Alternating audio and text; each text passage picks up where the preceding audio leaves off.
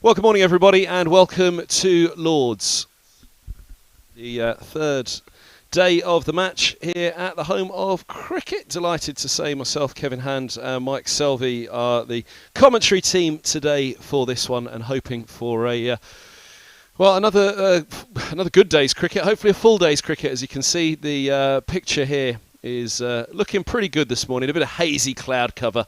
But it's overall looking okay. I did wonder whether the floodlights would need to come on this morning, but they haven't been put up, as you can see. They're sat in their position quite happily, so no need for the floodlights. No need for any interference at all out there other than for play to begin at 11, which is great news indeed. I'm Kevin Hand. Mike Selvey is alongside me in the commentary box here. Selv, good morning to you, and we're going to have cricket at 11 o'clock and at a full day's play.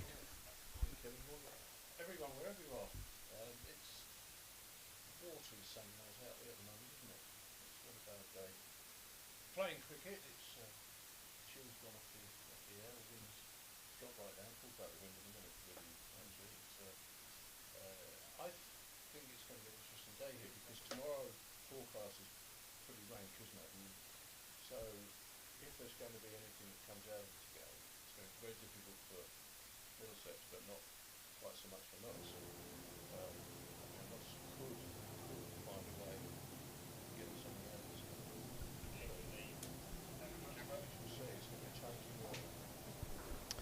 Yeah, Mark Stoneman talked about those first 16 overs, the cliche, the first 16 overs, how important the first hour is. I certainly think it's the case here, isn't it? The ball's 30 overs old. We talked about it last night. Yeah, it's still relatively fresh, that ball this morning. So it's going to be a real battle to keep Broad and Co at bay. Well, conditions have changed since last night. First thing is the last ball that we saw last night that just was hitting the land. It just, to me, it looked like it just tailed in a little bit in the air. If they've got a ball that's starting to tail, whether it's orthodox swing, if it's reverse swing, I'd quite like to know how they get the ball to reverse swing on a pristine outfield with no bare pitches. But if the ball started to reverse or it's orthodox swing, then it's going to be a real handful, because that was the first one I saw that really went. The other thing that's happened is, as I said, the wind's dropped, no question about that, but it's also what wind there is has changed round to more westerly. You know, I was talking yesterday about my old thing about looking for the aeroplanes. Look, there we are. There's one going in land at Heathrow now, and that's always a good sign that there's a westerly airstream. The westerly airstream is the airstream the bowlers like here, because it's a little bit damper. It seems to be the bowling wind, if you want to call it that. And I think this could be quite a tricky morning. And you think what are Notts thinking here? I think they're thinking follow on. That's what they're looking at. They think if they bowl Middlesex out for another 100, bang them in again, and see where it goes. So that's the first thing that Middlesex have got to do is to get past that follow on. Brilliant, Mike Selvey. Thanks very much. The first day was 364 for Nottinghamshire, 111 for 2 for Middlesex. Let's have a look. Let's have a look at what Mark Stoneman, the man who's 60 not out overnight, had to say about things. Mark Stoneman, thanks for coming out and joining us at the end of day 2. First and foremost, many congratulations. A good 60 from you out there today. Thank you. Yeah, it was nice to sort of get through an opening spell and establish a couple of nice partnerships there, which have given us a decent platform going into tomorrow. I think firstly it was nice for the lads to be able to wrap up the Notts innings the way we did. It was tough out there at times, but we stuck to task quite well on a pitch. Once you get through the new ball, it can be hard work to try and force anything with bat or ball, really. So it's a case of sticking to the disciplines and working hard. And I think ultimately we've managed to do that and go on tomorrow and put a score on the board. Rocky, social media is a fairly volatile place at the best of times. We've copped a lot of flack for 4 kind of top order collapses. People writing us off after 2 games. It's all a bit of a nonsense, really. We've got far too much quality in that top order. Must be nice to just go out there and prove a point. Oh mate, if the keyboard warriors were right every time, I'd have been finished a long time ago. Look, it happens in this game. You're out there against a new ball. Opposition are allowed to do well. I think some of the wickets we've lost, we've been got out in the main. And if you haven't been out there for a long period of time and established yourself into the rhythm of the game and what the pitch is doing, top quality bowlers are going to take wickets. That's their job. That's the beauty of the game. One day it's your day as a batter, and the next day the bowlers get on top. And you both keep coming back for that contest day after day, and that's what's great about it. If you keep the context and understand that it's not always going to be your day, but you can cash in when it is, then you get rewarded. I think, yeah. So there's been no sort of worries in that regard. The quality from the guys is there, and we keep doing the work and understand that we will get rewarded in the end. You've had a pretty tough pre-season, Mark. Obviously 2 games completely washed out. You got a bit of middle time out there at Surrey, but you came into that first game without a huge amount of time out there in the middle. Neither did any of the other top 4. That's obviously got to be a factor. You're obviously, I guess, happy now that you've got some time out there. Good to see Peter spend some time out there today. Robbo spent a bit of time out there, and as you say, it was tough conditions. Yeah, like even last week, the 20 odd I got at Northampton was disappointing to get out when I did, because we were just starting to get a bit of a foothold in that game there. But an hour or so that I was out in the middle, then you just fall into the rhythm of the game, the sort of the rhythms of batting, and yeah, that was lacking a little bit through pre-season, but it can't be helped. It's not an excuse. It just is what it is. That's where you do all your analysis and technical work, where you try and get through those first 20 balls, and if you do that, then you fall into the rhythm of the game, and the quality and experience of the guy shines through. So unfortunately, a couple of good attacks saw us off early. Hopefully we can put that right tomorrow out in the middle. Speaking of your own game for just a moment, Mark, I know have felt in pretty good form. You've not spent time out there in the middle, and as you say, you've been got out by 3 very good deliveries for sure. Perhaps unlucky to get out on one of them for sure, I'd say as well. In training, you've been hitting the ball like a dream. You actually felt really good coming into this, so this is kind of due reward, I guess, for all the hard work you've put in. Yeah, absolutely. Winter prep ball went brilliant. It was itching to get out and start playing. It was almost just felt a little bit overdone, but it's just important not to go chasing a score just because you haven't got any in the first couple of games, because the game can bite you quickly if you start going chasing things. So like I say, it was just nice to fall into that rhythm today. Always get rewarded. You get value for your shots here at Lords if there is any loose ball. So it's just a case of being patient and not chasing. Like I say, trust the work that's been done, and try and do it for as long as possible. Wise head on.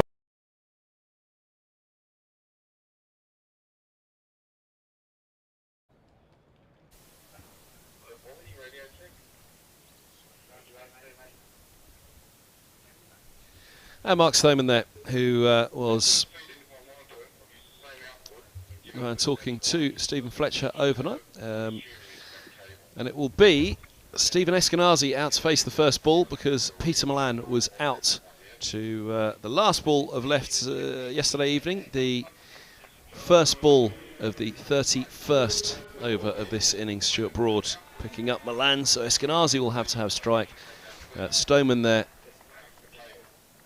batted beautifully yesterday evening, faultless innings really, but 2 slips and a leg gully, fine leg gully, leg slip. He's a wide leg slip there, isn't he? It's going to be Broad to Eskenazi, otherwise pretty orthodox. He's just tucked in, hasn't he, to a leg slip. Just to I think that last ball last night showed the way it tailed in.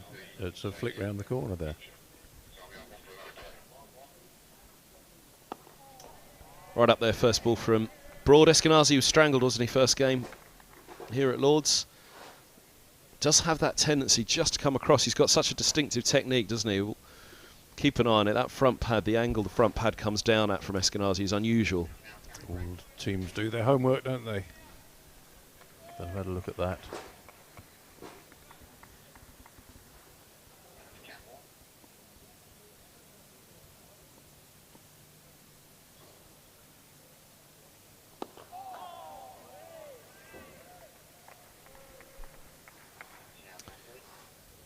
Eskenazi, who has 2 scores with 37 to his name this summer. 37 in the second innings against Essex, 37 in the second innings up at Northamptonshire.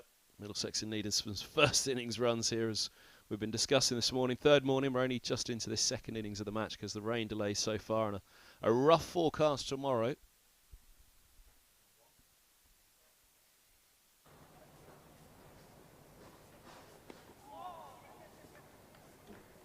Edged away down to the vacant deep third, and they're going to pick up 3. Eskenazi's off the mark. Angle bat, soft hands, scores in funny areas, they tell me, Stephen Eskenazi.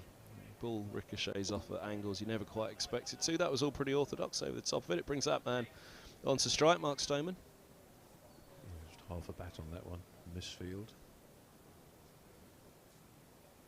Broad round the wicket, of course, straight away to the left-hander.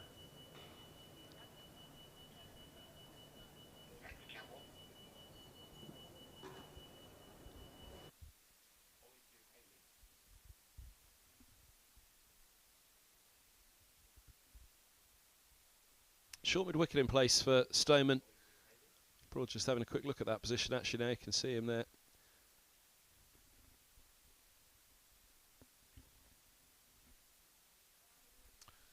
Soft hands from Stoneman, defending on that off stump, thick outside part of the bat.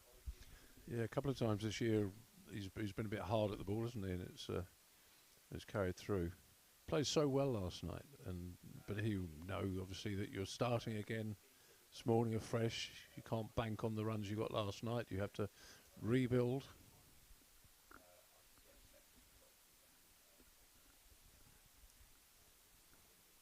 Short mid-wicket's dropped back onto the very short mid-wicket boundary.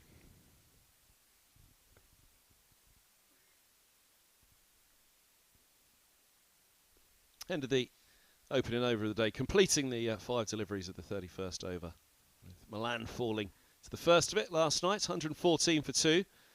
Eskenazi just 3 to his name from 3 faced, and Stoneman 60. Saw the pair of them this morning walking out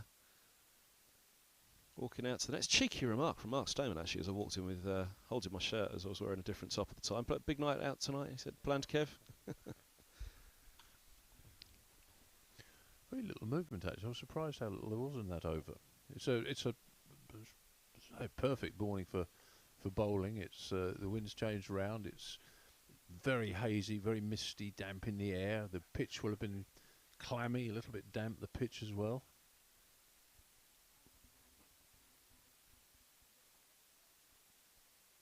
Nice start from Hassan right onto the spot. It's been an odd game for that, hasn't it? It's slightly down again, the temperature this morning, I felt. A little bit colder again today. Yeah, it was. I look at the temperature in my car coming down. It was from 8 degrees. Yeah. And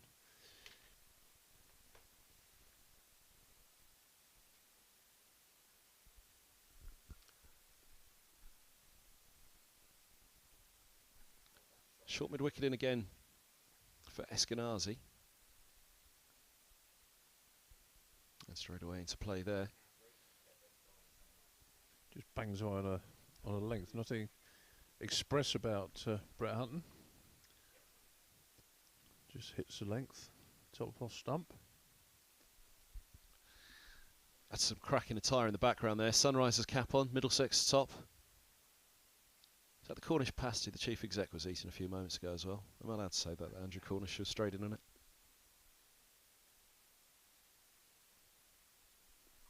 Made us all jealous, didn't he? Came up with this fabulous smelling something from summer. I think it was a Cornish pasty. I don't know what it was. He was having his breakfast. Smelt great, whatever it was. Looks good, whatever that man's got. Nice viewing spot as well. Just behind the square leg umpire, watching on Eskenazi.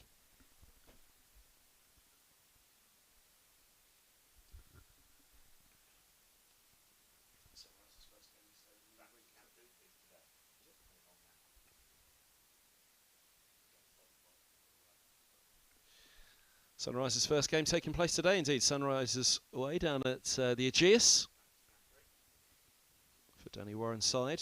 So best of luck for them. Keep an eye on all the scores today. They had a very strange warm-up match the other day. Don't know whether you saw the scores of that, but I think it was Sunrisers. Basically, Grace opened the batting, got 100. Nobody else got double figures. Extras is the next highest score, the producer tells me at the back.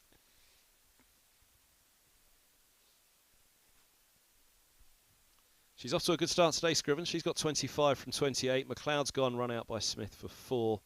Grewcock there as well. The Sunrisers are 35 for 1 in the 8th, having elected to bat. She's a good player, isn't she? Incredible. Yeah. Incredible talent.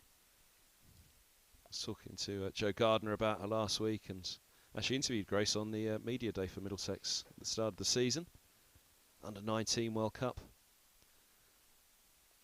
I felt it would be an imminent a session to the full team for Scrivens.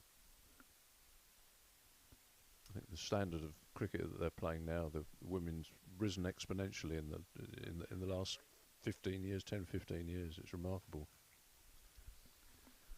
114 for 12 here. No, I think you're absolutely right. I think the and it's such a tactical game, the women's game as well, more so I think than the men's. It's a different game, I think people have to understand that. A lot of people, we know are still disparaging about the game, and they're wrong. It's a different form of the game. It's played differently, but it's brilliant entertainment, and they're terrific players. Yeah, the field placement, it's almost like a game of chess at times. It's wonderful to watch the tactics play out.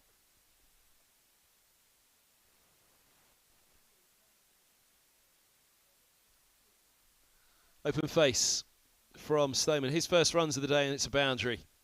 Stoneman on to 64. Reached a little bit for that one. Not sure I'm entirely comfortable with that. A little bit of shape in the air from Stuart Broad away.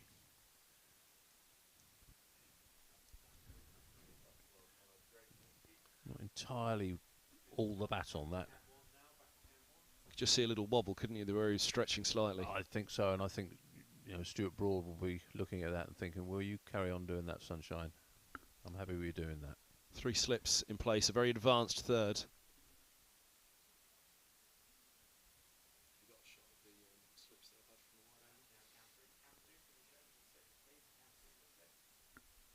Let's have a look how far forward. Third slip standing there. Montgomery, Duckett at second. Hassan at slip. But he's a serious couple of yards forward there, isn't he, Montgomery at third? Yeah, swings and roundabouts that, isn't it? You're there to take the ball that's not carrying quite clearly, but you've got so little reaction time to take it. It's extraordinary to consider it's Stuart Broad, who will just nudge 80 still.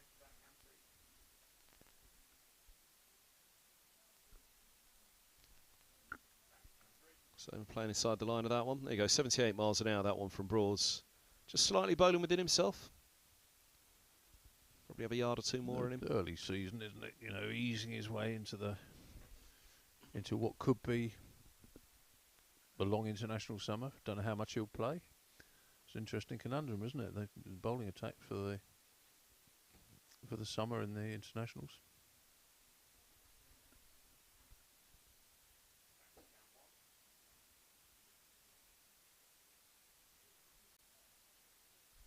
Now let's see the gun on that. Picked up pace, it felt off the surface, didn't it, because of the bounce, the way it went through and went all the way up the slope, or down the slope, my apologies. Yeah, and your speed gun tells you it was slower, so, definite movement there, definite movement. The movement and the bounce perhaps just makes it look quicker. It's a lovely, if I'd have come in this morning in my boots, I'd have been happy looking up and seeing that and feeling the temperature and feeling the atmosphere.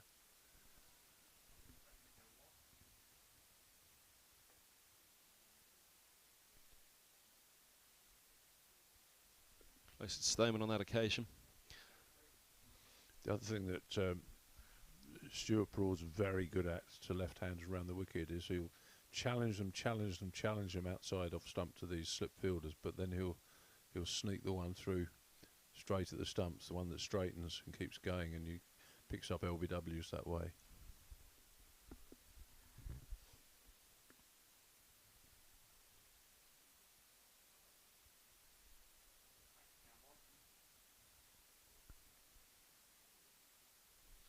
There you go, straight to one. Stoneman tucks it for a single. Down to James at deep backward square. And Stoneman moves to 65. Middlesex are 119 for 2 on the live stream here at Lord's. Very good morning to you. Wherever you're tuned in around the world, do let us know on those live comments on the side of the stream. Let us know where you're watching from this morning, what you're up to this Saturday, what plans. Supposed to be doing a few chores, but glued to the screen instead. Full day of cricket, as we said, the Rachel Hayhoe Flint Trophy getting underway today as well. A lot of the club games getting going as well, I imagine, today. Oh, mate, Gus is doing a proper job today, isn't he? He's umpiring. Is he? Just What umpire do you think he is? Do you think he's a bowler's umpire or a batsman's umpire? Who curmudgeonly to the bowlers or fire them out? My simple answer was grumpy umpire. Yeah, I don't think he'd be happy, will he? Especially if it gets cold and his feet start to hurt and back goes. Let's hope they've got the streams on around the clubs, around the counties. Let us know if you're a county team this morning. Streams on in the clubhouse somewhere. I've done very, very few umpiring stints in club games, and what I found is that it's very difficult to be definitive. There's no way that I wasn't 100% sure every appeal I made as a bowler, but I can think, oh, I wonder if he did nick that. Oh, was that in the back? Was it?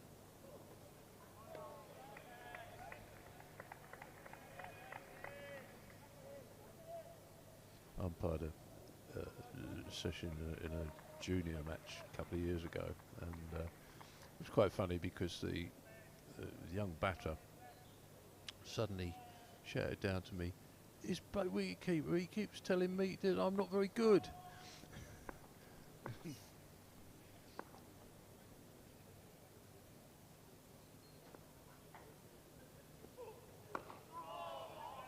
And so I said to the non-striker, just tell him not to worry about it. The non-striker shouted down the pitch, he says not to worry about it, just don't take any notice. Anyway, they carried on like this. After the game finished, you know, they all line up and they all shake hands on the way through. The wicketkeeper was he was quite a big lad, young lad. And as I went by, the young batter who'd been chirped by the wicketkeeper went by and said, "Not so chirpy now then, Tubby."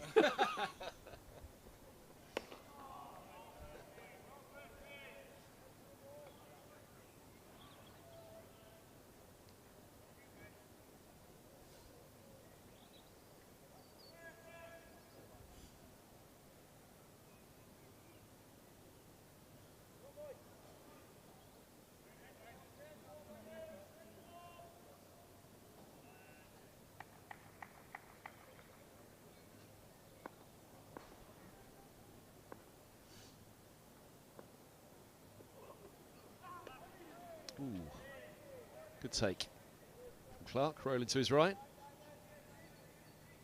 Stoneman will feel he's missed out. Nottinghamshire would have been interested in the strangle. We talked about that for Eskenazi, didn't we? We'll keep an eye on that for Eskenazi, particularly from Broad at the pavilion end, with that slope to Eskenazi. Well, just sometimes what looks like what we call a strangle, isn't it? It's a legitimate ploy. That was one of the 4 for 4, wasn't it? The strangle in that first match against Essex. End of the over, 119 for 2. Yeah, I mean, you can target somebody like that. I'll give you an extreme example of it, actually. If you go back to when, you remember Jeff Lawson, Henry Lawson played for fast bowler Australia, and bowling to David Gower, and he got David Gower out a couple of times, caught down the leg side, and it was always put down as a strangle, and I talked to him about it, and he says, no, bowling, because he had a little flick down there, you just fire one down there, and it's not a fluke, you know, you just try it. And they got him out a couple of times doing it.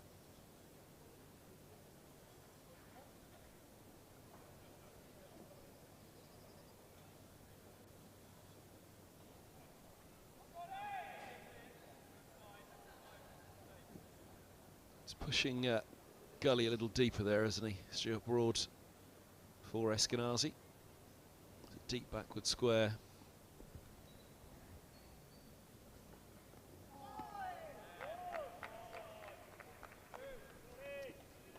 And well, only deep backward squares out, really, isn't there? The 2 slips, leg slip. Gully's just been pushed deeper out of the shot there in the bottom right. Cover point, mid-off, mid-on, mid-wicket. Just about to call it a 6-3 field, but of course it's a 5-4 with the leg slip. As you say, they'll have done their homework. Keep an eye on Eskenazi here, how far he gets across and the body shape that he gets himself into. And there it is, straight to the leg slip. The ploy works. The slope at Lord's. Eskenazi does like to get across towards that offside. His body shape does take him that way. Nottinghamshire have done their homework for the second Lord's match in a row. Eskenazi He's caught down the leg side, a strangle in the first match, this time at leg slip. Middlesex 119 for 3. You can't say it wasn't telegraphed, can you? You know, even I can see that that's coming, Kevin. It's terrific bowling, but the ball, the only movement that Stuart Broad's got is into the bat. He's tailed it in. That's right in the spot for him, and it's well caught. The fielder perfectly placed there. It's a good catch. He's gone quick at him.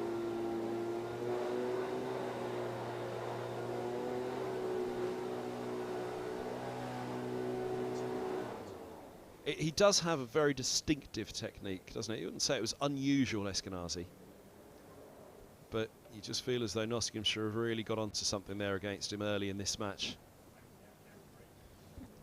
You know, when somebody's so clearly setting you up, I think you have to be mindful of it.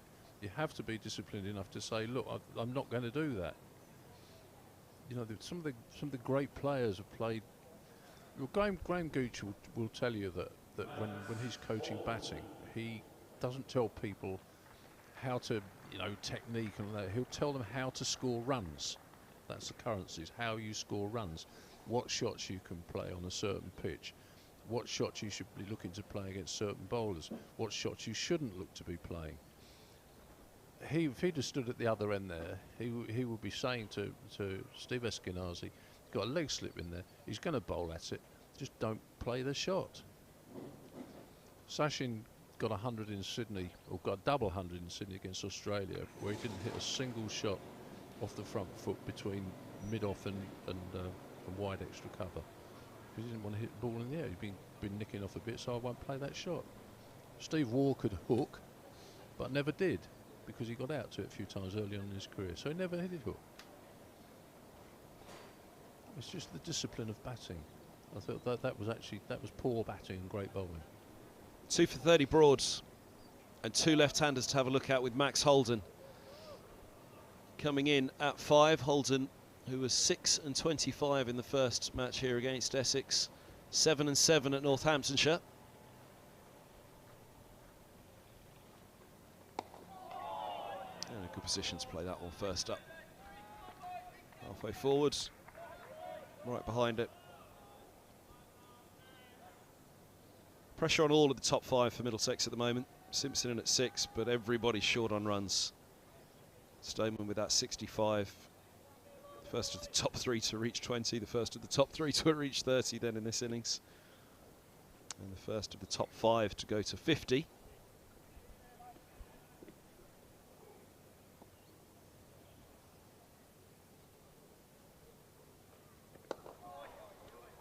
Stretched a little for that one. Holden as he pushes into the covers for no run. Nice off the middle of the bat.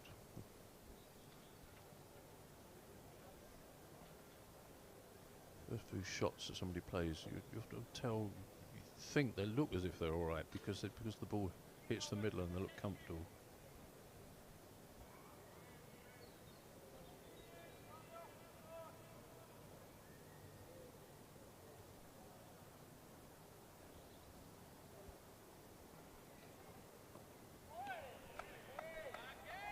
Bounce on that again, and way down the slope it goes from Broads. Really nice carry through. That one's 78 miles an hour. We talked about the one earlier in the over, didn't we? Haven't gone 78 next one. Oh, that looks a bit quicker as it went through, and then it was down to 73 or so. But yeah, that one back up at 78. Pace and bounce through to the gloves.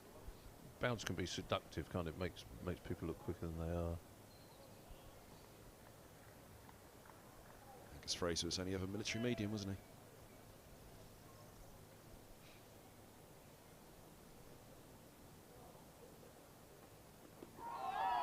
Ooh, now that's going to squirt away for 4 leg buys. Umpire taps away on his knee. 1, 2, 3 for 3 Middlesex. That's the one we were talking about a little earlier, where Stuart Broad just targets the stumps. Look, that's swung in quite significantly. I think this is orthodox swing.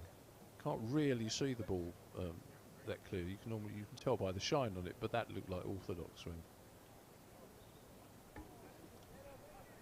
So it's a beautiful morning for that. Tower blocks in the distance, very hazy, normally the clarity of them.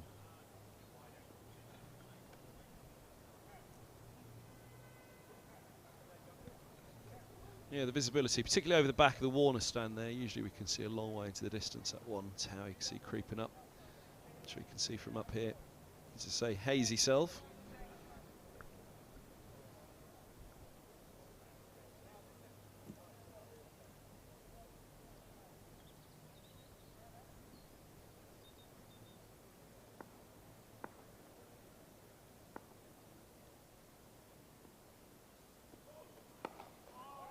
Interesting, just the 2 slips for Stoneman now, and well spread as well. Missed a slip on a gully, but so tight in there. Actually, there's quite a gap between slip and the keeper, I'd say, isn't there? We'll see where they settle back down now. Hudson right arm over to Stoneman. Bamber was right arm around to Duckett when he nicked in between the keeper and slip.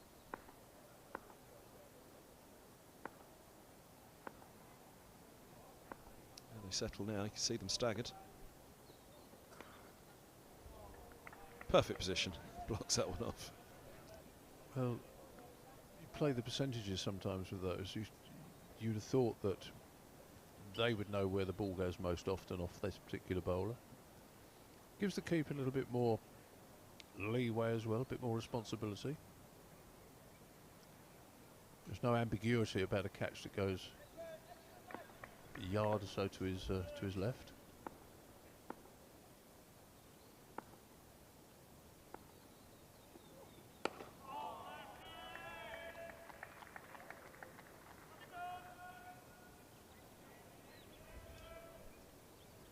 Shape on that one again from Hudson to Stoneman. He'll know what a big job he's got today. Got all day to bat.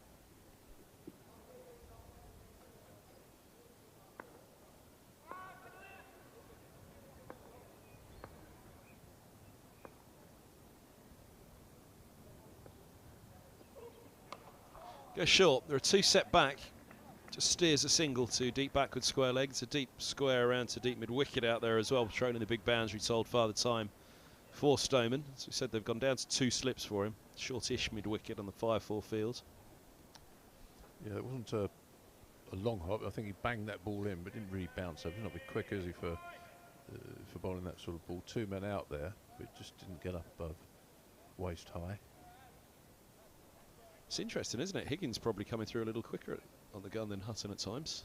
She'd have possibly have thought the other way, wouldn't you? There were times when I looked at him in the last game in particular. I thought, actually, he's as quick as anybody is here.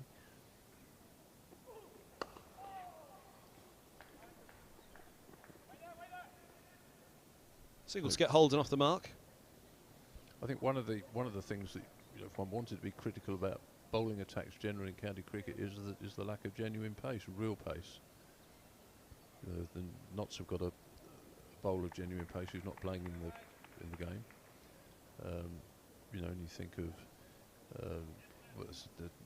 there wouldn't be a handful, would there, of really quick bowlers? It might have been never thus, but it's nonetheless it's a fact. Cover was just a little too fine there, Hamid. They've moved him. They're going to have a tinker now as well. So around the wicket to Stoneman for the last ball of the over. As you've seen, the second slip fielder moving to a short square position, halfway up from the umpire.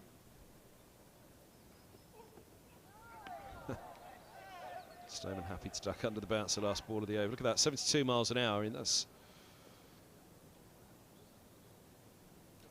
around about Mercer pace, really, isn't it? 72. Mercer just comes through a fraction slower now. He's high 60s, really, isn't he? And is heading towards his mid-40s. Yeah, I mean, I'm guessing they moved that fielder there because of the way he played the last short ball, which may have carried in the air as far as that new fielder was placed there. There's a lot of patterns they're performing out there with the field. They're obviously very proactive, aren't they? Very thoughtful.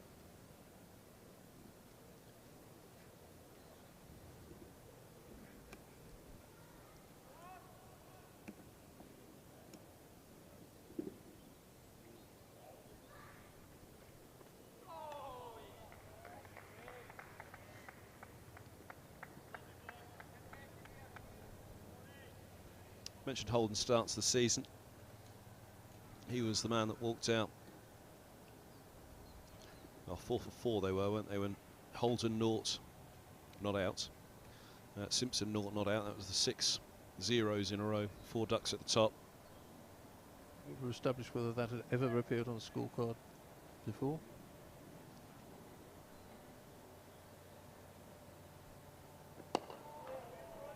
"48 years since the last time in the county championship. Surrey, Lancashire, I think it was. With the 2 not out noughts as well. Oh, well, 6 noughts on the scorecard in a row, nothing else. that's a good point. The 6 in a row. I'm not sure if we did establish that one. So as I could draw up the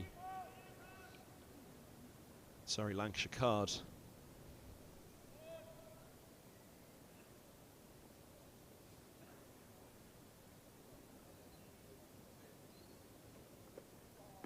Indeed, there was 0 for 3 here against Yorkshire, wasn't there, in 2014? I think it was 2015, when Sidebottom picked up 3 wickets in the first over, and Yorkshire had a point on the board by the end of the first over. They claimed the championship that year. So Middlesex were 0 for 3 and would have had 5 noughts in a row on the board at that point. He's kind of a forgotten bowler in England terms, isn't he, Ryan Sidebottom? But he held them together for a couple of years.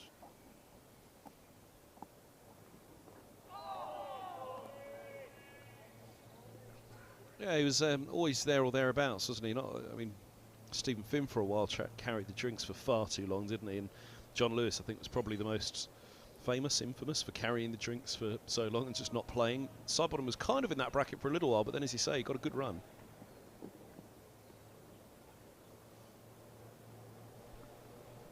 Still see it like it was yesterday, him tearing down that slope from the pavilion end to take those 3 wickets. I think he might, if he's not, I'd be surprised, the most successful England left-arm pace bowler in terms of wickets.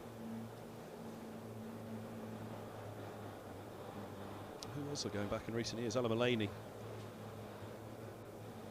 in the Mullally. 90s. Mullally. Sorry, yeah, Yeah, Mullaney's the captain here. Mullally, yeah. Yeah, but that was with Ryan, JK Lever. There haven't been that many of them, to say.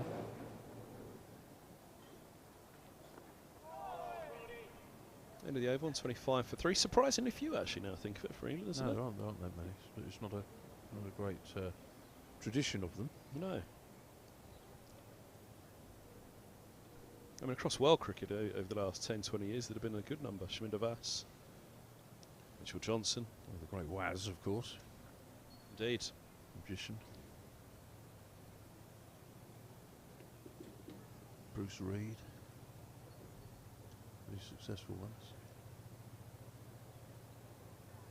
We shall start now. Middlesex's best left armour? Blimey. I'm trying to think if I played with one. I mean, indeed, even in my 19th season now, I'm just trying to think. Sandhu was a youngster coming through, played a few first team games left armour. Kevin James went from here to Hampshire, of course, and got 4 in 4, didn't he? Yeah. In one game. And dropped the 5th ball, Sarif Ganguly. Oh, is that right? Didn't know that. And a century in that game as well. Yeah. Only man to take 4 wickets in a game and 4 in 4 in a game and score a century. That got a roll out this week with Price's exploits on day 1 for Gloucestershire. Do we have a left-arm seamer? I don't remember one. Sure will be corrected. Dirk Nannes. Of course, he had a brief stint with Middlesex, didn't he, around the 2008 championship side, big 2020 side, and then played a few championship games as well, Dirk Nannes. And played for Australia.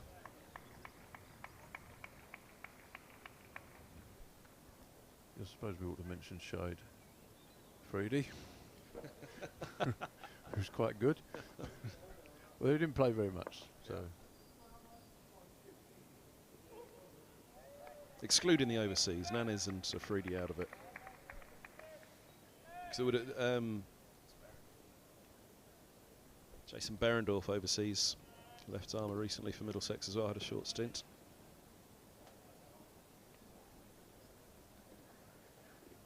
But in terms of stalwarts of the county, can't think really.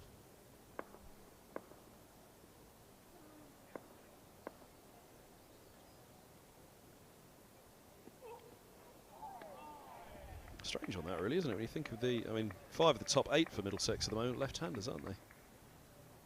Or has that changed in this match? With it's still. There's more around, you know. There's the son of the toppers who's in the commentary box next door. Yeah. I can hear. You could have even heard him if he was at Chelmsford. At the other end of the ground, I know. What a great enthusiast of the game.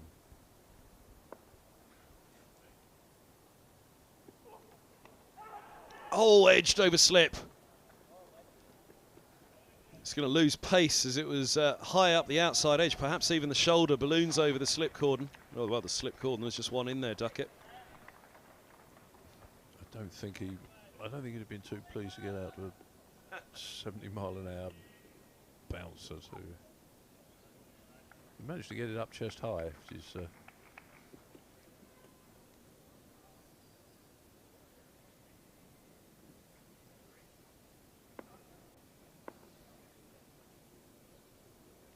certainly given him nothing to drive, has he, this morning?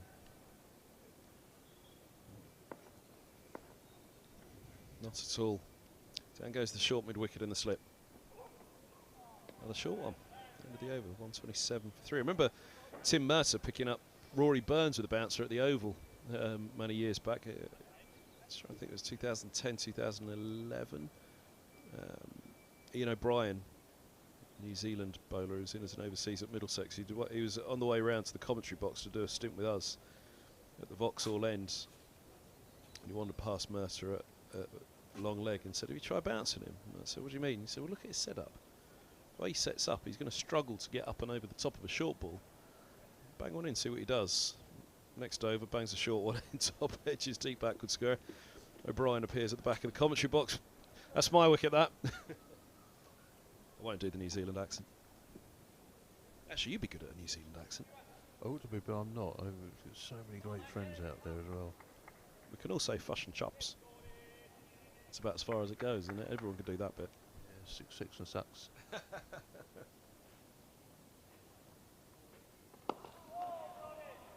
Actually, he was your club as well, wasn't he, Wellington? O'Brien. That was your club, wasn't it, Wellington? No, I play for Cycle University St Helier in Auckland. That was Auckland for you. Yeah. We talk about bouncers. I had a hopeless bouncer. It really was a poor bouncer, and so I used to get clattered. So I never used to bowl it, and it used to knock really because he thought I wasn't being very aggressive.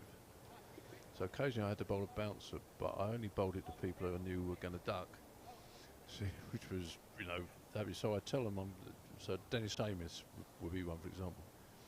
So Saka, there's no Saka. I'm going to have to bounce you next over. All right, he said, yeah, okay, so I'd bounce him, he'd duck under it, it'd go through. Really thought I was being aggressive. Everyone was a winner. I looked aggressive.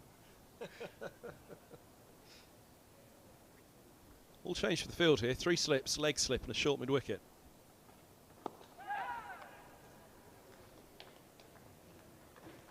And 4 runs. Broad right arm over to the left-hander. Holden picks up a boundary.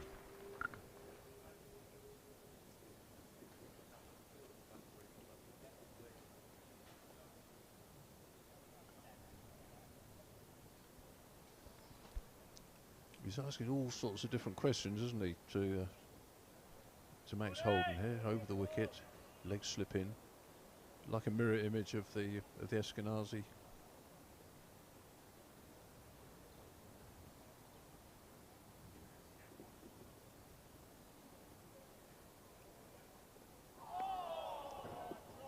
Interesting he's gone over the wicket, isn't it? Really interesting. Well, if the ball's swinging and you could swing it into Max and you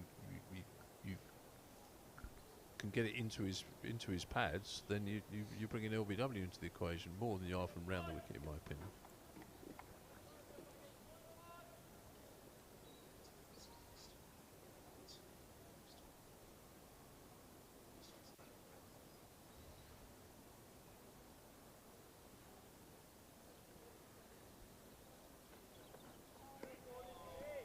struggles across again. Watch for the in-swinger. It's got to swing a little bit, obviously, because it has to pitch in line. Depends how wide he's bowling as well. When I say wide the crease he's bowling from. So the closer in you can get, the less it has to swing to pitch in line.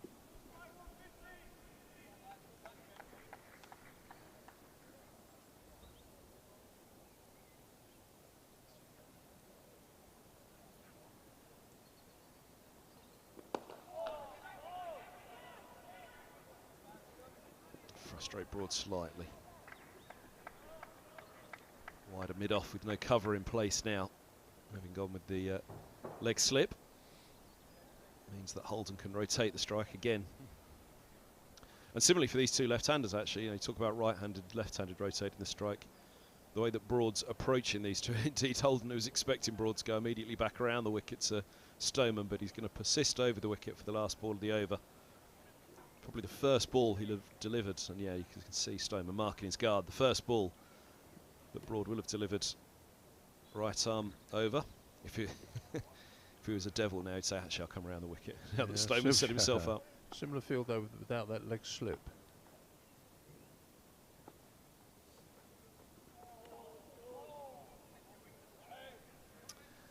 $132 for 3. We've had 35 minutes here at Lords on the third day. Middlesex in their first innings still. Stephen Eskenazi, the 1 wicket to fall this morning. Nicking to Montgomery. That leg slip for 3. Milan out last ball of, what would be the last ball of the second day. It was the first ball of the 31st over. And he was trapped LBW by Broad for 26. A 50 partnership between Stoneman and Robson yesterday evening, really settling things down, and then another 50 partnership for the second wicket as well. Just given a little bit of stability at the top for Middlesex for the first time. Well, indeed, a lot of stability at the top for Middlesex for the first time this season.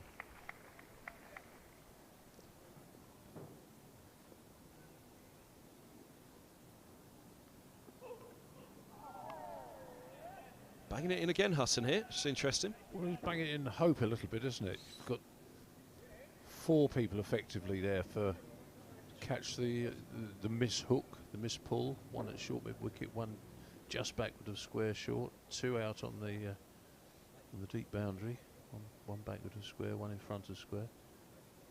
So you're hoping for either a high pull or a flat one or a miss pull, covering all bases in that regard.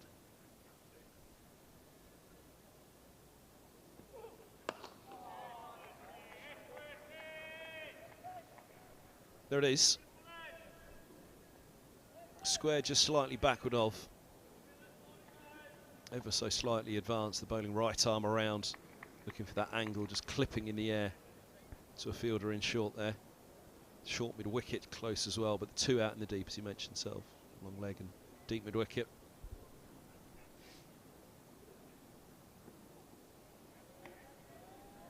Short one again. Got something in mind for sure. Well, the correct response so far is just to ignore it and hope it eventually will go away. If you start nibbling at it, start having a go at it, it'll just persist. Don't take the bait.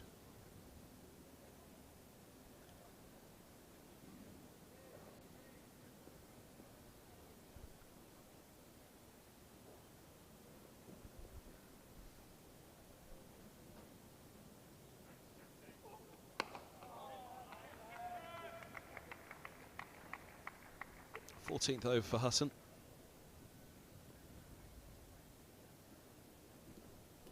Economical stuff. Only gone for 26 runs.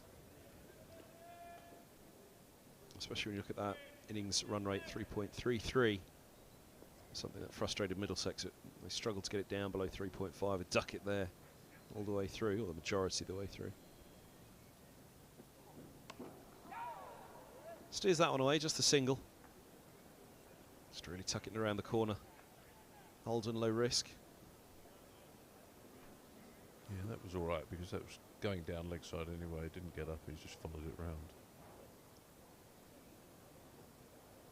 real danger comes when the one that's a little bit straighter than that, we're fetching it.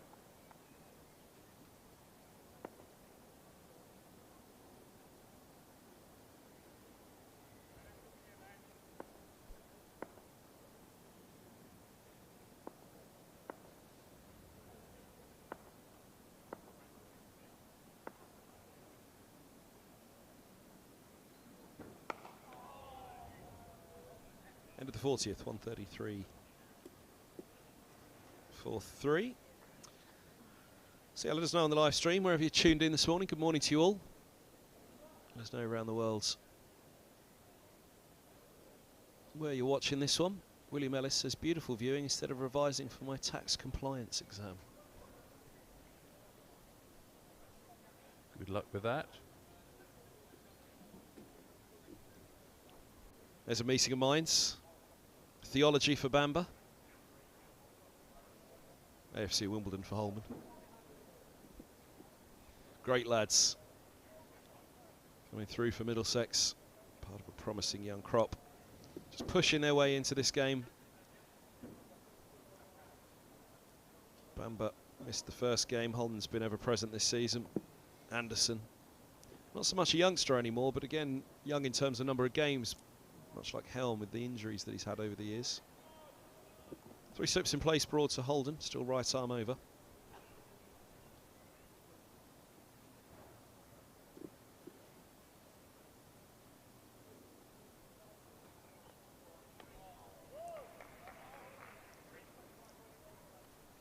Spent some time in Australia, didn't he, last winter, Ethan? Bowling there, which is a good thing. Be encouraged to go abroad and learn skills abroad during the off season.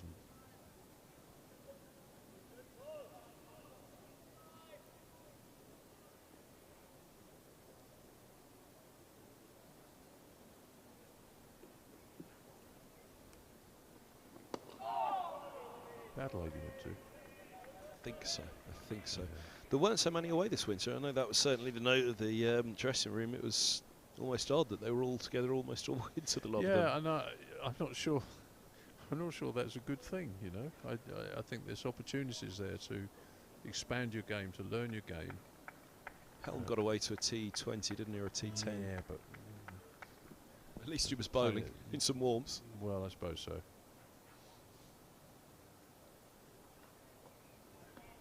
Lost his place for this one though, Tom Helm.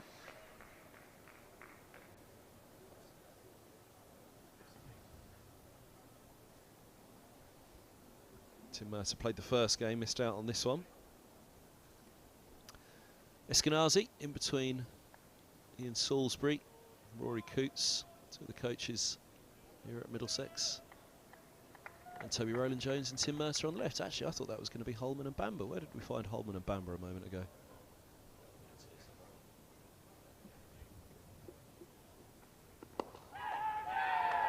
Gone. Mid-wicket. Broad's got another left-hander, clip it into an onside. It's Broad around the wicket, over the wicket. He's tried everything this morning. He's getting his reward.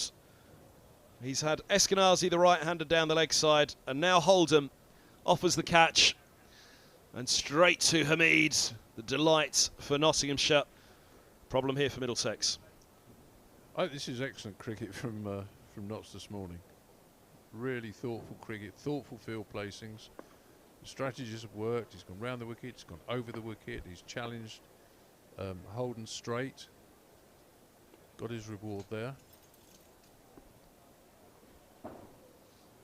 Got a world-class bowler bowling to well-set fields. You know, that's what the game's about. Catch it, cries Mullaney, the Nottinghamshire captain. Broad's been orchestrating this field meticulously, hasn't he? Not only his delivery, not only his performance, but you've seen him stop, pause halfway back to the top of his mark. Yeah, you're watching a great of the game. It's actually a privilege to watch somebody like Stewart in operation. You know, we don't get that opportunity very often, and we won't get that opportunity for many more years either. and it has been an education to see his progress and how he's come on and the skills he shows. Another left-hander for him to look at, as out comes John Simpson,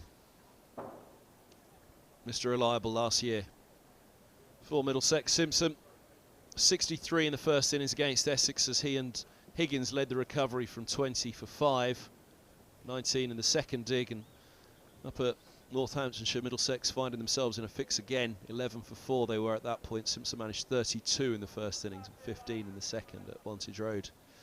3 centuries for the first time in a summer last year. On top of that, he reached 92 on 3 occasions as well. Middlesex are really going to need him here to dig in alongside Stoneman, who's batted really well and without real chance. That one that flew off the shoulder of the bat almost overslipped from Hutton, banging a short one in, and we disappointed almost, as you say, so that he allowed that to get out of control for him. But other than that, he's batted very well. He needs someone now to knuckle down alongside him at the other ends. But Broad's got his tail up.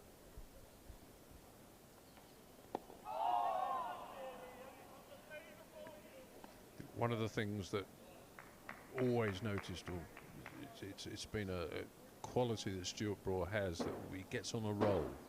One of the few bowlers in the world, in fact, it's one of the best I've ever seen at getting on that roll. It's just when things start to happen and you get the feeling he's going to get a wicket every single ball he bowls. He marches back, his knees pump when he runs in with a greater degree of urgency.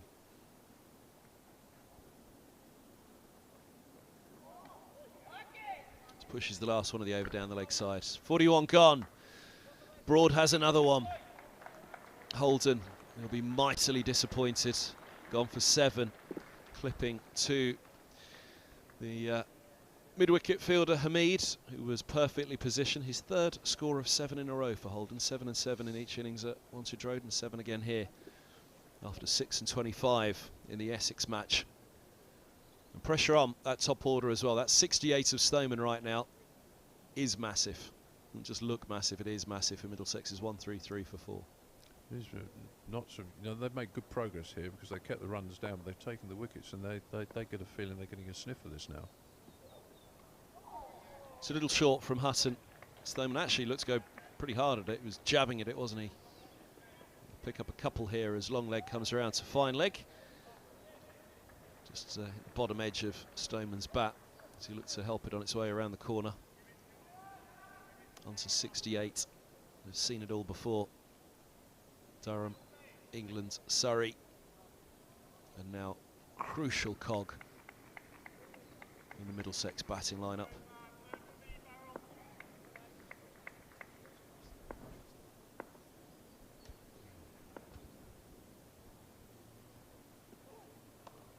Short again. Oh, goodness me, what a stop that is. Just steered from Stoneman. Yeah, I don't like that, you see. That's taking the bait a bit. He had to fetch that one, didn't he, look? It's come off slowly. It's high risk for little reward, really. You're going to really do well to pick up a boundary with that. I think so, yeah. Now, some would say, well, if you don't play shots, you don't go anywhere. But I think there's, as you say, risk reward and the circumstance of the game. That one's more understandable. Again, it's leg side and he's pivoted with it, and he'll pick up a couple.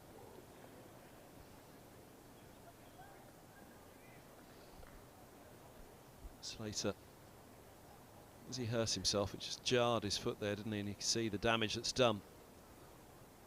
It's the Immaculate Lord surface. Looks all right. Bit of whitener for the trouser leg at the end of the game, but other than that, he's fine.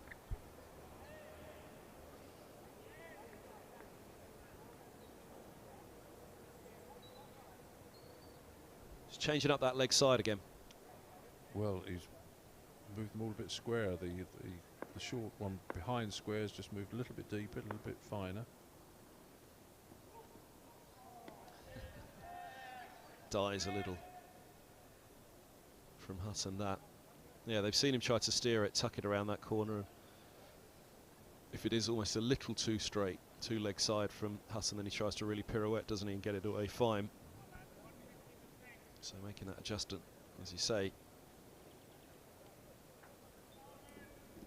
It's a huge, huge wicket in this innings and in this match now, Mark Stoneman's.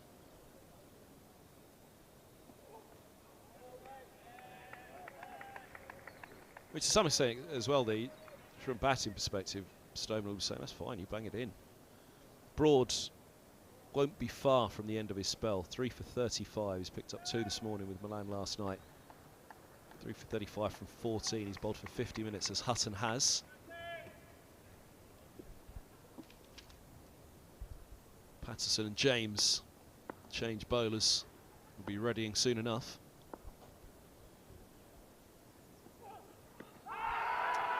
Angles against Hutton there. Right arm around to the left-hander. The fullest of deliveries.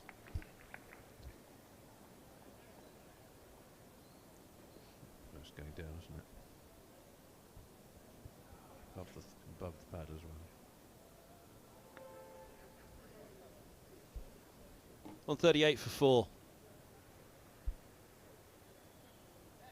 Broad takes off the sweater. Do you think England puts some sort of restriction on workload that Broad's allowed to do in a game? Well, it's or would they interesting. leave it to him? Oh look, there you go. He's just rolled his fingers as he'd say one more, and then he's someone come on and replace me. Is this the end of his spell? Has he just signposted it? I mean, you wouldn't be surprised, but then I suppose Broad and Anderson do well to tell him what to do, wouldn't you? Well, you'd think so. I don't know quite how it works these days, whether they're monitored so closely and... The logical answer nowadays would be yes, wouldn't it? But well, the logical answer is, how do you feel, Stuart? You know, do you think you're getting ready to play a test match in a 3 or 4 weeks' time?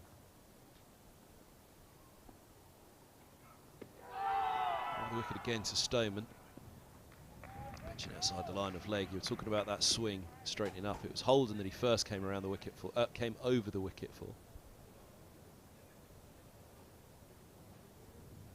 Interesting that he stayed over the wicket, Stoneman. Yeah, there comes a point where you're making no headway, so you try something different, and it's odd that something different is going back to the orthodox, but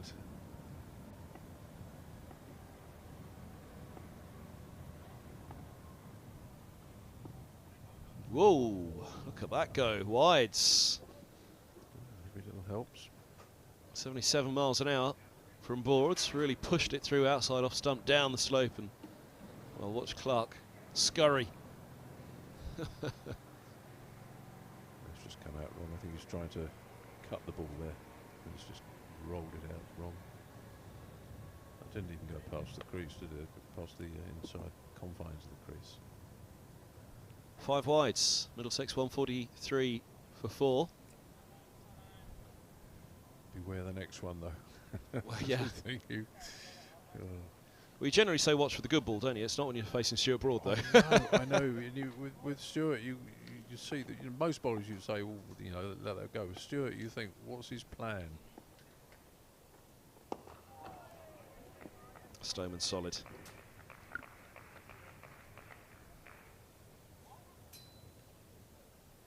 Yeah, he certainly at the start of the over, he just looked up to the dressing room. He said, put one finger up and then rolled his fingers around each other, saying, then a change.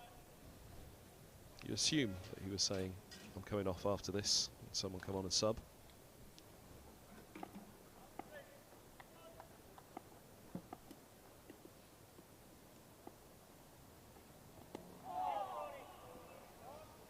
Just a single for Stoneman. He's running hard, but he'll take one. Deep backward point. Slater again. So, is it 2 balls left? Broad's spell. 2 balls for Simpson to survive. He's only faced 2 himself so far. The scorecard hasn't quite clicked along yet. It should click along to 42.4 in a moment.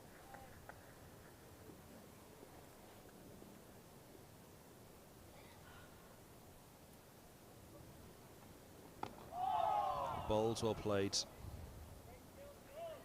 precisely where Broad would have wanted that delivery. Simpson equal to it. And John Simpson's a really good, crisp timer through the offside, driver of the ball through the offside. And they've actually left it open, haven't they? They left the extra cover area from backward point to wideish mid-off. It's completely open. They're saying you hit it through there if you want. We've got 3 slips.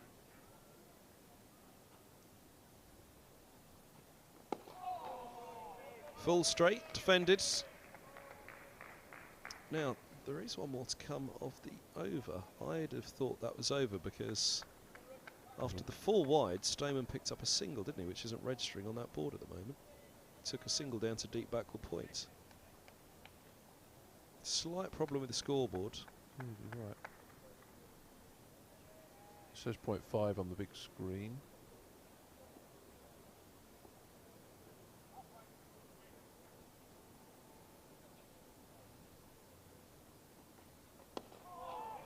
That should be the end of the over. Could be the end of Broad's spell. 3 for 41 for Broad from 15 with 5 maidens. And indeed, it looks as though he's just taken his cap, he's taken his sweater, and Broad's heading off to the pavilion. Brilliant, brilliant spell from him this morning. 55 minutes, really troubled Middlesex. I don't know what his figures were this morning, but they're pretty impressive. 2 for not very many, I would suggest. Good game, innit, where you just do your spell and then tootle off to the dressing room, eh? Was that not your way, Sol? Oh, can you imagine? I mean,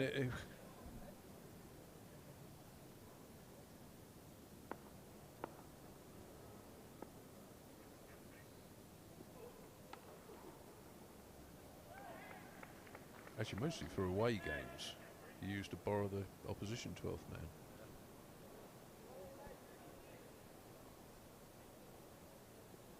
Ever have one put down by the opposition 12th man over the years? No, but there was a famous one, wasn't there, in a quite an important cup match. So Gloucester had a brilliant fielder called Jim Fote, and he fielded as a substitute for one of the sides and dropped quite a crucial catch, and he was an outstanding fielder. Why would I remember that? I don't know, but you know, so it could happen, of course, and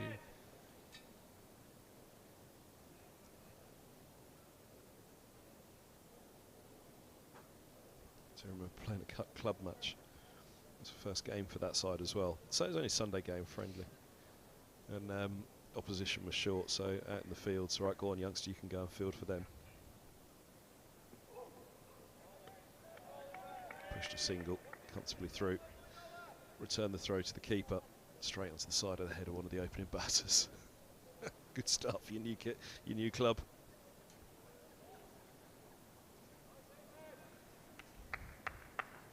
As I said, let us know if you're tuned in at your club today. Stream on in the clubhouse. Somewhere around Middlesex, anywhere around Nottinghamshire as well. Around the world also.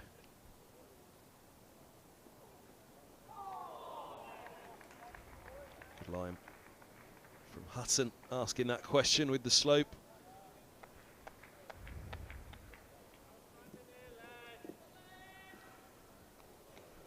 Every chance it could have come back in and troubled that off stump, forcing Simpson to play early in his innings.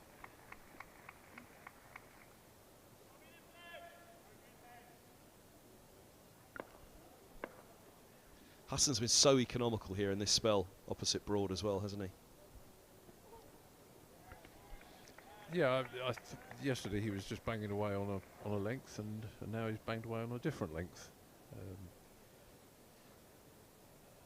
And largely they've resisted the temptation.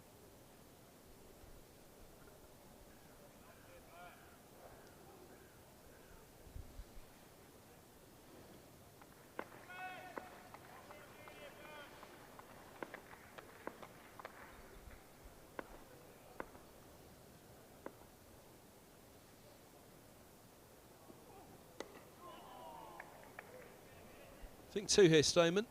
Deep third coming around, and they'll get back comfortably. End of the over, 146 for 4. To now done at Lord's on the 3rd morning. Hutton, none for 33 from his 16, and yeah, he's done well with Broad attacking at the other end, going for 41 off his 15, but 3 wickets crucially for Broad. Hutton just hasn't allowed anything to let up at the other end. No runs going anywhere at the other end, no let up.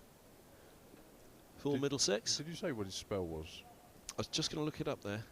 Because it's 3 for, isn't it? Because the last ball last night, obviously, and yeah, it's well, when they picked up Milan last night, Middlesex, it was what, 111 for 2.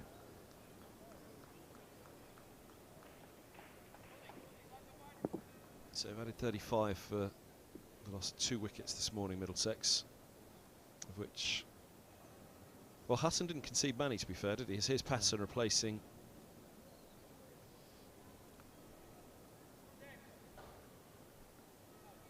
Broad at the pavilion end.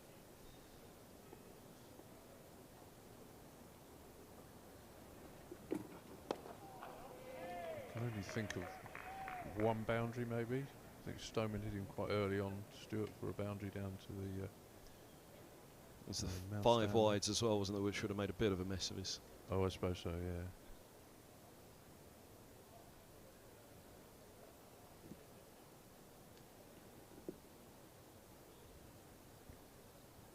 A bit more clarity to the air out there now. The definition of the tower blocks is much more obvious.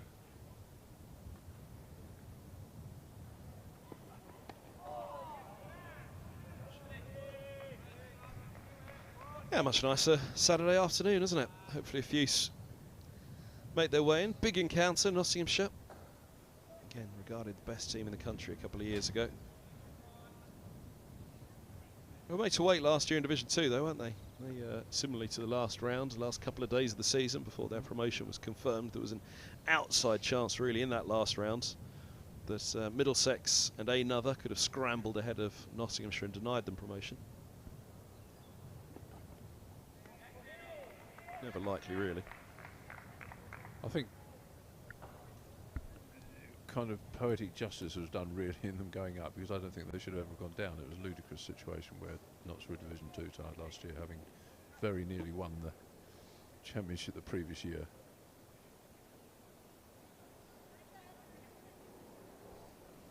Yeah, it was an awkward situation that for the ECB, because they could have been champions and then in Division 2 the following season. Well, it was based on an arcane protocol that stemmed from COVID, from 2019, and you know, when we resume cricket, it'll be with the finishing places in 2019, wasn't it? Yeah. And suddenly it was 2022. Gloucestershire. 2021. Yeah, yeah.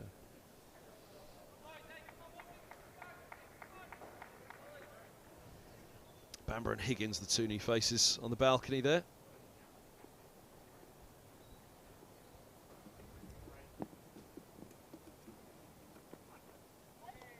Bamber reading, Mercer and Roland-Jones doing some colouring in by the looks of it. And the breeze getting up now. Note the flag on the grandstand is now fluttering. It was limp against the pole for much of the morning.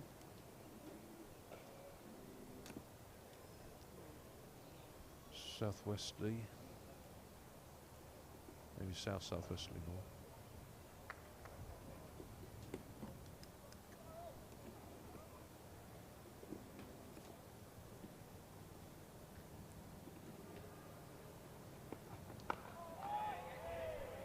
.45 done, 146 for 4.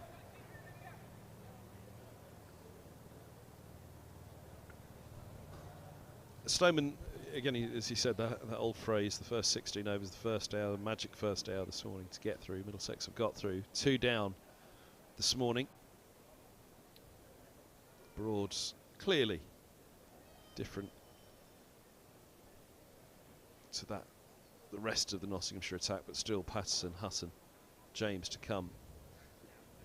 Going to be a real danger, aren't they? But 45 overs done. Stoneman just really say to Simpson, look, settle into a partnership now and there's runs to be had.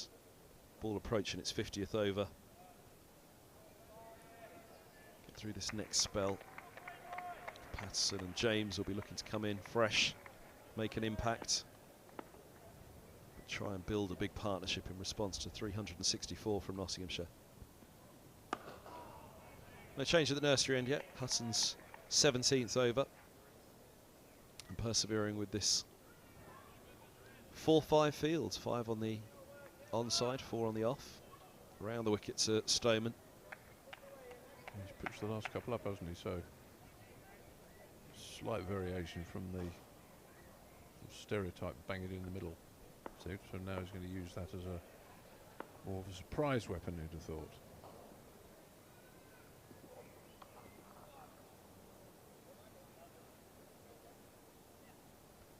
That fielder was there. He went a little bit finer, didn't he, as you noted in the last over from Hutton. Because Stoneman's, to some extent, happily engaged with the shorter stuff. But interested against Simpson now. Such a strong and powerful player. Got Hutton banging it in short at 72 miles an hour early in Simpson's innings. Can he resist? I think one of the big advancements of his batting over the past year or so has been this responsibility that he's taken on, and not just going for everything.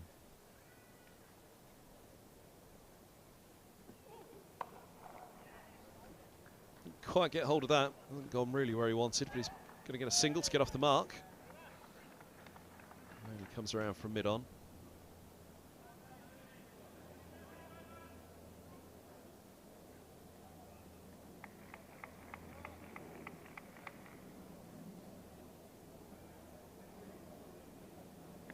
Just been ticking along quietly, hasn't he, Mark Stoneman, in the last 45, 50 minutes.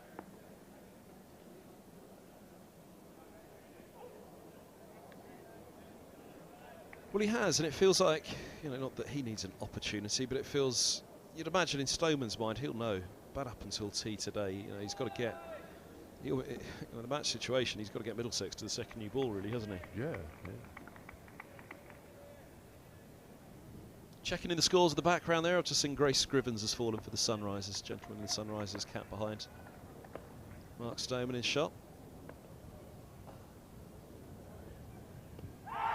Trouble, gone. Beats the inside edge. Yep, Stoneman, no real disappointment there. He's lining himself up. As soon as that beat the inside edge from Hutton, Stoneman looks in real trouble. Right arm around, pretty full. And Hutton gets his reward now this morning. He's persevered. He's done it cheaply on this third morning. And right at the end of his spell, he gets the biggest wicket of all. Stoneman out for 76.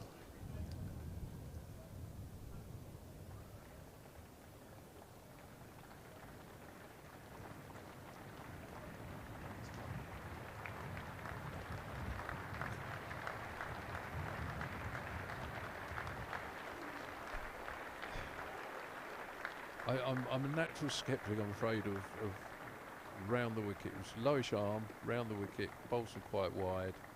It's got to be absolutely spot on, geometrically perfect for that to be out. It's a big wicket, isn't it? I mean, that's a crucial wicket for England. I'm so used to 30 years of saying that. We'll forgive yourselves, don't worry.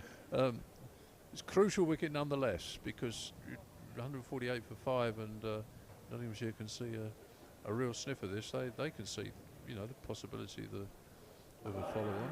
So another, how many more needed for that? Another 67 to avoid the follow-on. Yeah, and the 5 down, they're into the all-rounders.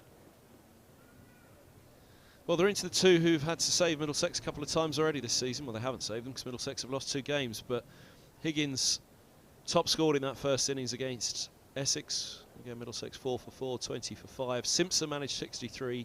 Higgins 70. They got 41 in the second innings. Middlesex in the chase there, but eluding them. And then at Northampton, 70 again in the first innings for Higgins there. Again in a losing cause. So 2 50s and a 41 in his first 4 innings of the season. It was a duck in the second innings at Wantage Road for Higgins, but his batting has been incredible so far this summer. I thought he was the best batter in the Essex game, looked the most fluent. he and Simpson have a very big task ahead of them here once more. Leg slip straight away back in.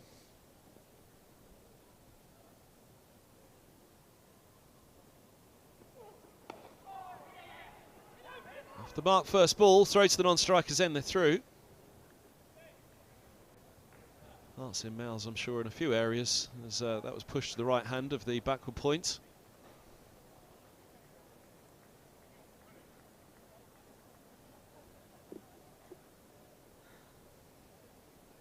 .149 for 5, and Stoneman out for 76 LBW to Hutton, 1 for 36 from 17 for Hutton with 5 maidens. 2 new batters.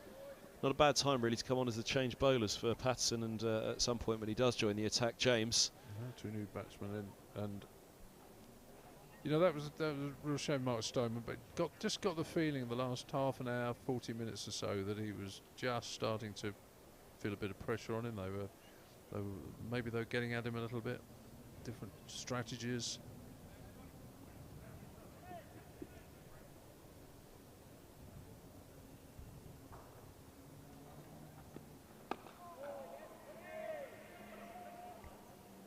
This man's not a bad change bowler, is he, Patterson? 79 miles an hour.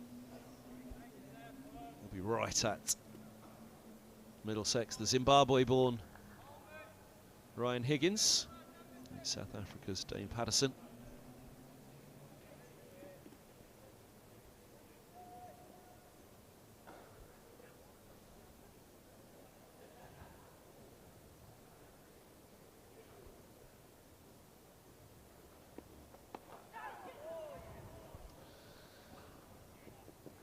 Advanced square in, who was interested in that for a moment from Higgins, who picks up a couple.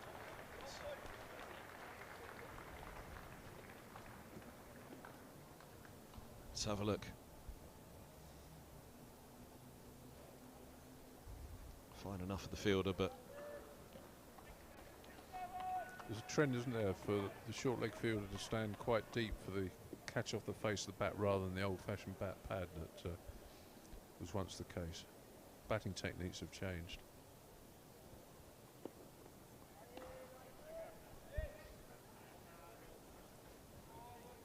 There was a time where batters used to play bat and pad very close together, bat behind pad often, and the bat pad was quite an important position. It stopped the batsman from just thrusting the pad out there, made them play with the face of the bat.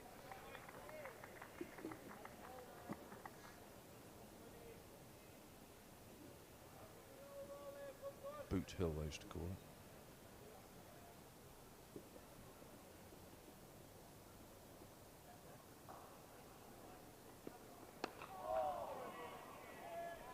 Gats territory, wasn't it?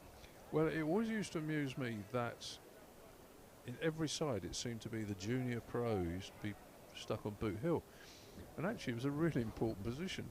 You know, you need a good fielder and not a disposable, dispensable one.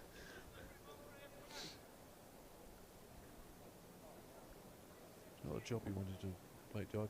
Somebody put me there once and I made such a hash of it. Happily made a Rightly hash so, of it. yeah. Well, no, happily, but I'm almost by design made a hash of it, and they've put me there again. Great. Edged, no third slip. 4 runs for Higgins.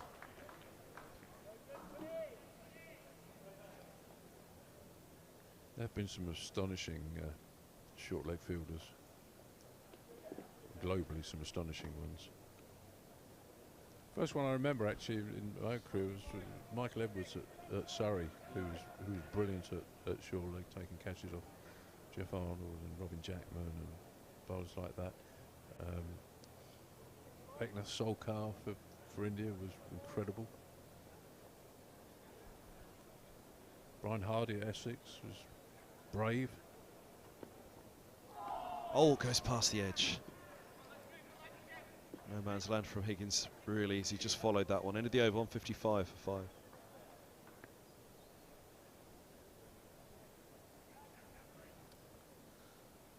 Jeff Arnold still doing the rounds for England as a bowling scout. Horse, happy horse. G.G. Arnold. We played a warm-up match once against Surrey at Roehampton. And it was one of those ones where your batters were allowed to bat for, if they got out, they'd carry on batting with 20 minutes. And he got Norm Featherstone, Middlesex batter, out first 3 balls he bowled. First 3. And the horse went ballistic, as you imagine, because he's nicked one off and he stood there and he's carried on, and he nicked one off and he stood there, and he bowled and he stood there. And of course, when they came to play the championship game, Feathers got 100.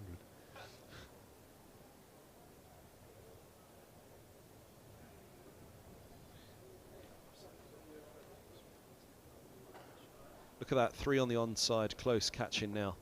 2 mid-wickets in close.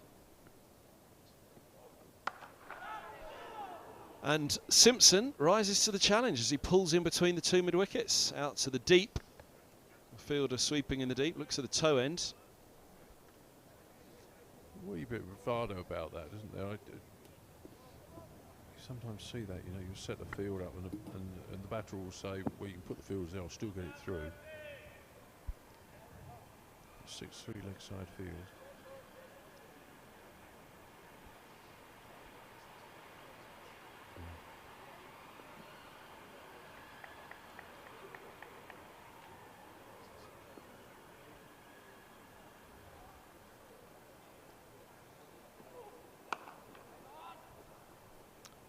Good stop.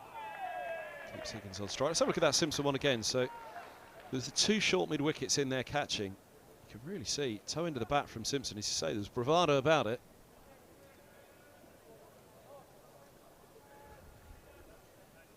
Relief for Simpson, relief for Middlesex. That wasn't far away. Wasn't clever batting, was it?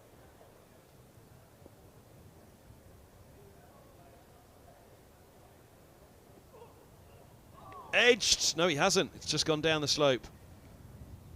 Thought he got a little tickle on that. Looking for the late cuts.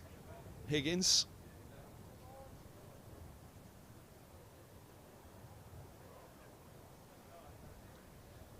One of those ones that just tailed in the air after it had gone past the bat. It's deceptive.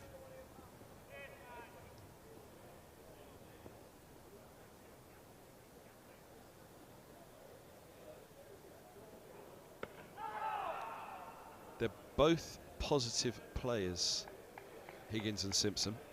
So they need to be a little bit careful here 40 minutes before lunch, though. I mean, these are the form batters for Middlesex this year to some extent. Higgins 250s. Simpson 63 and 32, his 2 notes of significance so far.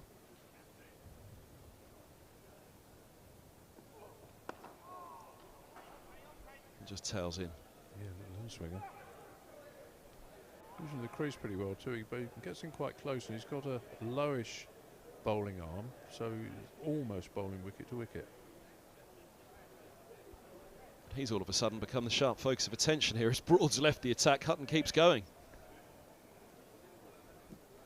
The hitman.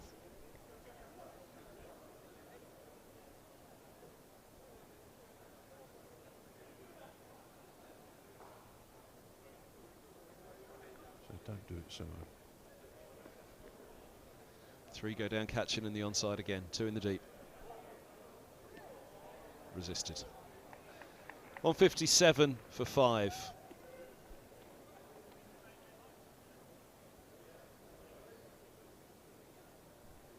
Form of his life with the bat last year, John Simpson.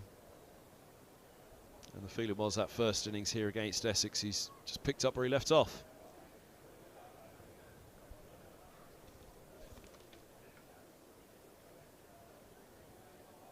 19 in the second innings.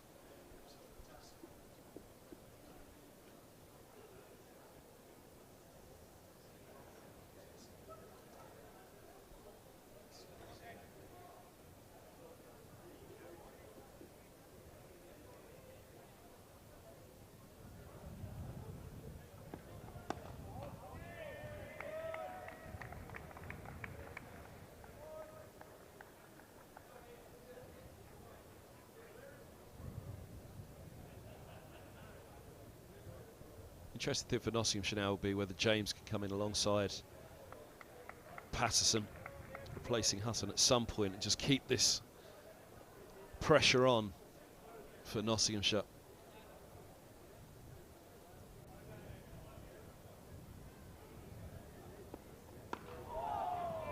Jab down on that. The Stoneman wicket's massively changed the face of this innings, the face of this match almost now, hasn't it? Well, they've kept the pressure on, haven't they? They've given away nothing. Middlesex haven't been able to get away. They haven't been able to accelerate the score. The run rate slightly drops, hasn't it?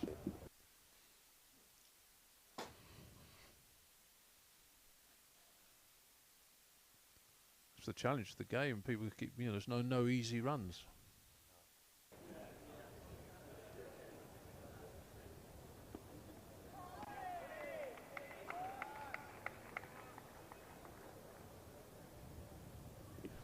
I think that's the feature of the Middlesex bowling actually against in this match, was that there were too many free runs.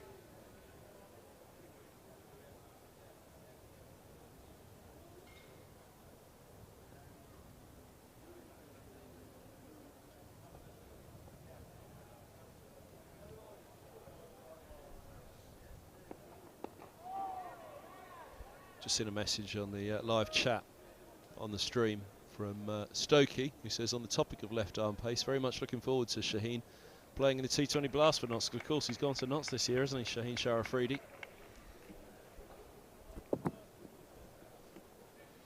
Something else. It was great fun. I think he found it. The county games that he played for us, I think he found them a little bit more challenging than he might have thought.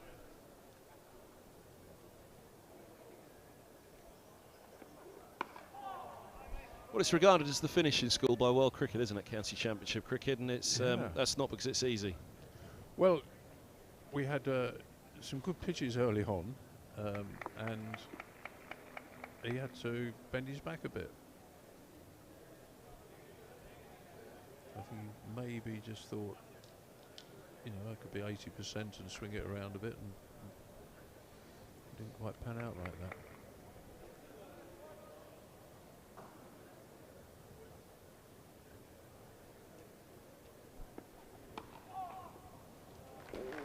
That's a lovely shot by Higgins. Stands up tall on the back foot there. Strokes it away. Middlesex 161 for 5. I reckon that might be one of the, if not the first, one of the very few boundaries that have gone to that short side today. They've actually kept the leg side in play. Yeah, I'd agree with you fully there, because Broad's angle of attack from the pavilion ends, as you said, when those runs got away, it was down to the deep third, the big boundary, wasn't it? There was the five wides that got away. But otherwise, and Hutton has been incredibly disciplined. He's been around the wicket, hasn't he, to the left-handers. There's the view from the top deck. Oh, it's the middle deck. Apologies. It's the middle deck.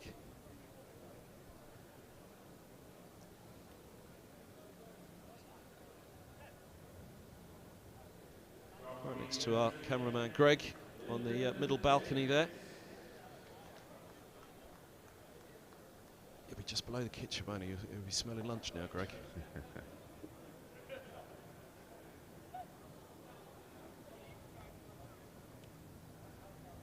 had a quiet word with the visiting dressing room, they might smuggle him down the plate.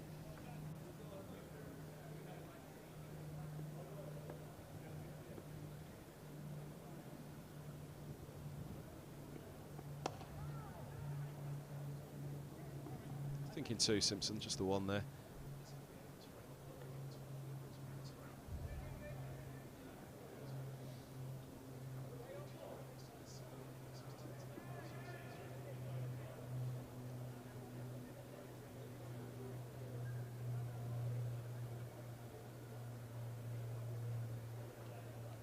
Here he is, Greg, right next to the visiting balcony. Hey. Australian very much looking forward to the summer ahead.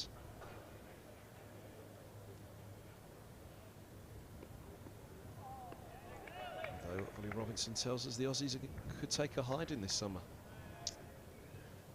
Yeah, there's a bit of bravado there. I don't think.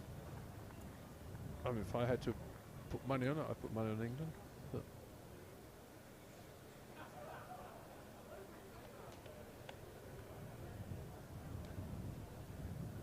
eagerly anticipated, as always, isn't it?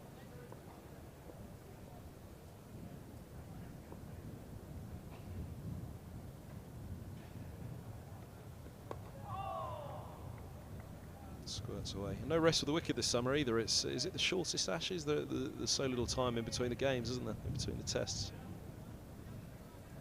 Yes, I mean that's a bone of contention with me. The idea that you have to squeeze. Not the only one. Yeah. I don't think I'll go down that avenue at the moment, but it's. Apart from anything else, it's brutal on the players. When you really do need squads, and you need, especially with your bowlers.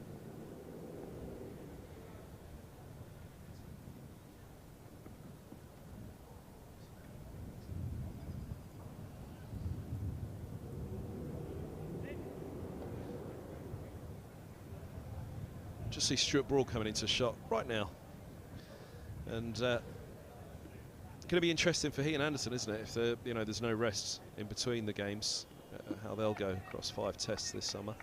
It'd be interesting to see if they both play together. So that Ollie Robinson is kind of nailed on as well.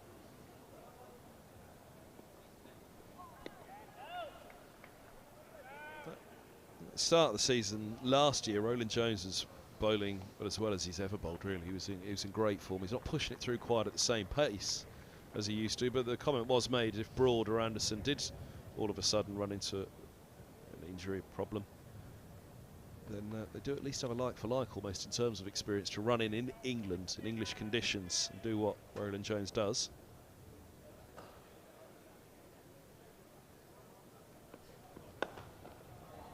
Wow, gone at that hard, Higgins down the slope it races. 4 more, 168. Almost the first half volley I think I've seen.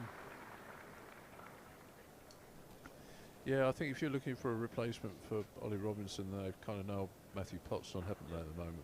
And then you've got the Essex boys who are both impressing. Yeah, I think it's a year on for Roland-Jones. That thought at the start of last summer. Well, his injuries came at such a bad time in his career. That's 4 tests just weren't enough for Roland-Jones, were they? Yeah. I mean, at the peak of his powers, he was an unbelievable sight in full flow, wasn't he? Yeah. Well, just that extra yard of pace, yard and a half of pace, and makes all the difference. 50 overs done, 168 for 5. Just that slight alleviation in pressure at the end of that last over from James, his first over in the attack, replacing Hutton.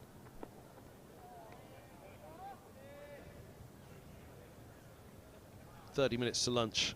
Can Middlesex get in 5 down? We lost 2 in the first hour.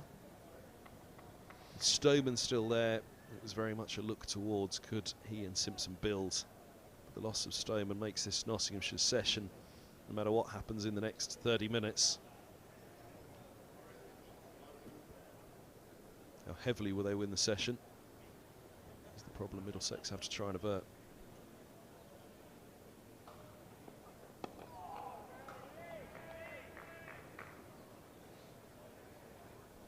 They've still got time. Were Middlesex to go in 5 down, then I would say that Notts would be a bit disappointed with only 3 wickets in the session, to be honest, with bowling conditions as they were. They kept the lid on it very, very well, but I think they would have hoped for a better return. A few too many wasted balls banging them into Stoneman from the nursery end. Maybe it was a strategy, wasn't it? You know, let's see if we can just fiddle him out that way.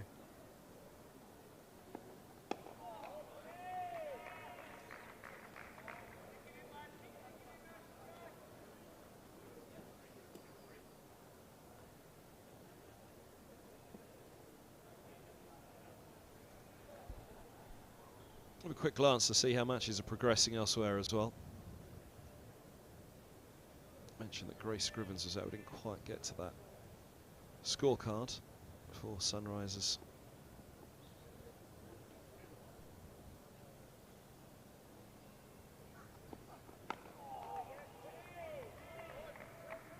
Sunrisers taking on Southern Vipers down at the Aegea. Scrivens made 67 before she was stumped off the bowling of Smith. Smith it was who ran out McLeod. The other wickets go for 4. Grucock still there on 44. Villiers on 36. 162 for 2 after 34 overs. Marks a pretty good start for Sunrisers. It's a big year for Sunrisers because, you know, hitherto they've struggled a bit, but you know, I think that they're hoping they're going to make real progress this year. No Naomi Tatani either this year, having gone to Thunder.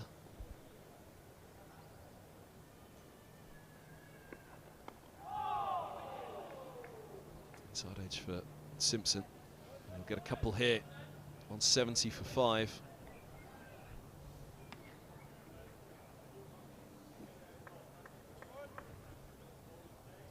Gardner and Carr, a real powerhouse still for Sunrisers though, but Tatani was a player. Quick left armour, speaking of left armours. Sood, very useful young leg spinner as well. Coming through for Sunrisers in that side today. I'll move on from their scorecard before I talk them all out.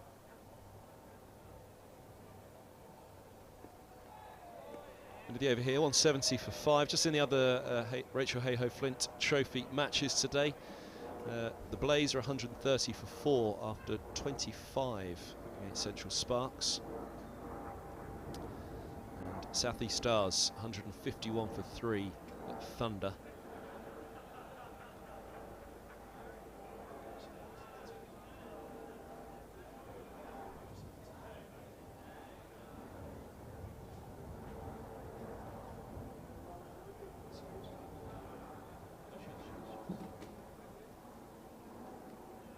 Tiny number 25 from her 4 for Thunder in that match against South East Stars.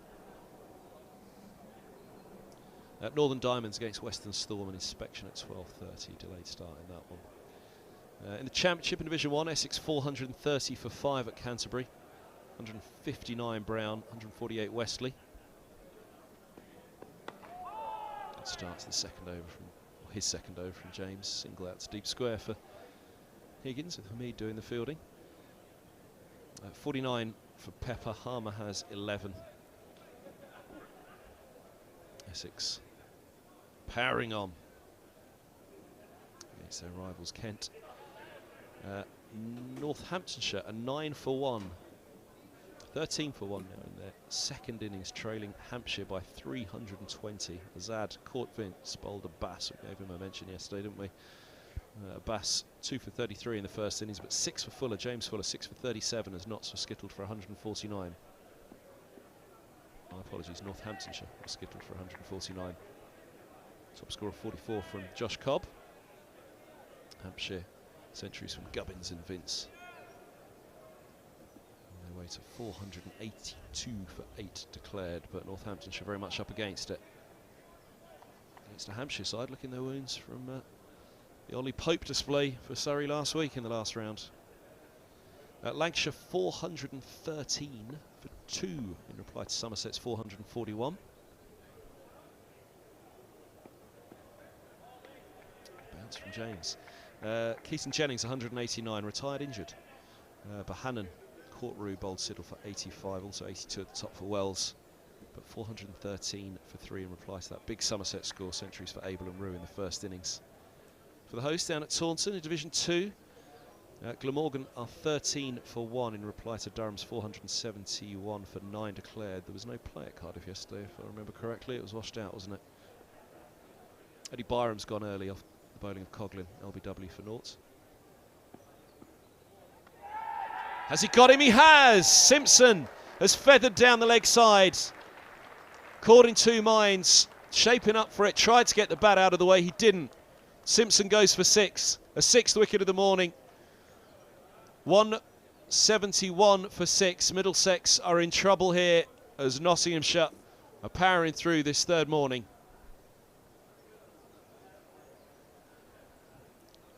in two minds there, wasn't he? It's a strategy they've employed pretty much most of the morning. This leg side field, 6-3 leg side field.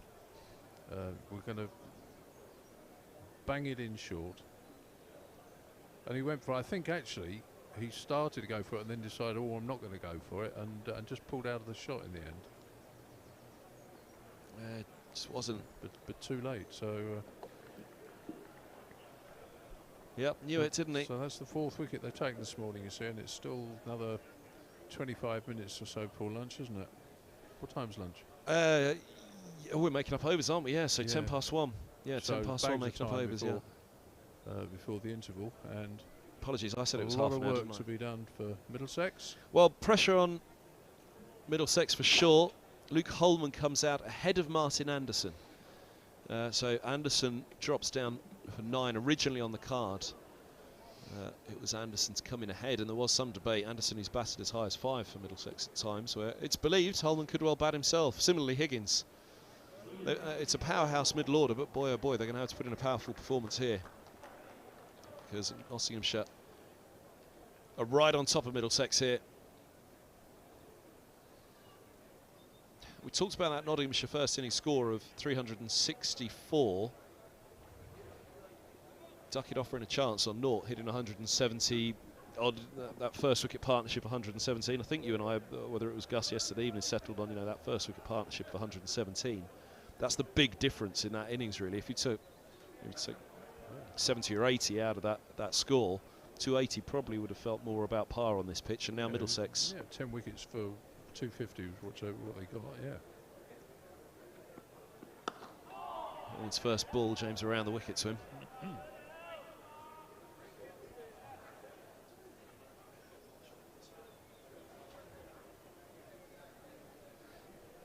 Look at that onside. This is the field. This is the tactic. This is the ploy they've gone with. Broad there at the bottom of the screen at mid-on. Mulaney, the skipper, working on the ball. Is it Mulaney? It's not actually, is it? Patterson White. Then Mulaney's around at mid-wicket. There's a deep mid-wicket. Backward square leg and a long leg.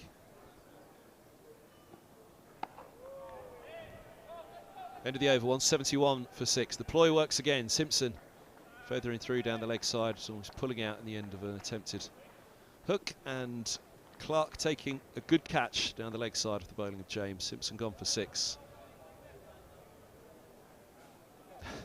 Hard to wipe the smile off Higgins' face, isn't it? He'll be ready for the fight. So will the big man Holman. Yeah, he loves his cricket, doesn't he? He loves playing the game. I think he's one of those who recognises what a privilege it is actually to be able to do this for a living.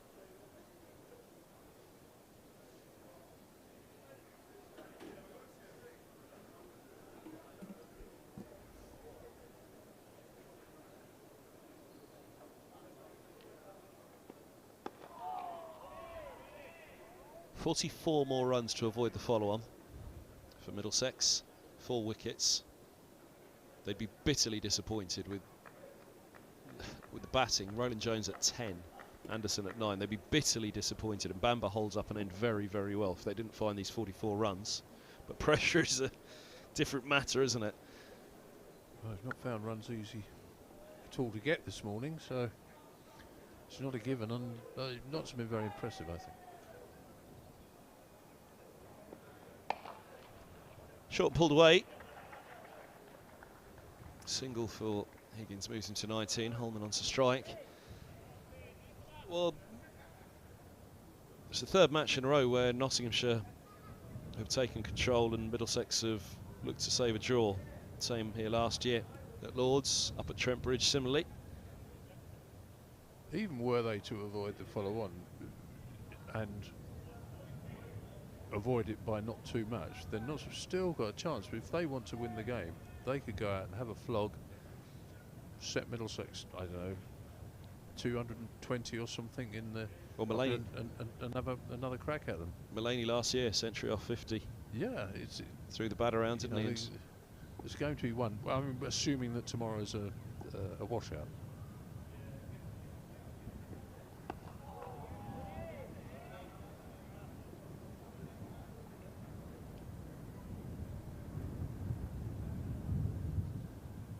Holman 63 unbeaten in the second innings against Essex. Middlesex came up 90 runs shy of their target. Mercer was the last to go. Holman with another 50. Norton 30 at Wantage Road.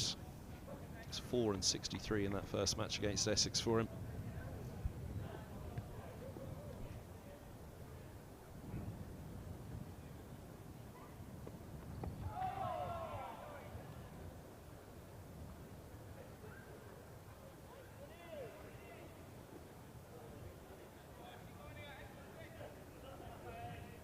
What Middlesex must cling to here at the moment is you've effectively got two batters out there at the moment, and bizarrely the man coming in next at number 9, he has batted at 5 over the years, Anderson, for Middlesex. He's coming in at 9. You've got two there who could have aspirations to bat at 5, Higgins and Holman. There's been a lot of talk about Holman's ability with the bat. No, Stuart Law really rated Martin Anderson as a batter. Remember he played an innings 2019 last game, one of the last games of the season at Lancashire. Old Trafford, yeah. Yeah, he got 90 odd, did he? Yeah, it was certainly high 80s at least, wasn't it? It wasn't quite 3 figures. He played extraordinarily well, and John Simpson actually got 160 in a losing match.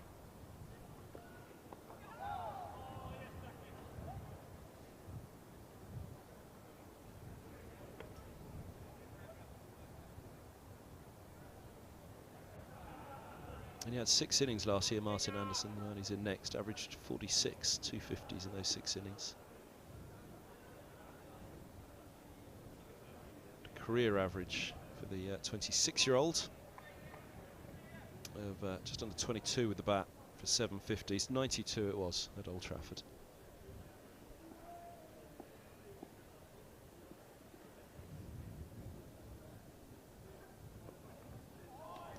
Holman. So that is the end of the over. 174 for 6. Holman last year averaged 34 and a half, full 50s, top score of 82 down at Sussex. So 5 50s for Holman in his fledgling first-class career. Well, we mentioned lunch in the pavilion, whether our cameraman Greg could smell it. A few have already gone to stock up. Enjoy the end of this morning session on the third day with a few supplies.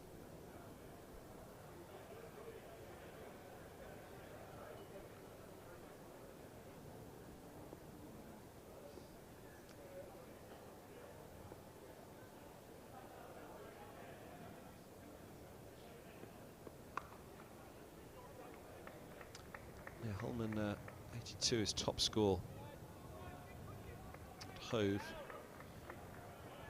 791 first-class runs for him already, 28 innings for the youngster from Islington.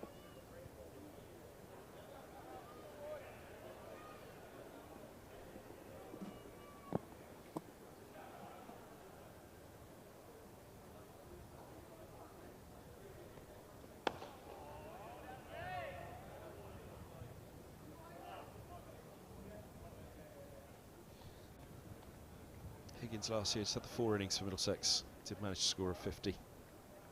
Averaged 26. In those 4 innings, 53. So his name, and again, batting-wise, 30 first-class average, 31 and a half with the bat for Higgins. 6 centuries, 13 50s.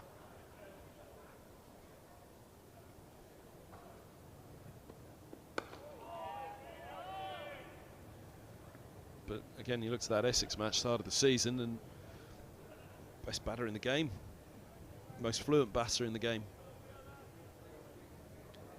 It's 28, still got a long career ahead of him.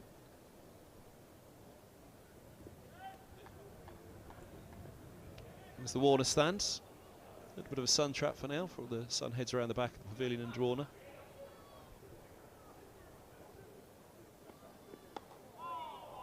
He's using his feet, Higgins, to disrupt the line, the length.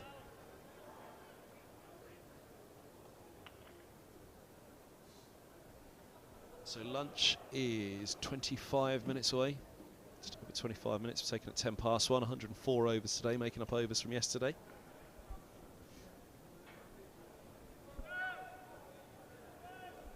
So actually, it's still a long day to go, isn't it? 82 overs. I'm just looking at that figure on there. So is that right? 82 overs. We'll have a few cups of coffee, Self. Oh. We've got homes to go to, wouldn't you?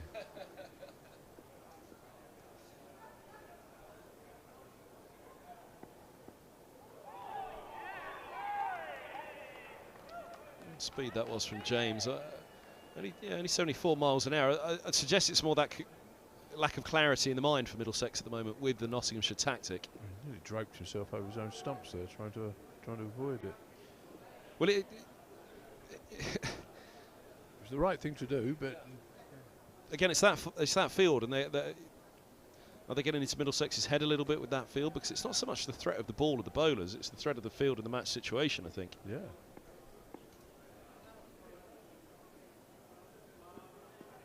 I want to say not the threat of the bowlers, as that's the end of the over, 175 for 6. I don't mean that with any disrespect to James, but it's not 72 miles an hour that's getting into the head of Holman there. You're right. There'll be games not played in sepulchral silence, is it? Not if Mulaney's at mid-wicket. No, they'll let them know what's going on, and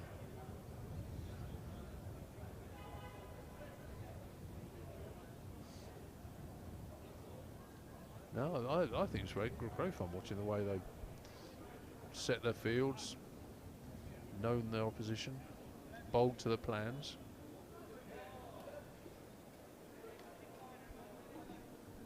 He's a great character, Stephen Mulaney. I always throw back to that match at Old Trafford. Middlesex saved the draw in 2014 against Lancashire, sending them down. Short, and well, that's dispatched extremely well by Higgins. There is a deep mid-wicket, there is a long leg. He's controlled it. And against Patterson, probably the quickest on display for Nottinghamshire in this match.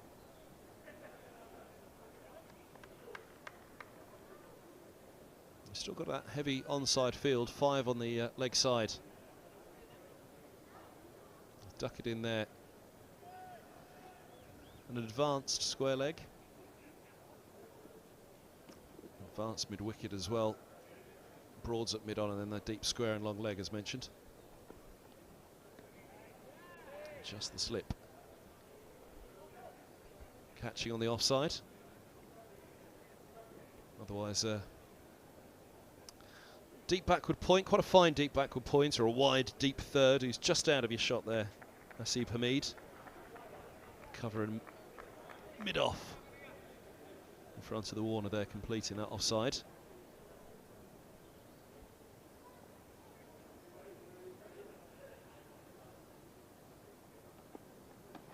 Oh. Nearly. Found Higgins in no man's land on that one.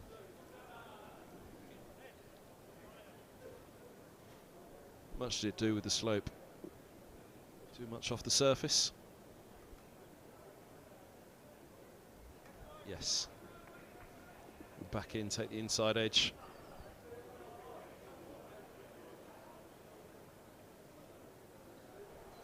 Change up in field. They've sent back a third catcher in the deep.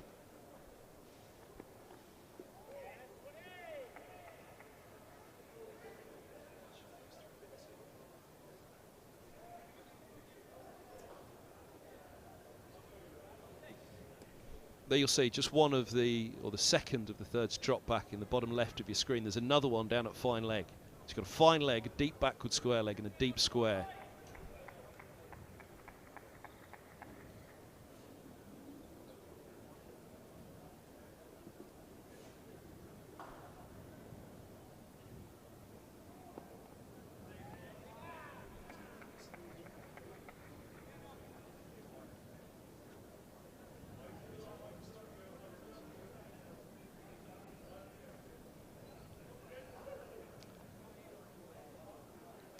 Duckett's just advancing there again from those three we were mentioning. You can just see him walking up. Where's he going to go though? Is he going to go back? He's asking the question, where do you want me? Do you want me up on the, was it to be up on the single for the end of the over? But back he goes. Higgins on the move again. Dot ball to end the over, 179 for 6.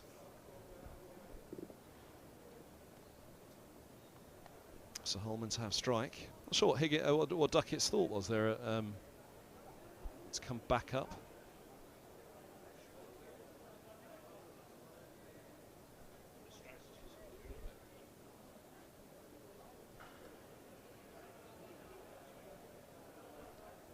It's a clear strategy, isn't it? Will we take him on? Will we feed the shot? Patterson White's going to come into the attack. Left arm spinner from the nursery end, 20 minutes before lunch on the third day.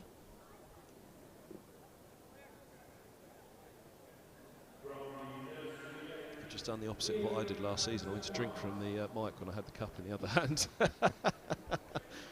You do it up here on the mic. You're up here all day long. You've got these lip mics that we have. In fact, was it Ward and Atherton on Sky got caught doing it a little while ago. One of them went to speak into the cup, I think.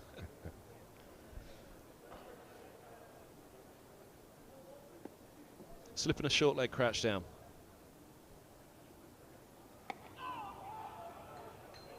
Everyone else on the single, but for deep square. Deep cover.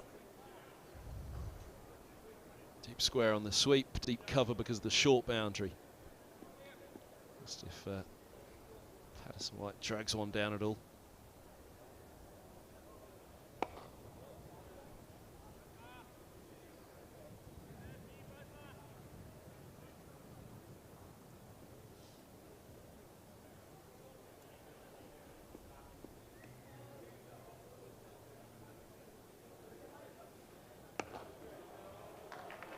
Look at that. Lovely from Holman. His first boundary. He's on to 5.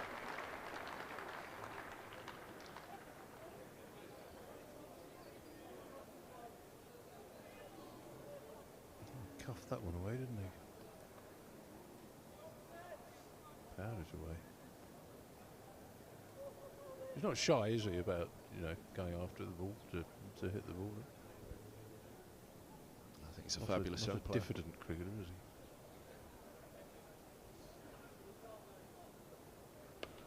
There's one dragged down.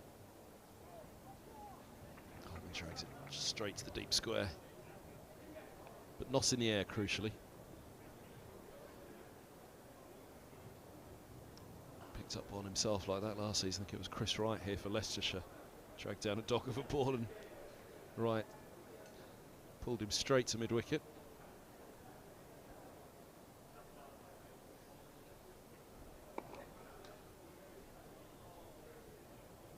Single again, 6 off the over.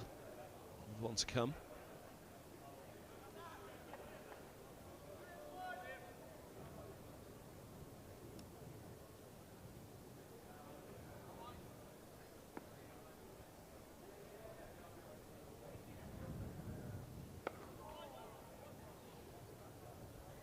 On to end the over 7 off at 186 for 6. Just looking at the live chat on the stream. Dominic Ford says, good to see Broad bowling well. Ashes are going to be a toss-up this year, it feels. Broad still world class. I think it just feels such an unknown when you go into a test series nowadays, doesn't it? Because it doesn't have the build-up it used to have. The prep isn't there for the touring side that you used to see. You've got this short Ashes as we're going to have. It used to be a real good thing to being able to see touring sides go around the country, play games between the matches. I mean, that's going way back, of course, but even latterly in my journalistic career, going to Worcester to watch the first games or first couple of games of the... Worcester was always Australia's first game. Traditionally, it was their first game. Sometimes 3 or 4 games before the first Test match. Very much almost like raiding parties that come in now to play series, don't they? Lovely ball to start the over from James. Change of ends onto a beautiful spot straight away. We had that situation, didn't we, fairly recently, where England finished a Test match in New Zealand and playing an ODI in Bangladesh the following day. Different squad.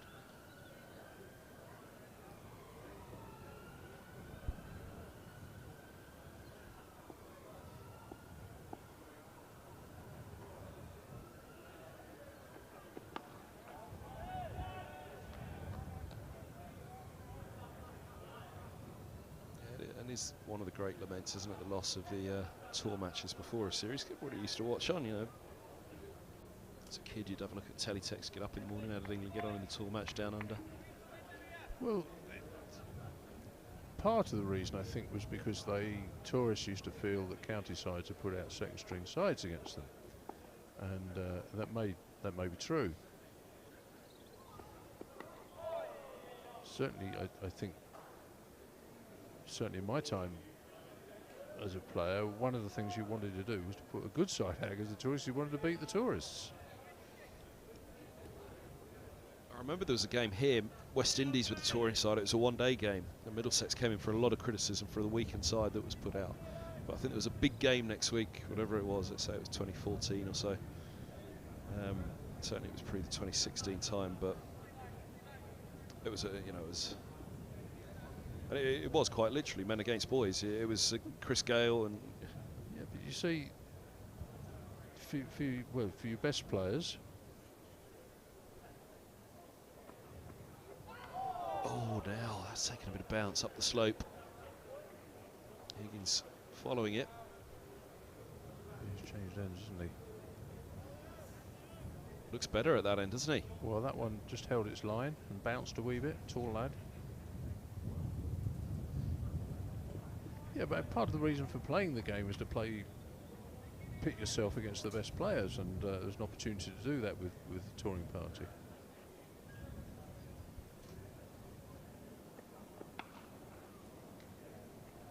Similarly, the last touring match that I remember was a Sri Lankan game, I think somewhere in there also. But I remember an Australian side here, Max Holden, just remember his figures. I think he picked up 1 for 27 off his 10 overs that day, bowling off spin, when Travis Head destroyed what was a strong Middlesex side, as I remember that day, against the Australians. They sent Middlesex to all parts.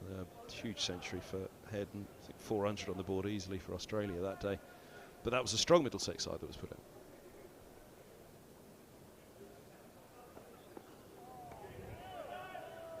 I can remember us playing Australia in 1981 here, right, quite early on in their tour, and it was when Tomo was playing for us, Jeff Thompson, and one of his first games, and it was a real needle match. Tomo put the Australian opener Graham Wood in the Wellington Hospital in the first over. I mean, he totaled him.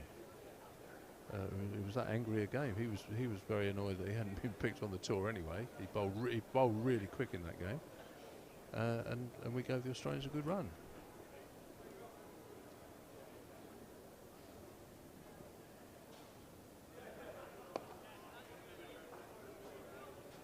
Only 8 for 6. Patterson White starting his third over, gone for 14 off his 2 so far.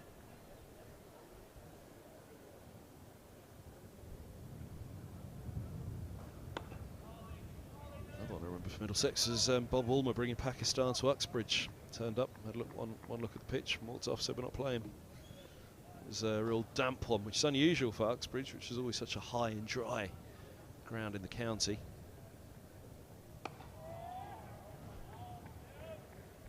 A Nottinghamshire game there actually. Dave Bracegirdle next door, BBC Radio Nottinghamshire commentator. Two of us are in the tent there, the commentary tent. It was washed out on the final day, and you put your foot down and it was squelching up the water level above your soles. But it used to be one of the well, it was the driest part of the county, wasn't it? Highest up. The water table there was quite low. What was a hard, fast and quick ground for so many years for Middlesex. Gatting Way and really close at Uxbridge, but not been used for a long while now.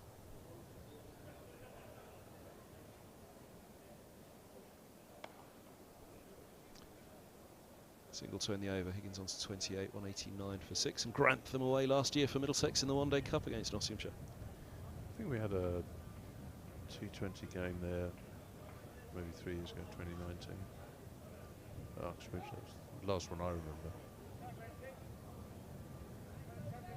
A bit slow and low in the end, wasn't it? Which was a problem for both Championship and T20. I thought it was all right for a one-day cup game because, again, the becomes tactical then, doesn't it? If it's slow and low, fine, that's what it is. You're pitting your wits against it. But for a T20, a slow and low one, you're missing the spectacle of a T20. For a slow and low one for a championship, there was a lot of dull draws in the end.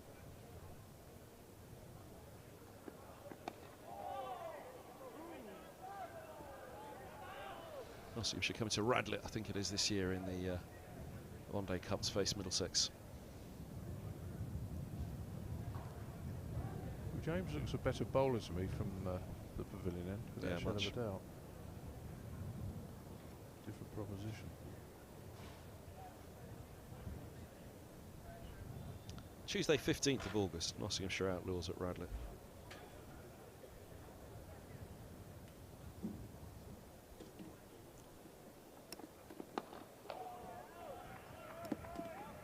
Middlesex do have Lords this summer in the One Day Cup, which they didn't have last year. Lancashire, Sunday the 20th of August, to play here at Lords for the Yorkshire Vikings are at Radlett on Tuesday the 22nd to finish the group stage. Trips in the One Day Cup this year to the Ageas Bowl, Essex, Beckenham and Leicestershire. Much maligned competition. I thought it was a terrific competition last year. I enjoyed it as much as anything, I think. Well, I always look forward to it. I thought one of the, for all of the things that are happening in English cricket, to see what would be pretty much two really homegrown sides go against each other, with overseas players perhaps taken out, and some of the big name stars, and just see some real local talent, club talent coming through into it. I thought it was a very enjoyable competition. It was disparaged by some people in high places who ought to know better, and as a development competition, which it was nothing of the sort. There was some really good cricket played, and it was really good entertainment. I thoroughly enjoyed it.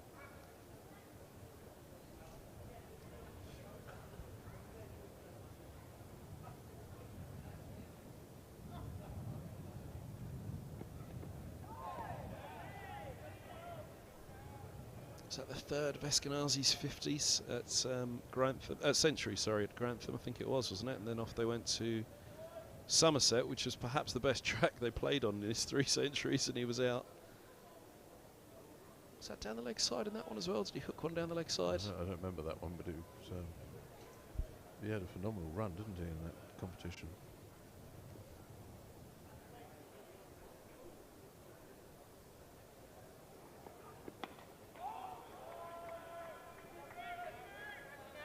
It was a game in the balance at Grantham as well, despite Eskenazi's century. It was a good game. End of the over, 189 for 6, 59 overs done here, just under 10 minutes away to, well, just over 5 minutes away to lunch on day 3, making up overs from yesterday. So a delayed lunch. Hello to Thomas, who's messaged in from Budapest on the live chat. Have you been to Budapest? I have not. So that's right up there of where I want to go. Yeah.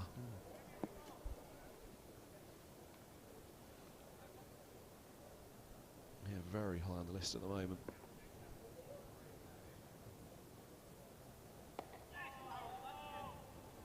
Really done any of Eastern Europe at all, actually. Very interested to see. I think a lot of these countries specialise in medical tourism. I think Budapest is a place to go to for dental treatment. Yeah.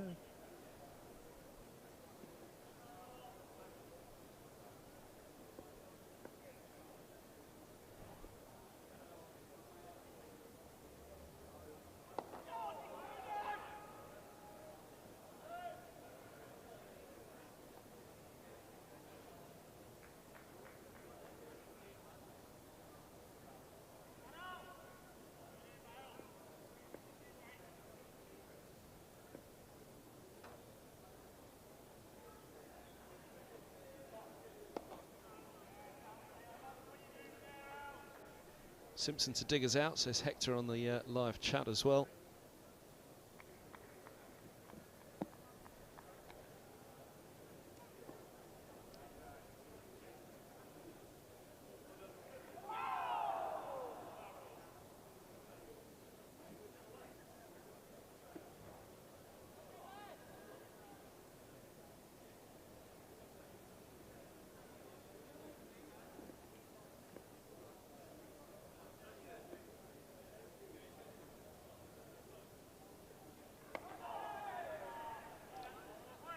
end of the over, 189.46. One more before the interval to get through.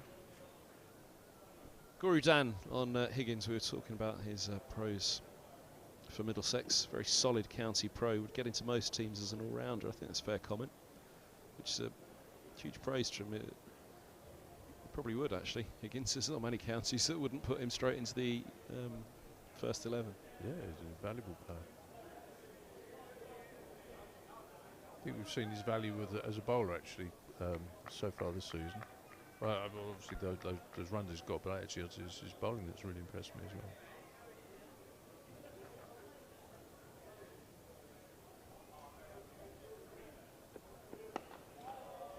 We made Gary hungry with the talk of pies earlier this morning. Well, it's nearly lunchtime, Gary. Nearly lunchtime for us as well, Self. What soup do you reckon we got today? Orange or green? Brown from the back of the box.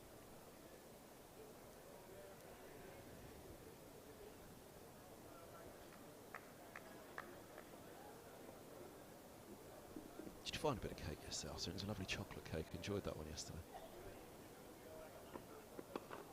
I think you were fretting a bit. There was none turning up, weren't you? I was. Well, we had to have it delivered up to here. There was none had been delivered by the time play had resumed, I don't think.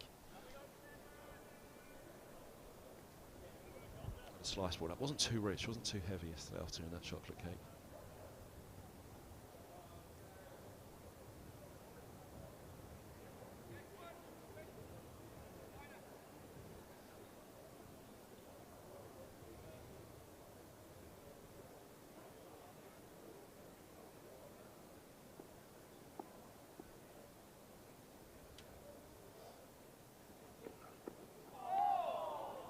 Good again from James. He's carried so much more threat from the pavilion end, as we've been noting.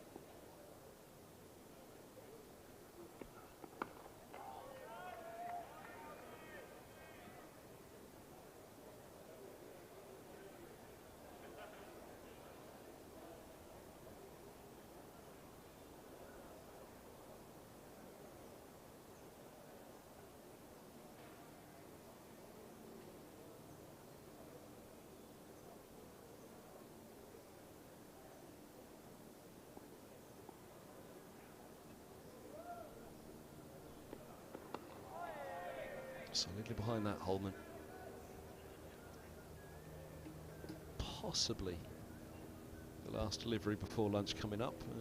But a bit of debate on the time here.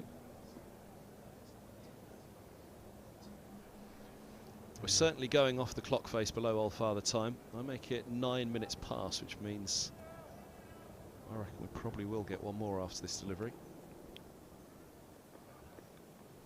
Oh, inside edge. Goes through.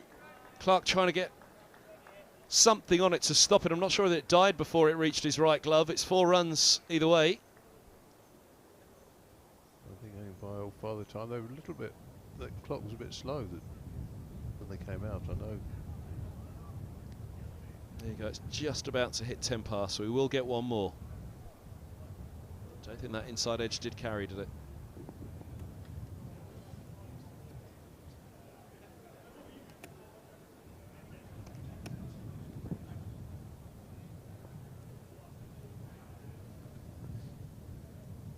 Patterson White then, last over before lunch.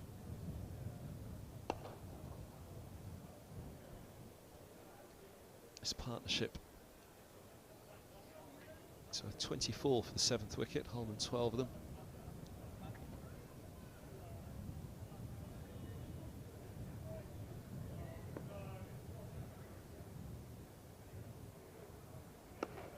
Creeping Middlesex towards that follow-on.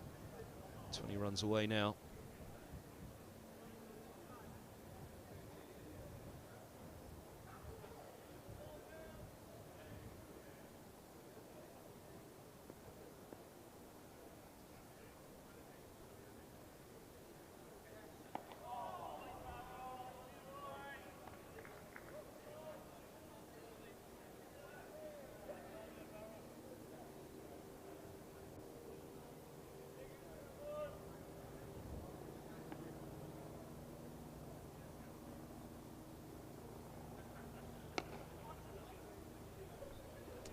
Tall figure at the crease, isn't he?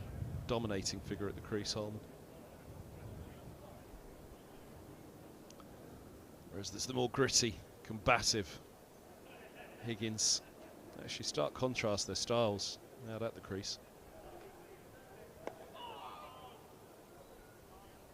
Coleman's calm, laid back, isn't he? Cool.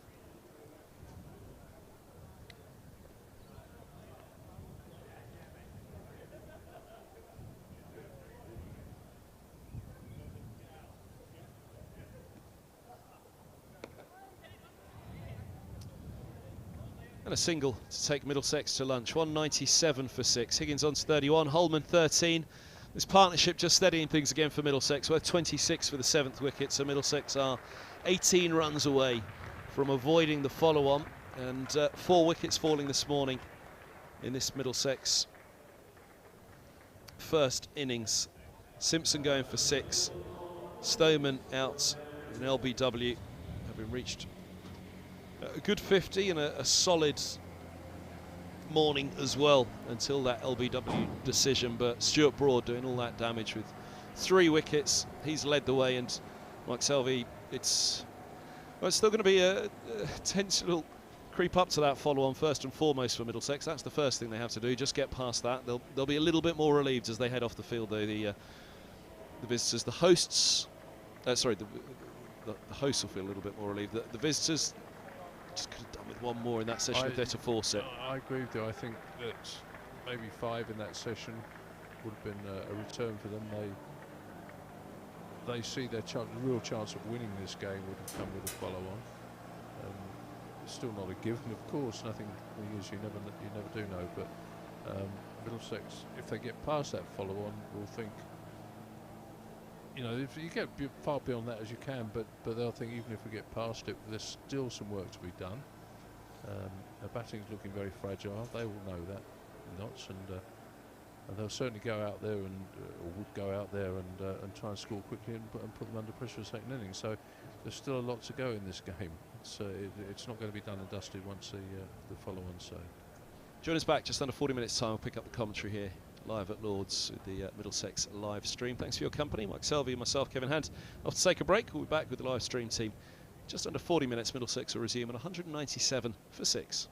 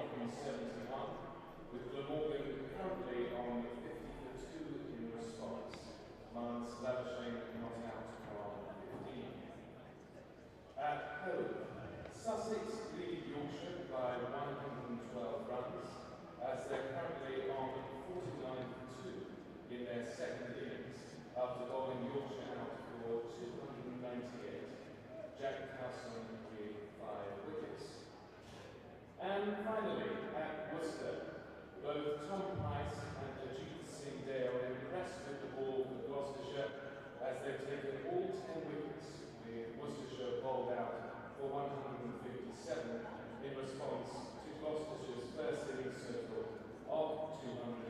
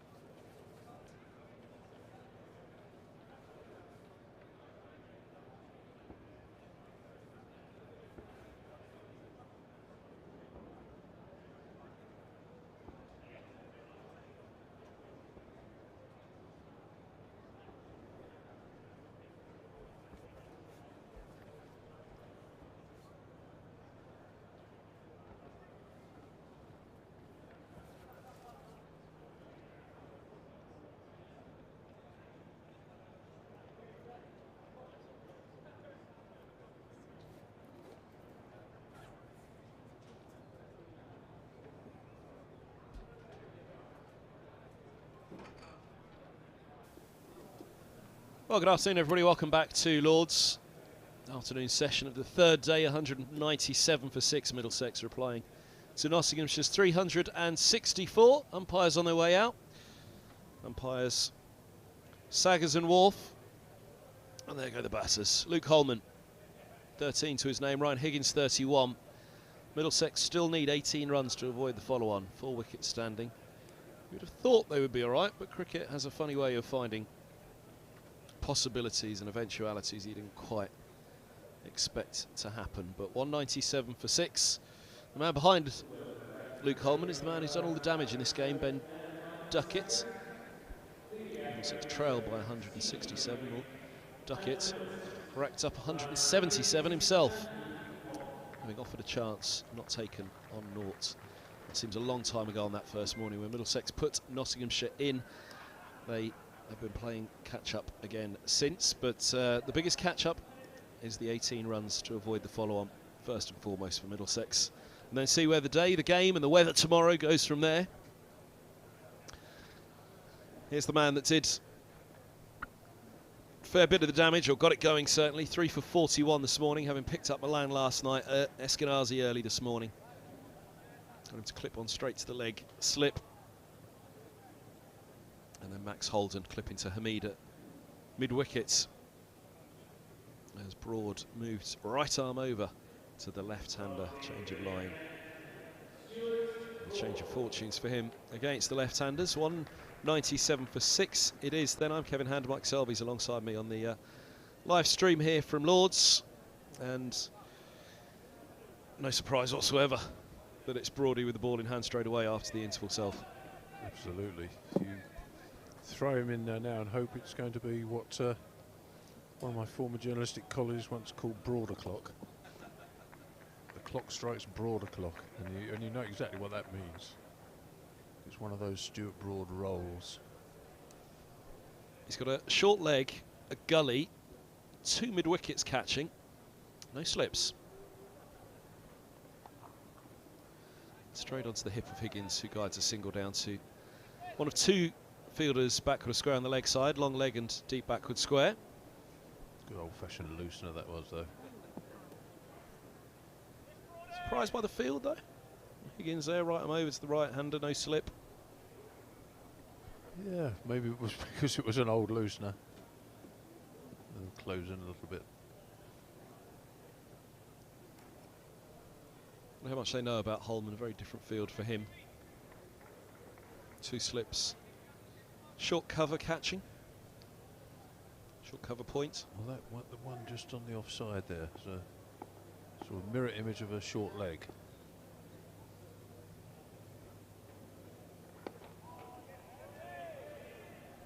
$17 runs. Sort of position you have where you hope he's going to fend it off rather than anything else. It's maybe they detect that Luke's not so good against the ball at his ribs, his shoulder height, fending it off.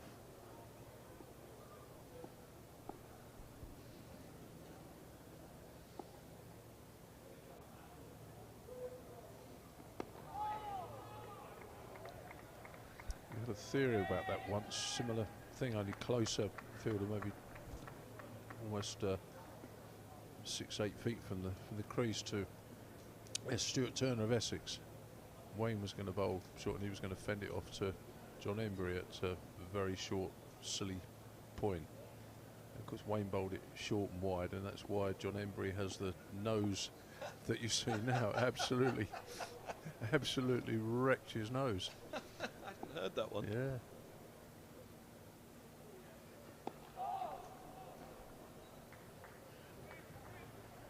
Single for Holman, moves on to 14. We should have got that one up when we did the Middlesex dressing room reunions mid-COVID. All the old boys all got back together, weren't they, for the vodcast? Oh, he absolutely careered it into his beak. It was a mess. Poor old Embers. He's been through the wars, hasn't he? He certainly had with that one. I haven't seen him yet this match. He's usually here for a home game on Middlesex duty, entertainment, somewhere for a box.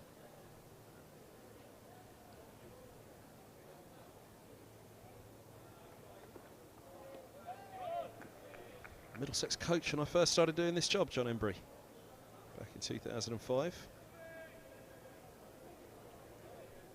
He's been around the houses a bit, hasn't he? In his time. Northamptonshire coach before that, wasn't he? Does quite a lot of work at Essex, I think. With the spinners. My best mate Gucci.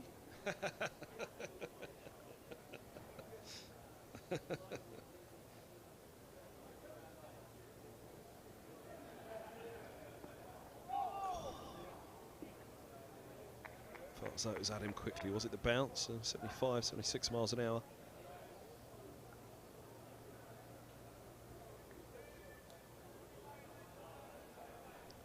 Again, as soon as it moves, it just feels as though it's gone that little bit quicker. It's moved with bounce as well, coming back in down the slope to Higgins. 199 for 6. 2 bowling points for Nottinghamshire. Middlesex 51 runs away from their first batting bonus point, but again, it's 16 runs that is on their mind first and foremost.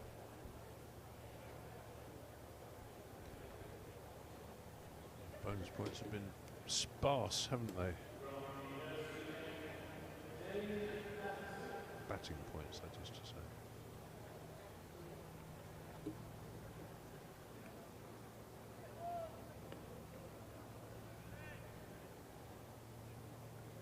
Patterson from after lunch from the nursery end, change of ends for him.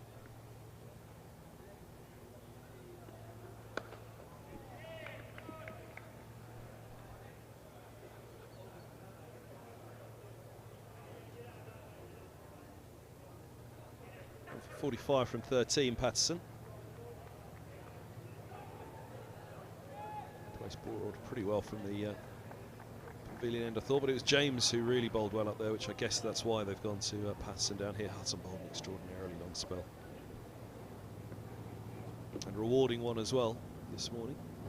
So he picked up Stoneman.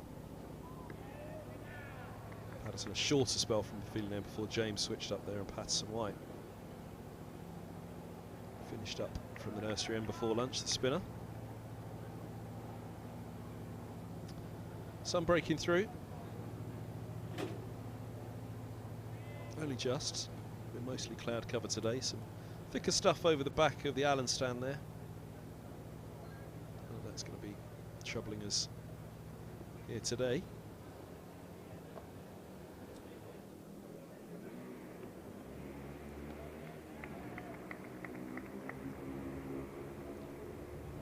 What can Nottinghamshire find to trouble Luke Holman and Ryan Higgins? Even 1 wicket now would certainly just put a little bit of worry into Middlesex for the follow-on.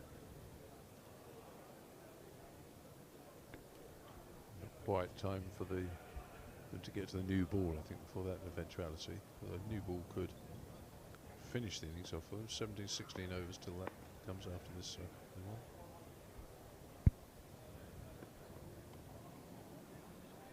Norman hooks hard down to long leg. 200's up for Middlesex. 200 for 6. Partnership's worth 29. 265 minutes, 382 deliveries.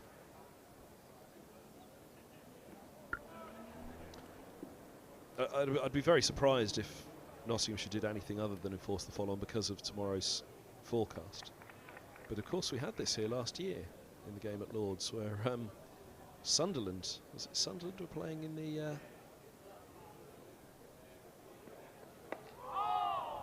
No, it was Nottingham Forest, wasn't it? Nottingham Forest were playing in the playoffs last May here at Lord's, and the bowlers were all Forest fans. Have the advantage on me there. Stephen Mullaney had a very difficult decision to make, which was whether to enforce the follow-on. Let's get that scorecard up again from last year. Nottinghamshire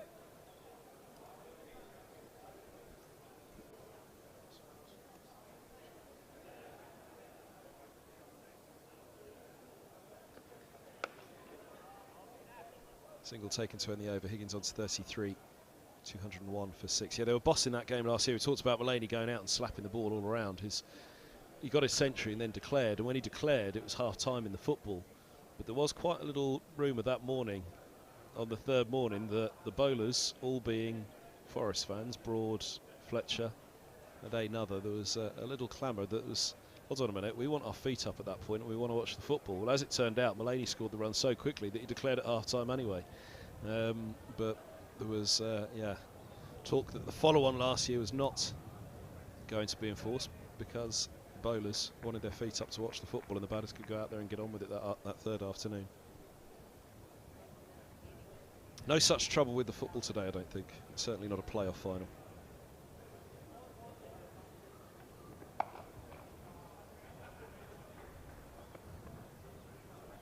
Higgins engaging. Short a ball from Broad. Again, that well spread leg side field.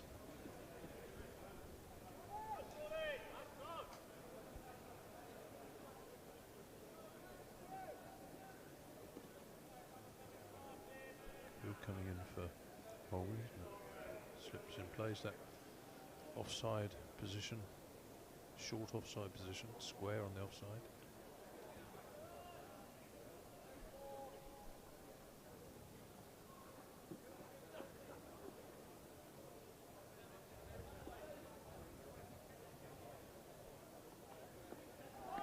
And still over the wicket to the left-hander.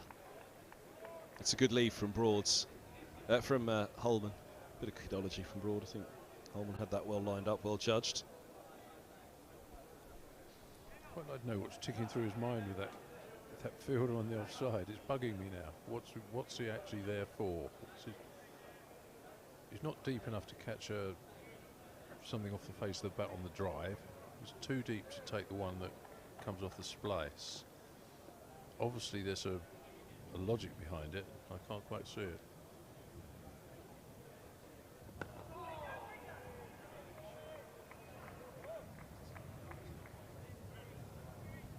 Yeah, there he is.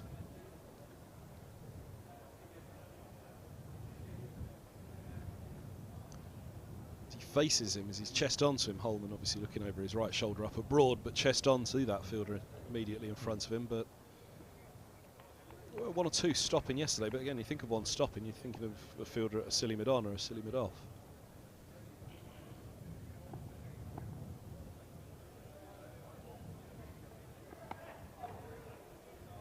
Lovely shot. Typical Holman, punching hard down the slope it goes. Were it not for the slope, probably would have been caught, but with the slope, it meant it was a long and tantalising chase. Perfect boundary. It's a proper one, doesn't it? It just keeps you interested. We used to say hard enough for four is hard enough. Don't get extra runs for bouncing it back off the advertising boards. Keep the fielders interested all the way.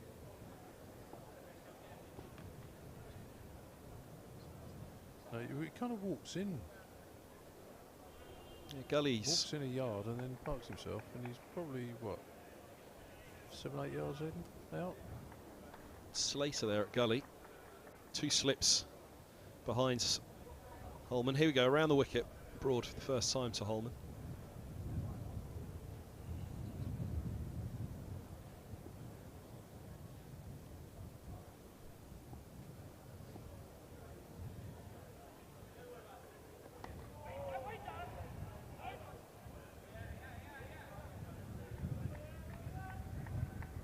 Might have been a single there in front of the deep gully, but no need to risk anything for the Middlesex pair at the moment.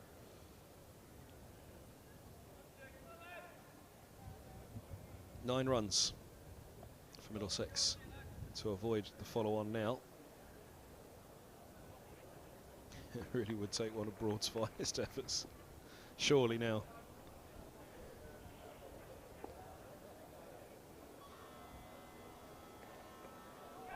What a beaut to end the over. Lovely ball. Around the wicket to the left-hander, slipping back down the slope. Drawing the left-hander into it, but beating the edge. Holman 19. Higgins have strike on 34, 206 for 6.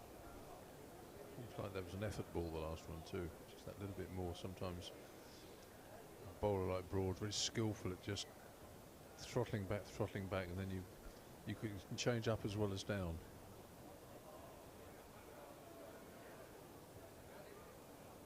Never quite understood why. This is terminology, isn't it? Why is change up when you bowl slower? I don't know. Is it to do Changed with it, yeah. gears? Changed down? I thought changed down, but Changing up the gears, you're going faster, aren't you? This ball's eased in front of back on point. Yeah. Is it an Americanism? Change up or switch up? Probably. If not, we'll just blame them anyway. Soft target, isn't it?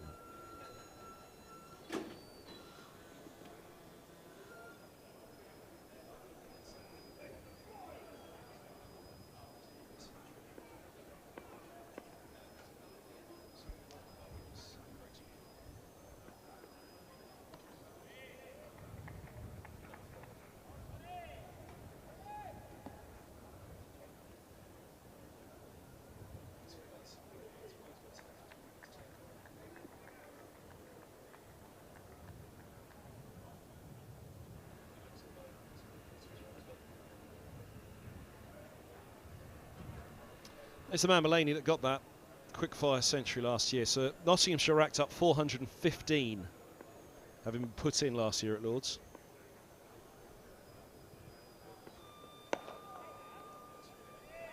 Hamid with 112, Mulaney with 92. He was out first ball of the second morning, feeling a little bit unlucky in his LBW decision from Roland-Jones. Middlesex were then Skittles for 195, so what, 220 run difference.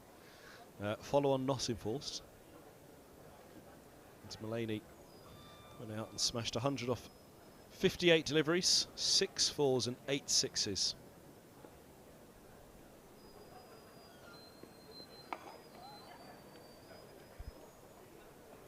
It's a single there for Holman onto 20. Who did he clamber into? Well, the bowling figures that look the worst. Well, poor old Josh Duckett, he's none for 37 off 5. Bamber none for 57 off 9. Anderson 1 for 48 off 11. As I remember, actually, Anderson went alright in that one, and they tried to get after him but didn't. Holman picked up 3, but for 77 off 13, so going at 6s nearly.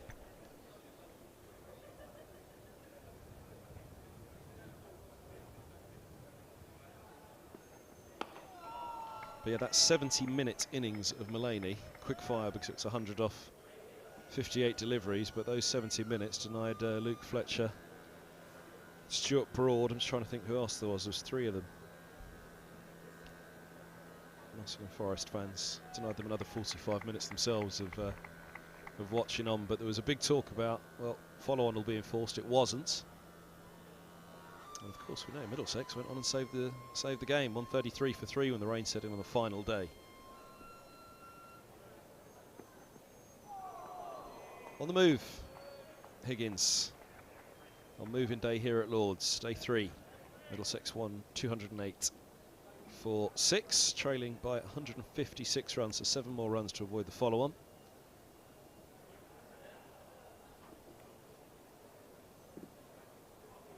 Over the back of the Warner. Restaurant on the top tier there.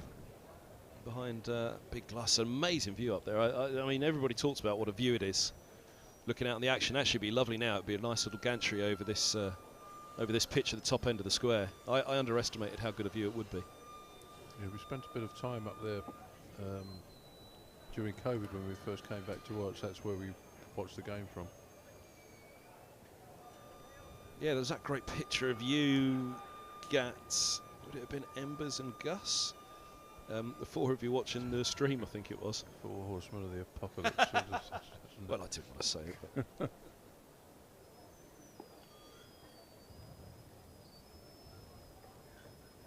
I was thinking more D'Artagnan than the 3 Musketeers. It was Porthos. I had some aftershave once called Aramis. I remember that. There's no doubt who Aramis was.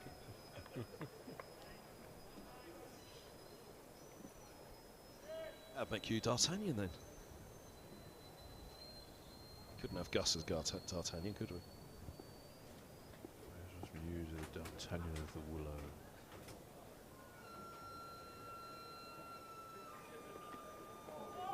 Ooh. through underneath. Look at the toe end of the bat there, Holman. Let's have another look ourselves.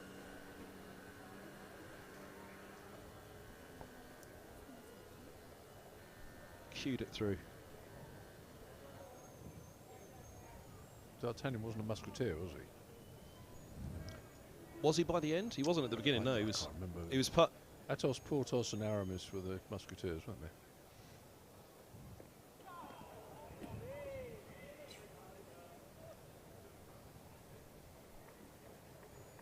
Yeah, that was it. He was the fourth musketeer in the end, wasn't he? He joined at the end. He joined the academy. He was sent off to join the academy, wasn't he, in Paris? Or probably wasn't called the academy, but Came up through the pathway. he was one of the prospects, yeah.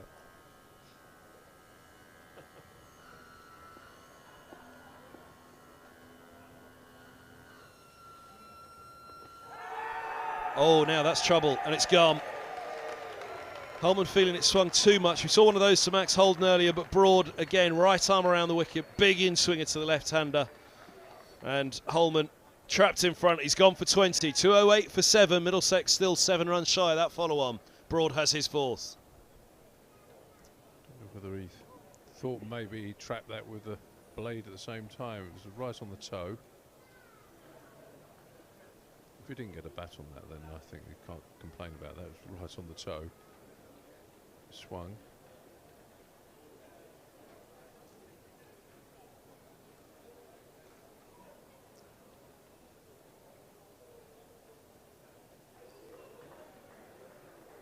I don't think you can have too many complaints about that unless he actually hit it. He's hit his heel, hasn't he, with the bat? It's hard to see that the bat made contact first, if at all. That was a good angle of it. That was a really good angle of it, actually, the bat coming down. Boots in the way.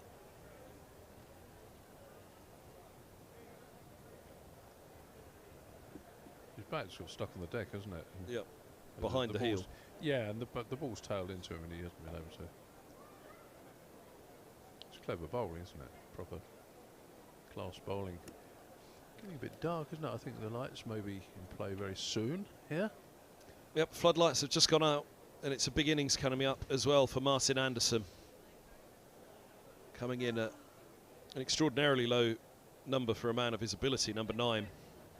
You'd wonder how they'd mix up Higgins, Holman and Anderson. But Anderson it is, who comes in with only Roland-Jones and Bamber below him. So actually there's still significant batting to come in terms of what both Roland-Jones are capable of, but from Nottinghamshire's perspective, they're effectively 3 deliveries away from wrapping this innings up. And it has, it's gloomed over, as you say, Selv. I thought that stuff behind the Allen there wasn't going to trouble us at all, but it might just. It's coming up from the south, isn't it? Yeah. That's pretty much south-southwest as you look over the back, the left of the pavilion there, isn't it? So, could trouble us. Certainly troubled us in terms of the light momentarily anyway, and you'd imagine those floodlights will be coming on soon. First of all, Martin Anderson has got to face Stuart Broad. Oh, goes at it first ball. He loves the drive. Martin Anderson, but strengths and weaknesses. There's a bit of adrenaline in that ball too. Tell by how far he followed through there. Stuart 3/4 of the way down the pitch. Momentum carried him down. Enthusiasm.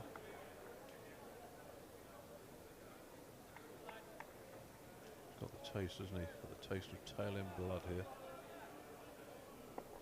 Big wide stance he has, Anderson, as you've seen there in shot. Yeah.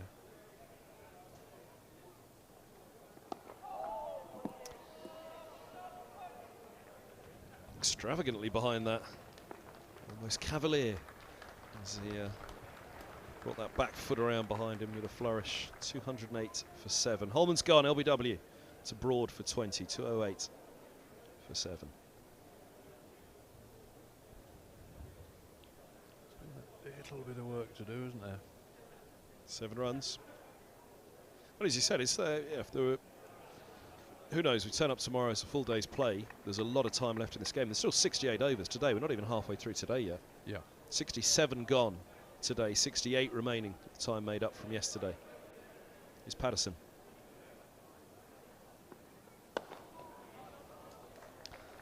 It'll be a couple at least. Big chase for Hamid. They'll turn for a third, will they? No, they'll settle on 2. 5 to avoid the follow-on. And again, it's a follow-on this year. You'd imagine they wouldn't think twice about it. They'd enforce it this year, given what came before last year, given the forecast of tomorrow. Yeah. But that's not to say Middlesex aren't skittled in 8 runs' time, and all of a sudden, Duckett and Mullaney go again. That's exactly what will happen. And it could be a lot of fun.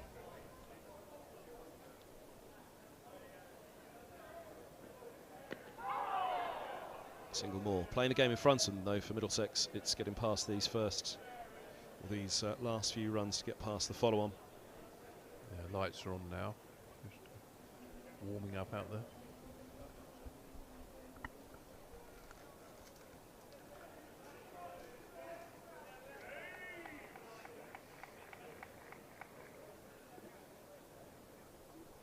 There they are. Cranking up.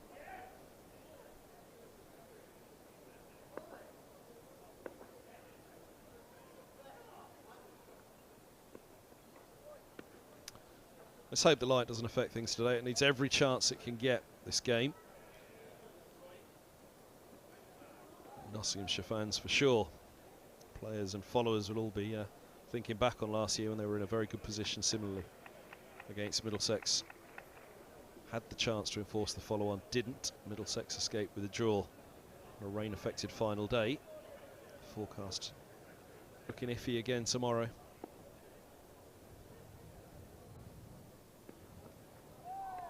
Anderson punches so well off the back foot, drives so well front and back foot, but he's got to put the shots away at the moment, you'd fancy.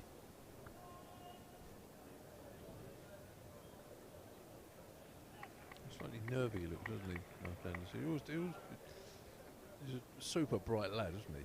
And thinks very, very, very deeply about what he's doing. He's the Middlesex's rep on the PCA, the Players Association.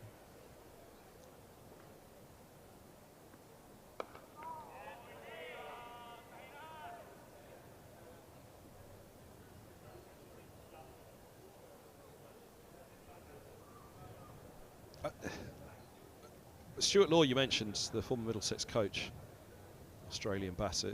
He thought the world of Anderson. He really thought this was the guy who was Middlesex's big prospect. The guy who could go all the way, he thought, as a batter alone. Coming in at 9 at the moment, answers any questions anyone may have about where the particular form and selection of Anderson sits in the Middlesex rankings. Deep points just dropped back for the last ball of over, so that if Anderson wants the single, he can take it, or at least taking it just just fine of Stuart Broad, so he'll keep the strike and face Broad now. 212 for 7, 3 to avoid the follow-on. 3 wickets required to enforce it. Yeah, I mean, it's pretty clear, isn't it? He's been selected as a bowler in this game and hit the deck bowler, and it hasn't quite worked out. I think the ball didn't go through quite as well as I would have hoped it would have done for him, but he is, no question, he's got talent. We've seen it, particularly seen it in white ball cricket actually. He's he's a fine shot maker, an elegant player. Slightly diffident, I feel, but sometimes, looks different. I think you can often tell about a player by the way they even enter the field, whether they're confident, they look confident, whether they look cocky, chirpy, or whether they, I'm not sure I want to be out here.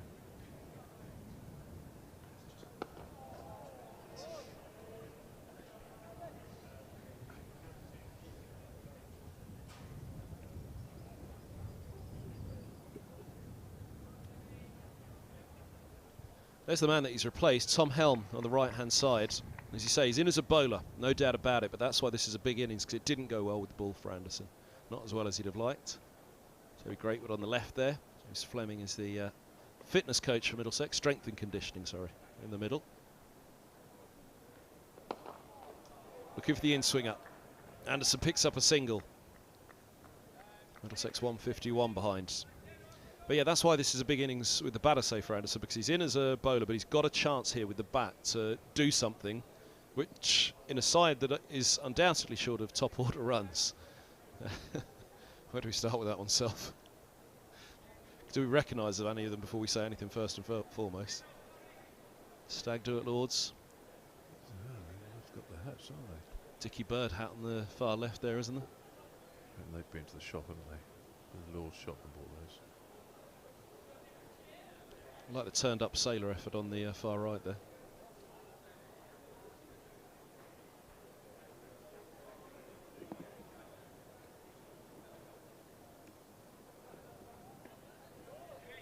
They're in the Compton if you want to avoid them, folks.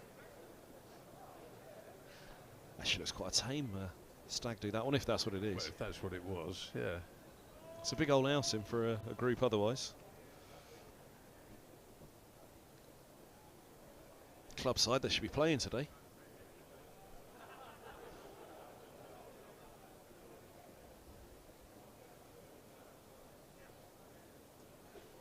Two runs to avoid the follow-on. Stuart Broad to Ryan Higgins.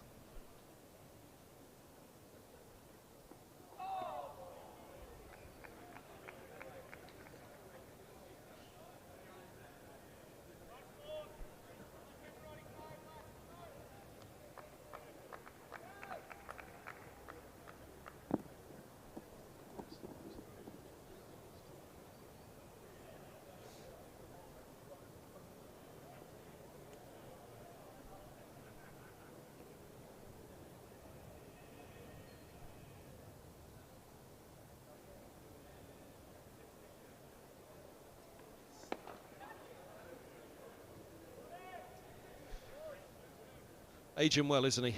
Stuart Broad. It only seems like yesterday I was sat there in the commentary box doing the BBC radio commentary years ago. He was a Leicestershire player back then, turned up with Garnet Kruger at the back of the box. Stuart Broad, the former South African bowler. Calling his field up for the last ball of the over. He was just I kind of took the headset off, said, "Hello, Stuart, I'm Kevin. I'm just having a look around, Kev. I want to take a few pictures. Is that all right?" I said, "Yeah, of course it is. But sit down and give us 5 minutes as well." And I remember saying to him at the time, you know, England prospects, "Oh, I'd love it one day if I played for England," he said. End of the over, 213 for 7. Look at the career he's had since. Well, yeah, it was all down to I'm still here, self. Yeah. Can't remember if it was his debut in Wellington. Was that the first time he played, or had he played before that and came back with Jimmy in Wellington? It's when they dropped Hoggard and Harmison. Changing of the guard that was. I remember at the time just thinking, goodness me, you've just gone from the Ashes team and. Well, they lost in Hamilton before that, and that's when it changed for the Wellington game. Was that his debut? Debut was Colombo, oh, okay. 2007, Okay. December 2007. So shortly after that, and that's when Anderson and Broad first came together as a pair, I think.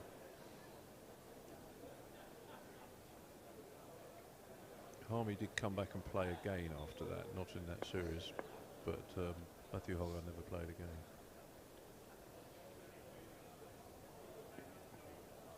Oh, again, looking for that big booming back foot drive. It is such a strength of his. But in a moment like this, there's no doubt about it.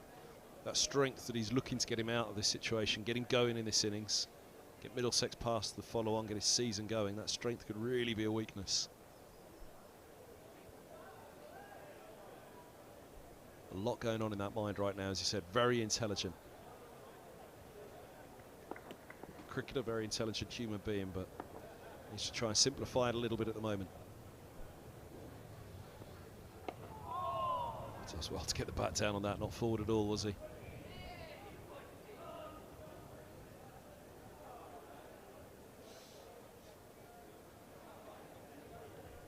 And Hoggard, of course, ended up going off to Leicestershire after that, yes. which was where Broad was. Yeah. I've got a hotel room in Wellington just a couple of doors down the corridor from where he was, and I met him coming out just after, just after he'd been told he'd been dropped. Right, Oggy? Better. Big better.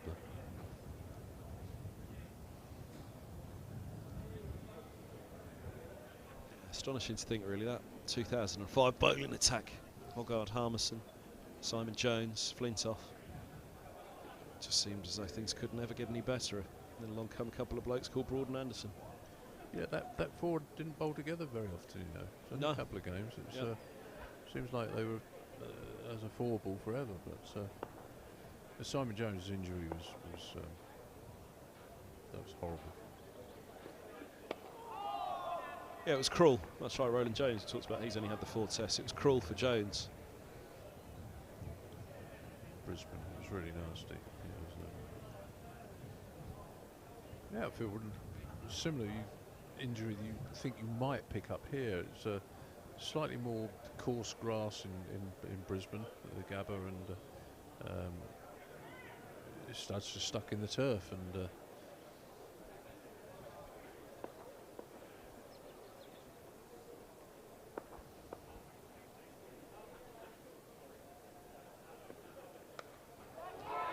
Goes at it again on the back foot, and this time he goes 8 down, 2 shy of the follow-on.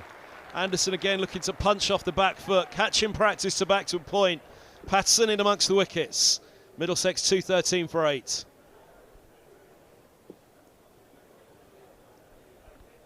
What were we saying about strengths and weaknesses? Again looking to punch off the back foot, Anderson.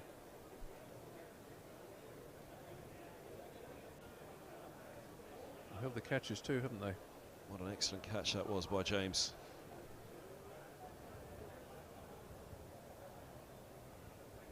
Have they given a life at all to anyone in this Middlesex innings? And again, you talk about fine margins, Duckett or naught. Yeah. You know, now you might say, well, look, he picked out the fielder, but actually the fielder was there to be picked out. A little bit deeper. Well, the drives were there, weren't they? Front and back foot from Anderson. You could see it, and you could see if he was going to get out, it was probably going to be that way. Would it? Which way would it go? Would he middle one? 4, he's away. Yeah. This man needs to. Well, he doesn't need to middle one really. He needs to scramble 2, doesn't he? Middlesex avoid the follow-on.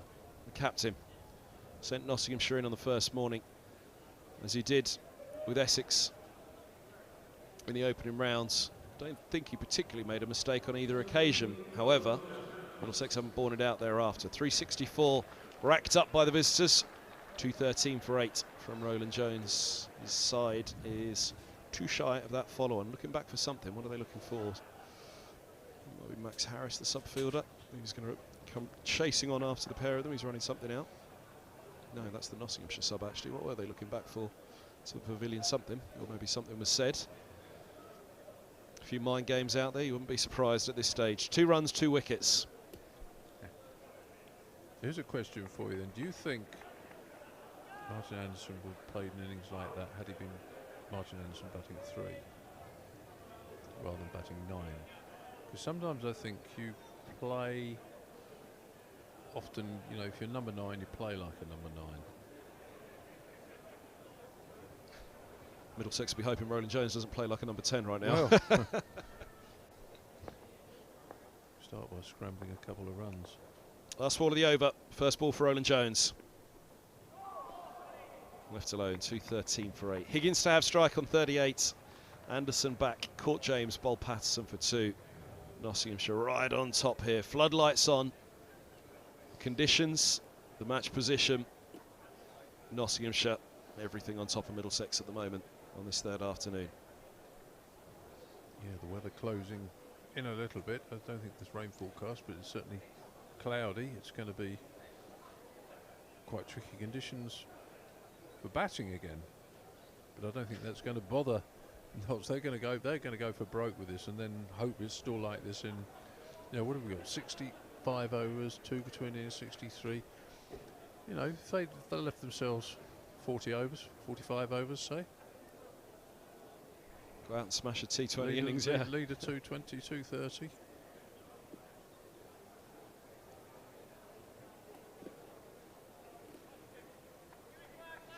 Stuart Broad, 4 for 49 from 19. His side desperate for him to find 2 more wickets here. 2 slips and a shortish mid-wicket go down. Straight to the skipper of Nottinghamshire, Stephen Mullaney at mid-off. This wouldn't be the time to go out there following on in these conditions, would it? So it's a big 2 runs. No, it might be that the Nottinghamshire bowlers are thinking, well, actually, we could do with an hour just with the feet up. But just started to spit with rain out there. We're hearing the dark cloud behind the Allen that we've been looking at for a while, hovering. Oh, big step across from Higgins. They'll get a single. Down to long leg. Roland-Jones on to strike against Broad, and Middlesex need 1 to avoid the follow-on. I can imagine Mullaney saying, look, you got it past me last year when Forrester in the playoff final. You're not getting it past me this year. Get out there, get on with it. Also was the Middlesex match in 2017 against Essex, who would go on to be the title winners that year in 2017 when Middlesex at tea on day 3 had them in real trouble. There were celebrations apparently in the Essex dressing room, and Middlesex didn't enforce the follow-on at tea on day 3. Went out and batted again. Middlesex bowlers wanted a break. It took Middlesex nearly half a season to register a win that year. Relegated to Division 2 by the end of it in the title defence. Precision from Broad in the field again here. Meticulous with the field placing as much, I'm sure, as to get into Roland-Jones' mind. Look at that, long legs coming up as well now.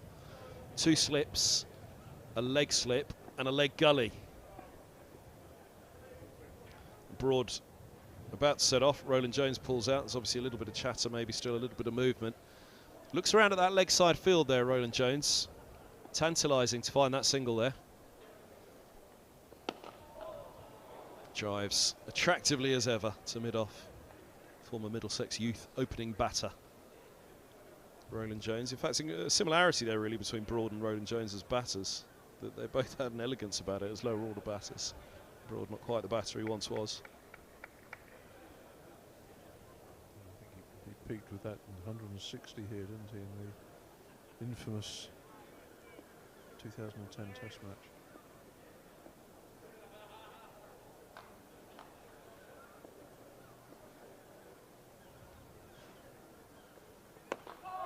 Yorker dug out. 2 wickets, 1 run to play with. He's getting all the toys out, isn't he? Kind of odd Stuart Broad likes. Yeah.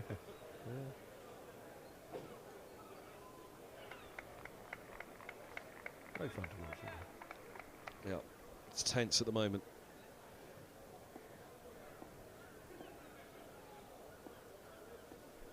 Extraordinary little cordon settling down behind Roland-Jones. You just won't see the leg gully out of shot, but you'll see the other 3 behind the keeper.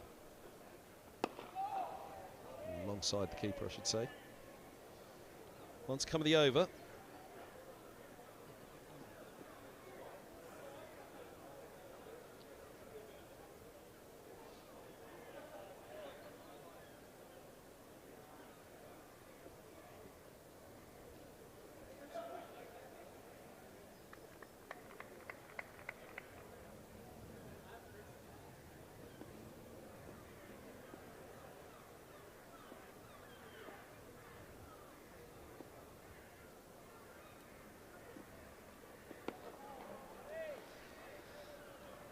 Just the 1 off the over, 2:14 for 8. Smiles from Richard Johnson in the middle there, the Middlesex head coach. Tim Murtagh, club captain last year, player coach this year. Spike, the masseuse on the far right. Monsieur, I think. Monsieur, Probably, yeah. I don't think unless you know something I don't know.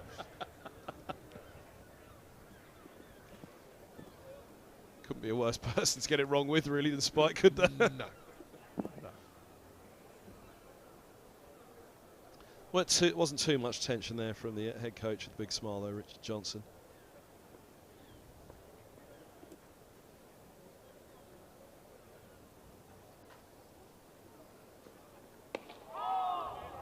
Everybody up on the single at the moment. 2 slips, a gully, cover, extra cover, mid-off, mid-on. mid-wicket. And wide leg gully. Advanced backward square leg. Make up exactly what do you think it is. It's, Yeah. Make your own terms up. 6-3 Fields, stopping that single. Higgins' eyes lit up there. He thought that was follow-on avoided.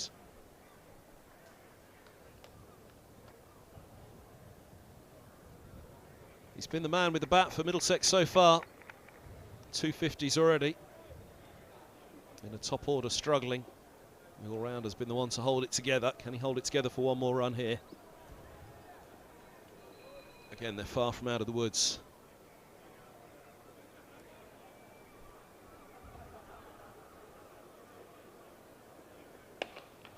Use of the feet and a drive. And runs to avoid the follow-on. First job done for Middlesex. Higgins on to 41. Middlesex trail by 148. First part of the equation.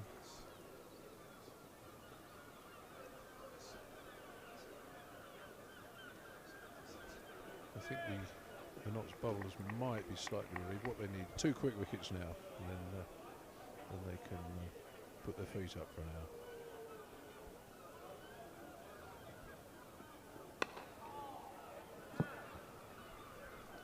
Yeah, and there's a big job for Roland-Jones to do here with that man Higgins, isn't there?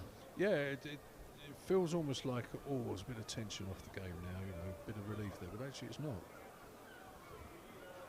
There's a bit of work to do, as you say.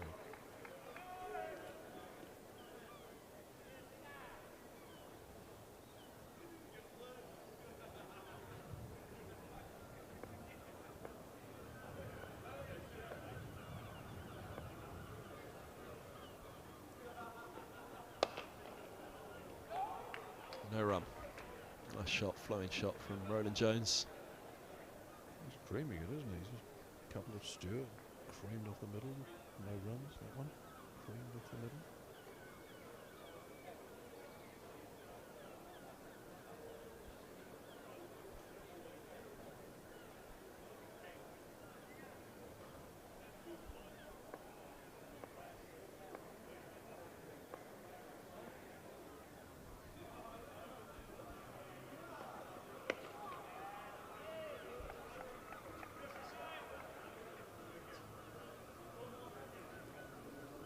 .217 for 8.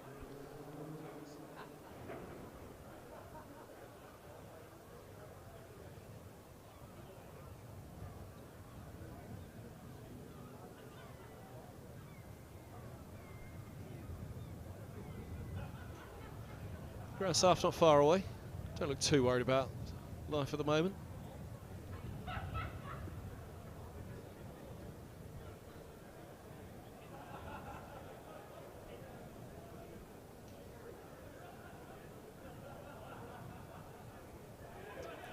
Floodlights are starting to take over the shadows, aren't they? There, you see the shadows from the full lights.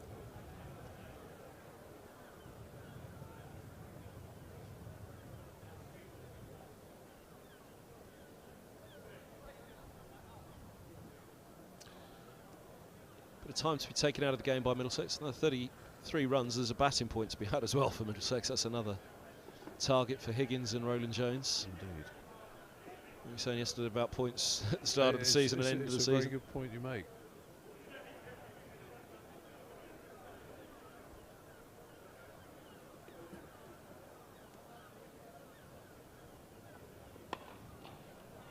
Nice shot by Higgins. Good stop by Hamid as well. Higgins on to 44. As I say, the pressure hasn't come off just by those runs. The match situation's still there. Nottinghamshire is still in charge here, and they'll come out with the bat and look to take charge when they do get out for their second innings. But for Higgins, he's 6 runs away from another 50. There'll be a third 50 in 3 matches to start the season in a struggling batting lineup. Yeah, he's played really well. Calming influence, isn't it? 70. It's slightly reassuring to see him coming in at 7. It was needed, that.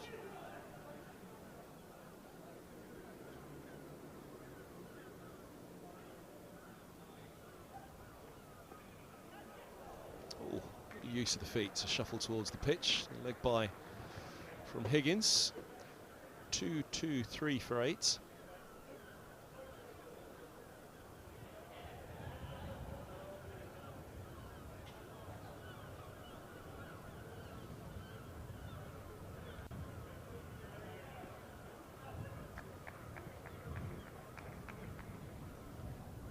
Head coach on the far left there, former England coach.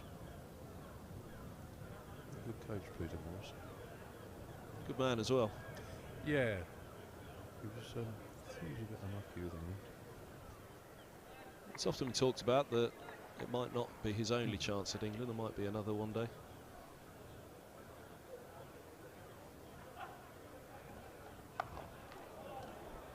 That's a very, very good shot by Higgins. He's on to 48. 2-2-7 for 8. Short from Broad. 2 back, but bisecting them. He had 2 cracks at it, of course, the England job. Yeah. Yes, he's had 2 already, hasn't he? Yeah. Yeah. I think one of the problems was when he first came into the England dressing room, he inherited a pretty powerful side with some very powerful individuals within it.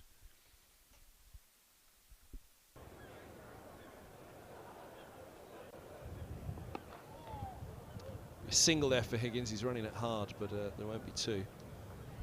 His approach was a little bit like he would have been with his Sussex players. So it's almost treating the players as it would his county players. And these were high quality international players. And it didn't really pan out. The second time he came in, he treated them a little bit more like international players, and they were actually ones who needed a bit more nursing. So it kind of worked. It didn't work both ways. It's a shame because, as I say, he's a high quality coach and a thoroughly decent man. Short to Roland-Jones, and he wants a piece of that now. 4 more. 2:32 for 8. Off the mark with the boundary, the Middlesex captain.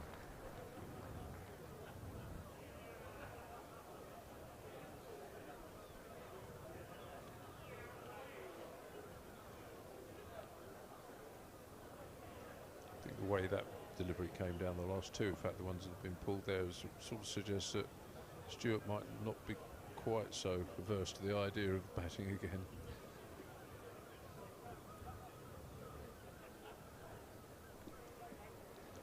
Maybe Forest are playing this afternoon. Of course. It's also a new ball. 3 o'clock, they're away at Liverpool.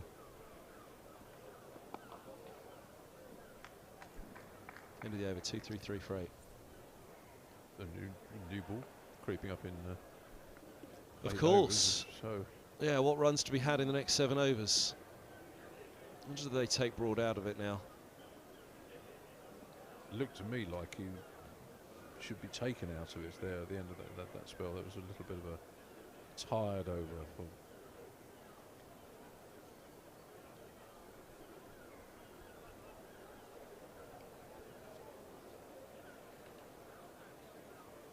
Start of the day, Middlesex, again, taking tomorrow's forecast out of it. You get to parity, and you hope that it's the 3rd day of the match, but you hope the 3rd innings wobble goes against Nottinghamshire. If you can get somewhere close or somewhere just above. When they came out, a couple down this morning, Robson and Milan, the 2 out overnight. Stoneman there and Eskenazi, but it was a couple of early wickets, and particularly that one of Stoneman changed the face of things quite dramatically, and it was a scramble then to the follow-on.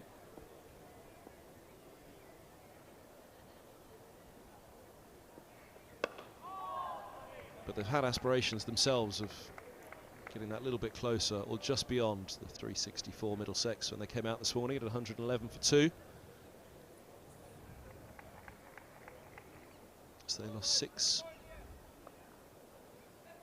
for 102 from, well, they lost 7 for 102 with Milan last ball last night.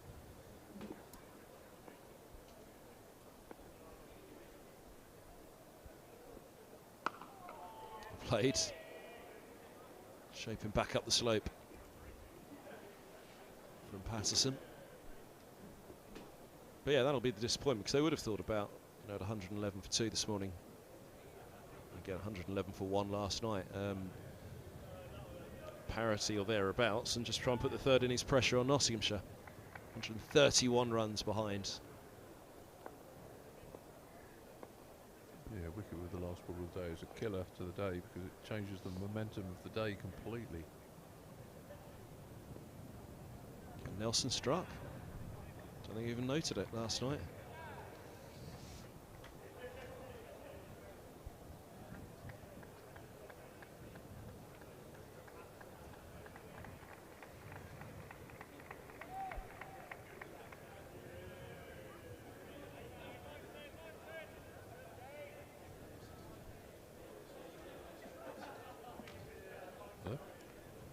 I think just heard Hampshire just won and Northamptonshire all out for 63. Runs for Roland-Jones, times it nicely through square. Hamid giving a hard chase, it's just kept 2 of them interested. Shot that, took off his legs, very accomplished.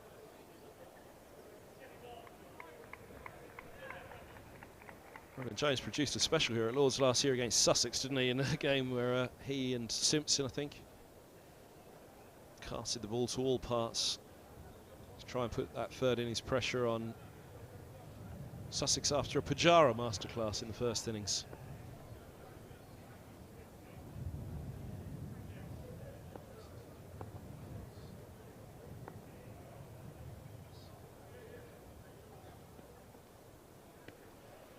Yeah, just to confirm, Hampshire have won by an innings and 270 runs at Wantage Road.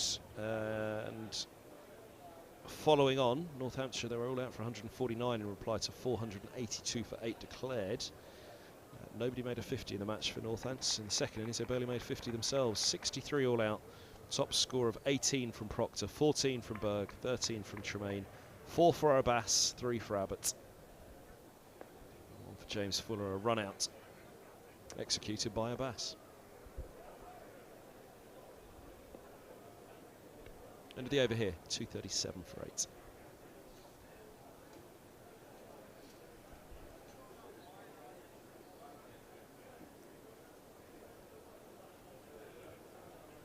Nottinghamshire quite rightly have their eye on the other end of the table this year, won't they? The top end, getting back to where they were 2 years ago, challenging for honours. Yeah, it's already starting to spread out a little bit, isn't it? The table, you're starting to see the sides. Hampshire in particular are looking good. Essex looking good. Notts looking good. I think Notts were top of the table, were they not, after 2 games? Surrey not looking bad either. Yeah, Hampshire climb above. Oh, well, Warwickshire, Surrey, Essex, Nottinghamshire. And then Northamptonshire, they played 3 for their 23 points in 6th. Hampshire up at the top now with 45 points with that win.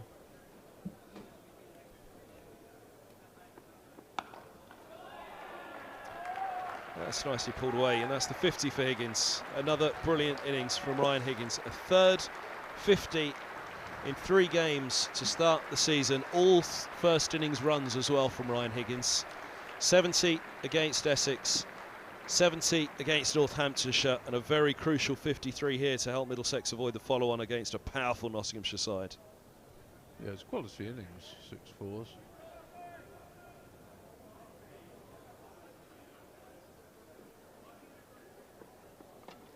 Chops on and gone, middle stumps out of the ground. Just after bringing up the 50, James strikes. 241 for 9. Nottinghamshire nearly there. 1, 2, 3. Middlesex behind. 1 wicket remaining as Bamber will come out to join Roland-Jones. Disappointment for Higgins. Chopping down onto the stumps. Bottom edge on the cut shot. Maybe not quite there. James has bowled well from the pavilion end.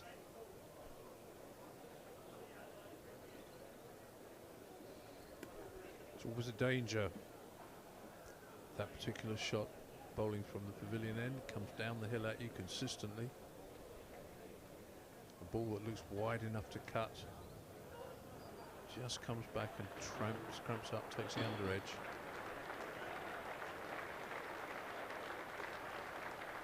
sorry, into such a fine innings. Yeah, the ball after bringing up his 50, or was it 81 balls? I think I caught 100 minutes on the board just before they took it down for Higgins. But what a crucial innings it is. It's well, it looks as though they've avoided it handsomely in the end. 123 they trail by now, but it was a nervous little nudge past the follow-on mark. So Roland-Jones will be left. Max Harris running out the drink to him. Roland-Jones will be left with Ethan Bamber to... well, he'll tee off here, you'd have thought. Well, what you want to see is them eke out 9 runs for that point now. Yes, yes, yes.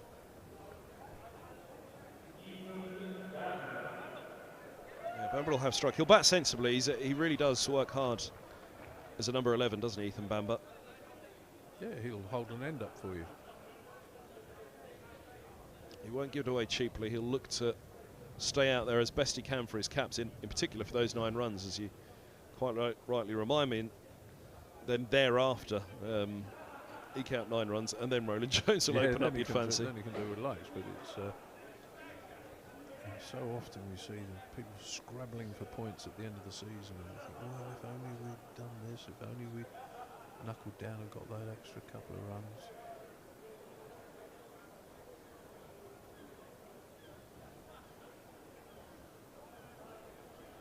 Eight and naught not out at Northampton for Ethan Bamber.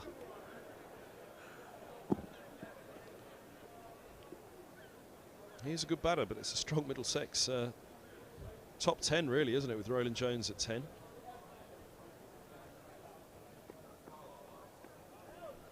Haven't produced the weight of runs they needed to again, though, in this match. So, a lower order scramble.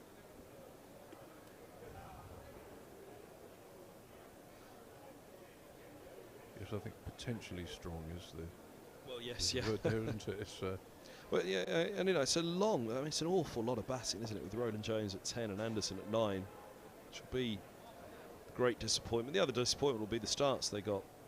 Milan 26, massively disappointed to go last night. 250 partnerships for the first 2 wickets, of course. Yeah. We should not forget that at that point things look pretty good.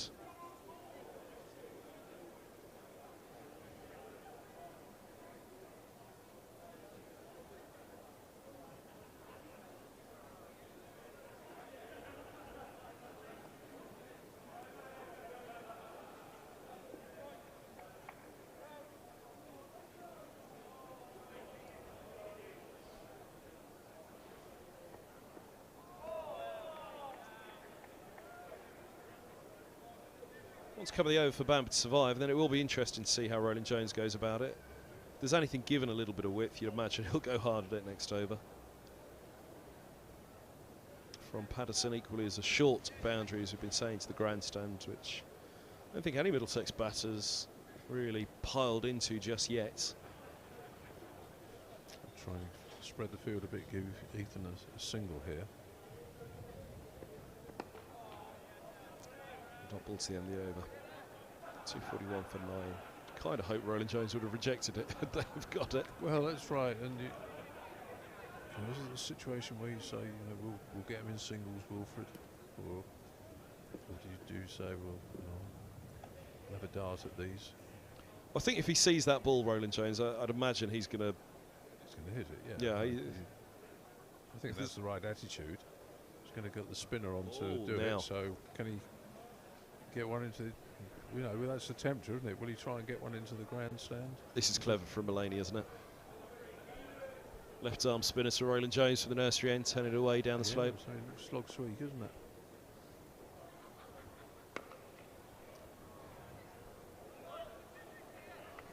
Deep mid wicket and deep backward square. Deep cover out as well. There's a deep mid off, deepish mid on.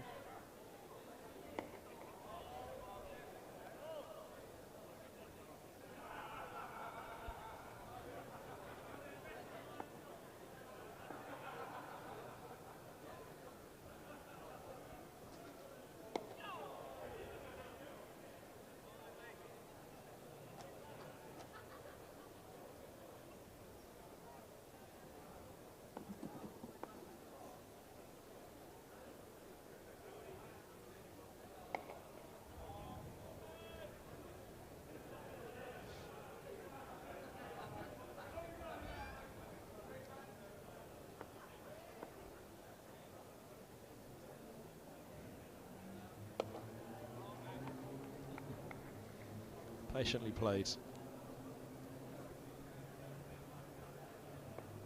Hasn't really given him anything to tempt him just yet, has he? Will he do it last ball of the over? Nope. Flatter, quicker, top of off stump.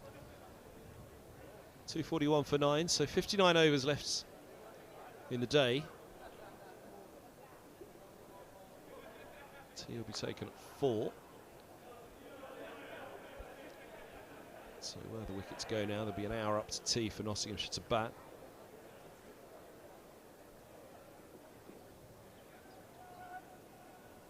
Should leave 40 in the day after tee, there or thereabouts.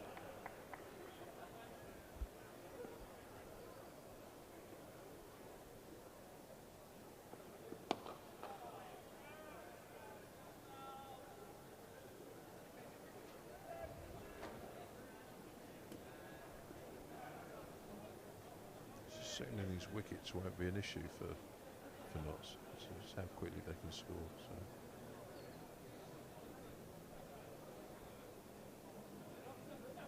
Well, it'll be these two who'll be out there opening the bowling for Middlesex soon enough.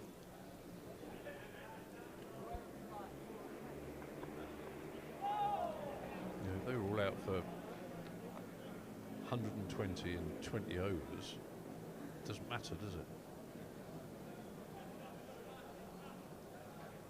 It's the 120 that's important.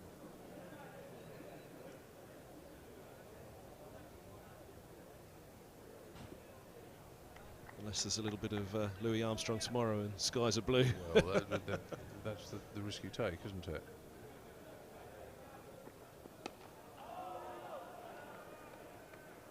Yeah, grim forecast for the final day. But we've all been burnt by that at some point over the years, and you think, there'll be nothing on the final day and the heavens open. But then soon enough disappear and blue sky comes out and you have a second half of the day to play. Much like yesterday, actually. There wasn't really expected to be a bull bowled yesterday. Ended up having 64 overs.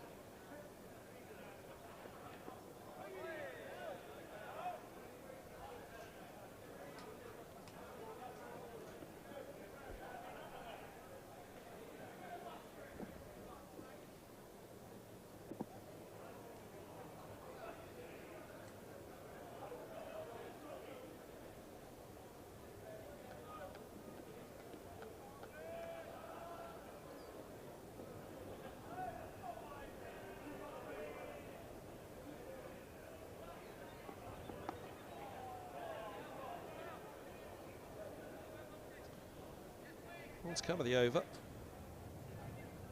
Bamber again playing his part. Everybody drops back to offer the single, which you'd imagine would be rejected.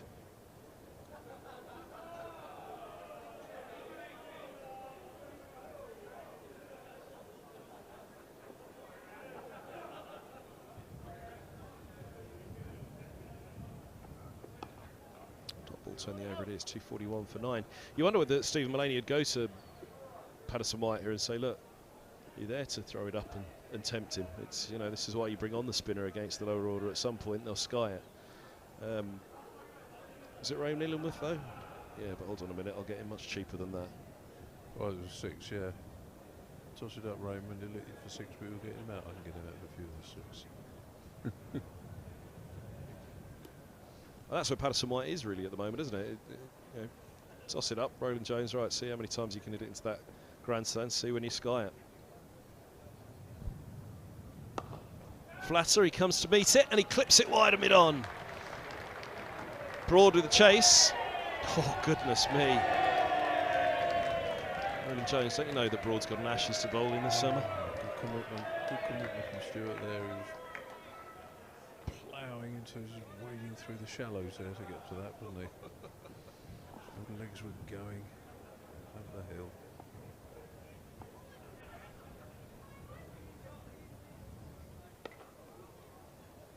Takes the single, 244 for 9.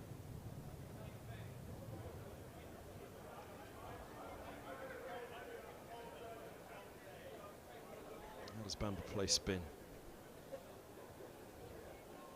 I'm guessing you block it, but Well, I'm wondering why they haven't really surrounded the bat here for Bamber, because you can't imagine there'll be much more than blocking. No.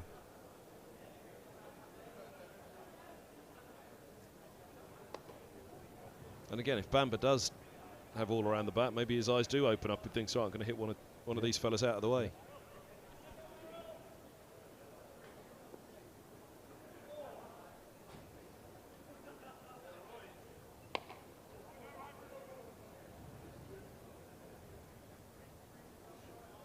It was effective, just bunging a couple of overs down before the new ball, wasn't it?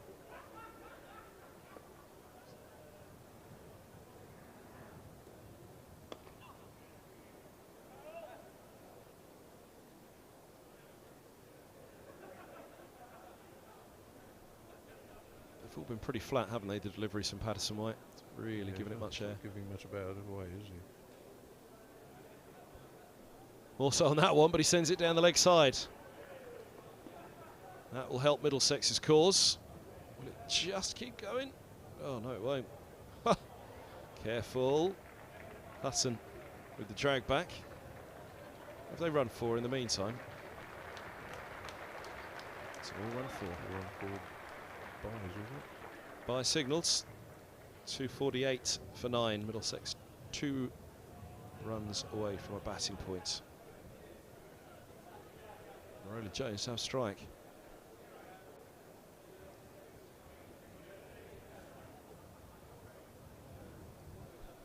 Two overs to the second new ball becoming available.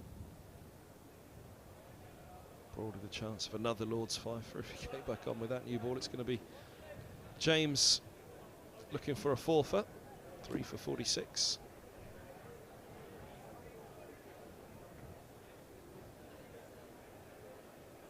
It's been impressive in the pavilion ends. What does Roland-Jones do? He did. It was a similar pitch to this that Middlesex played Sussex last year when he hit an enormous 6 to the long boundary.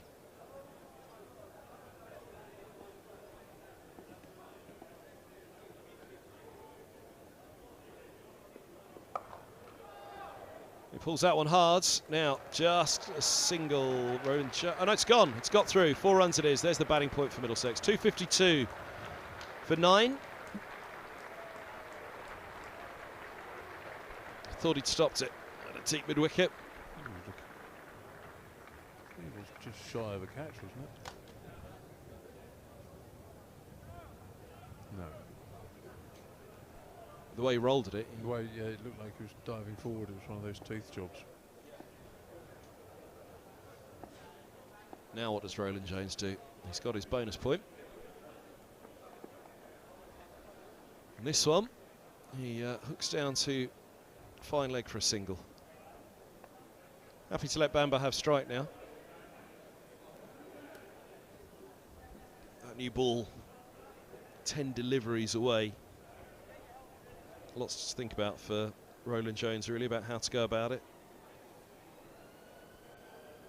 Wonder how he'll go about the next over against, what if it is Patterson White, and if it is Roland-Jones on strike.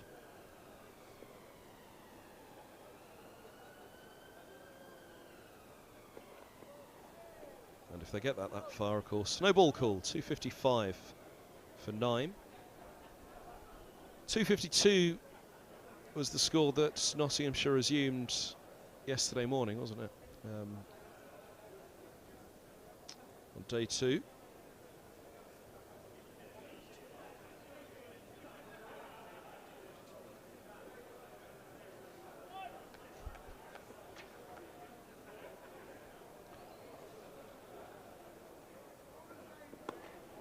.252 for 5 they were. Having lost Hamid, Slater, Montgomery, Clark and James on that first day. Mullaney and Duckett resuming. And Middlesex managed to wrap up from 252 for 5 to 364 all out. So that's that margin there, trailing by 109 Middlesex.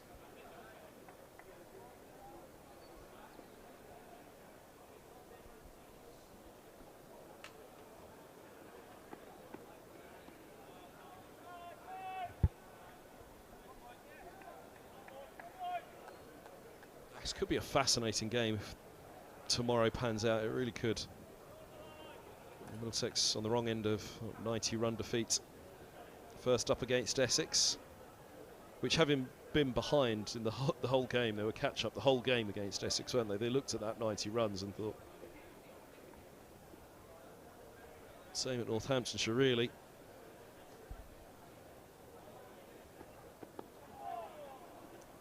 Single for Bamber with one to come of the over.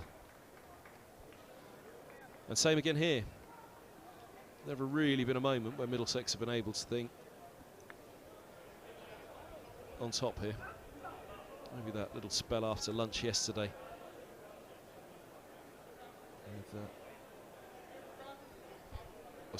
After lunch on day one when Hamid had fallen just before the interval.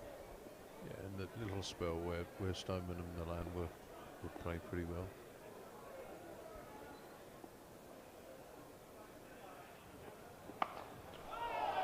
Right, how far does that go from Roland-Jones?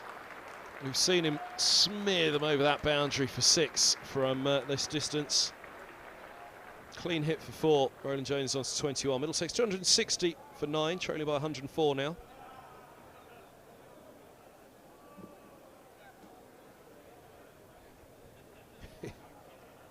Really is a majestic sight, isn't he? In full flow with the bat or with the ball, Roland-Jones. Step down the pitch and swing of the bat.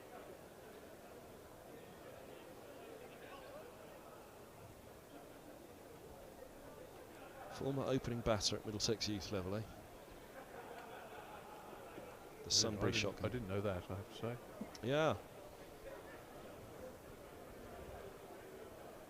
few bowlers started off like that. Stewart was a schoolboy batter until he suddenly grew 12, 14 inches in a year. Yeah.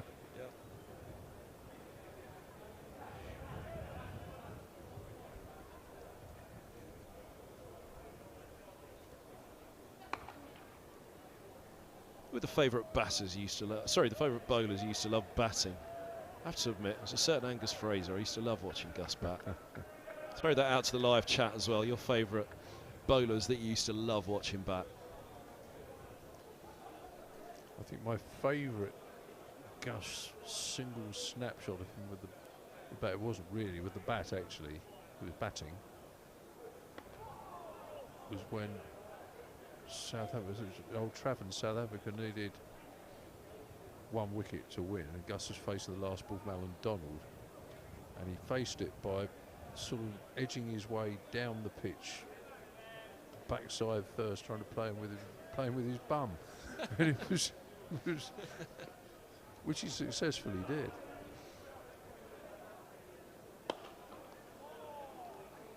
Drives that straight at extra cover. I wonder if it was in the air at the moment off Mullaney.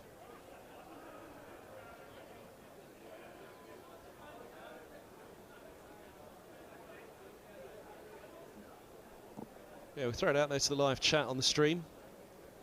Favourite bowlers who you loved watching bat? Who's your favourite bowler that you loved watching bat? Oh, Ethan Bamber. Now has it? The umpire looks as though he wants to signal. I thought there was an edge involved in that. Buys the signals. Again, it's gone down the slope. Keeper standing up.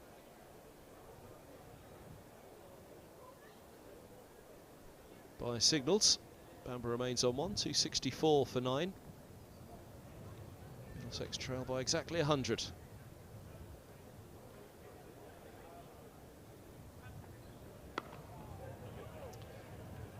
Shanborough on the live chat says Jack Leach scoring 90, opening as a night watchman.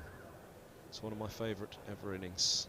And shall I just take a few away from Nottinghamshire here? Luke Fletcher, last year, 50 at number 11 and a 50 at number 1.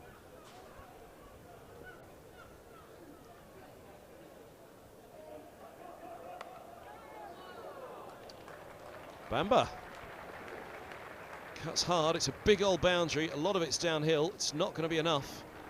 They'll run 3. Bamber's on to 4. 2, 6, 7 for 9. Middlesex trail by 97. Take a new ball now. See whether they do. Yep, Stewart's on again.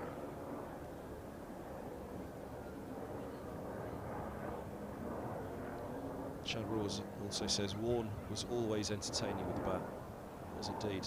Phil Tufnell, of course, is another great one for not quite the reasons of the elegance of the batting, but just the sheer fun and excitement. Tuffers going out to bat at number 11, particularly against the West Indies.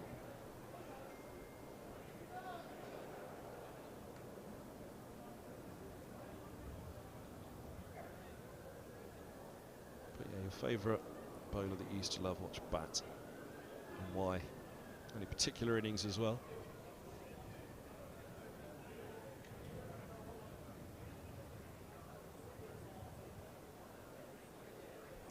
So it's Bamber on strike, having run 3, first up to Broad. Broad versus Roland-Jones with this second new ball will be quite the encounter to watch. Roland-Jones, I'm sure, will get on with it, won't he? Best form of defence will be attack. This is where the county accounts take a bit of a hit with a new ball, with one ball with it. 60 quid is it now? Oh, is it? And the rest is not. Is it more? Is it 80? Yeah, I think so. I don't know. Yeah, I've heard it's not cheap. No.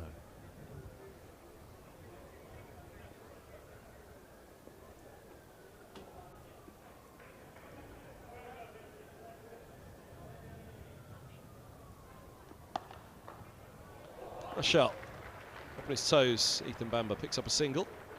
Laney collects, trail by 96. And again, we talked about time being taken out of this by Middlesex this third day, but also that trail by 96 now. They take another 30 off that. It's just that little bit more that Nottinghamshire have to score. I'm not going to get carried away here, just in case Gus is listening. You're getting a bit greedy here, aren't you? We'll start thinking about another batting point and things like that. Well, that's true. Another 30 and it'd be another batting point, wouldn't it? Just bought Nottinghamshire a wicket, no doubt.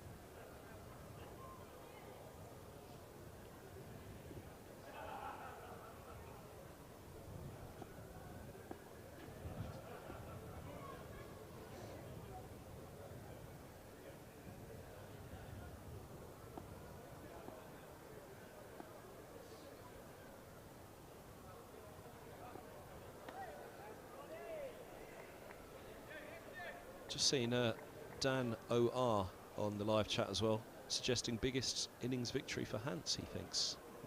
Innings in 200 and a lot. It would have been close, wouldn't it? It would have been up there. Big win, isn't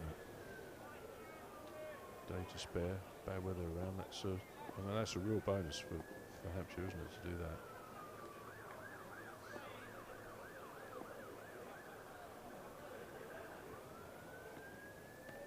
Jones resists. The width outside the off stump, short boundary, 2 slips in place though.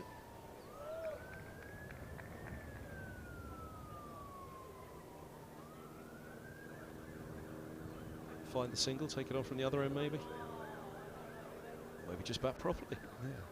Well, there's plenty of opportunity to take the single on the leg side. Acres.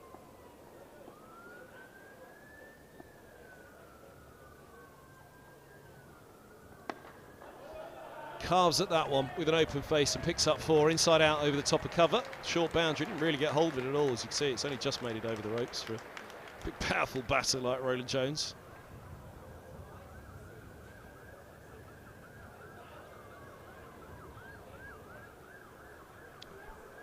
Swung away a wee bit in the air there, just gave a little bit more width actually to swing the bat through.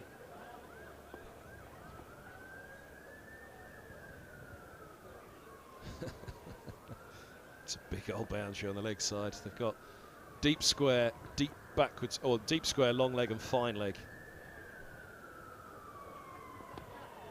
Lovely line of length and broad. Single squirts to deep backward point, which isn't a bad outcome for Middlesex. Bamber can survive this last ball. So it will be interesting to see if Roland-Jones thinks next over. That short boundary on the onside.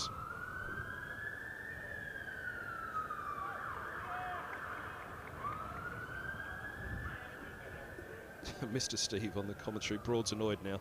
He's missing the Forest commentary. Oh, favourite times watching a bowler bat. Good one from MEKS. Oh, what a beauty. How's that? Well, brilliant. Let's see this again. Smiles from Bamber. Mischief from Broad.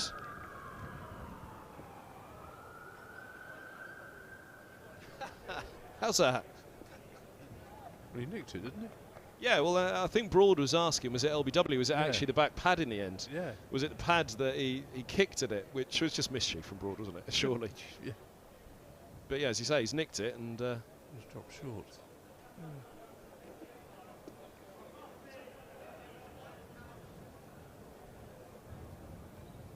So everything squares up and... Look, just out of reach. Yeah, just outside of reach.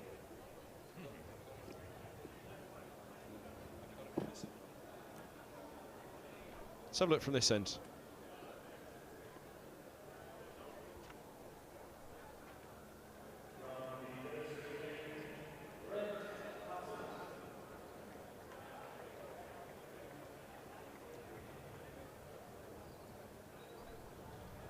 There's almost frog in a blender stuff with the bat and the pads there from Bamber. Now, Hutton, not the quickest. Can Roland-Jones resist this? 2 slips go down. Early indication there that he's not going to resist. Little use of the feet, but takes the single first ball.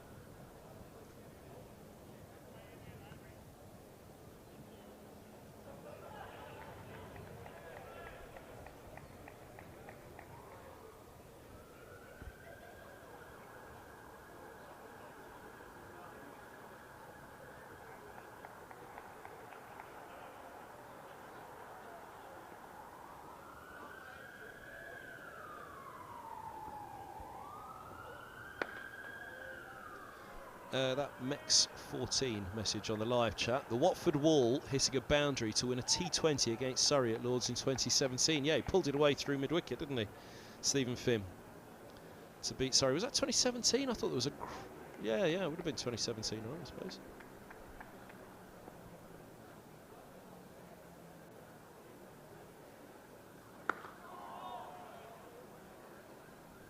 One of my favourite Stuart Broad batting moments was they were saving, and eventually did save, a test match in Auckland, and Stuart batting against Trent Bolt, who yorked him full on the toe, knocked his feet from under him, and as he fell over he speared himself in the throat with his bat handle, so he couldn't speak, lying on the ground flat out trying to signal for the Stuart Broad review.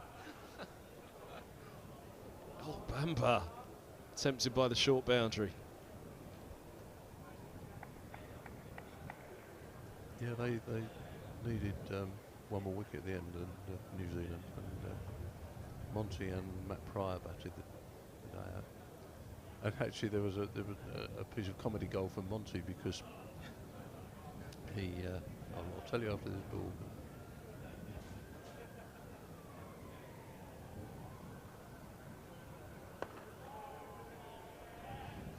He was going for a run from non-striker, and was sent back by Matt Pryor. I had to dive into the crease, but diving into the crease, he left himself about a foot short. Foot short of the crease. Had to crawl his way back in. That bit I remember.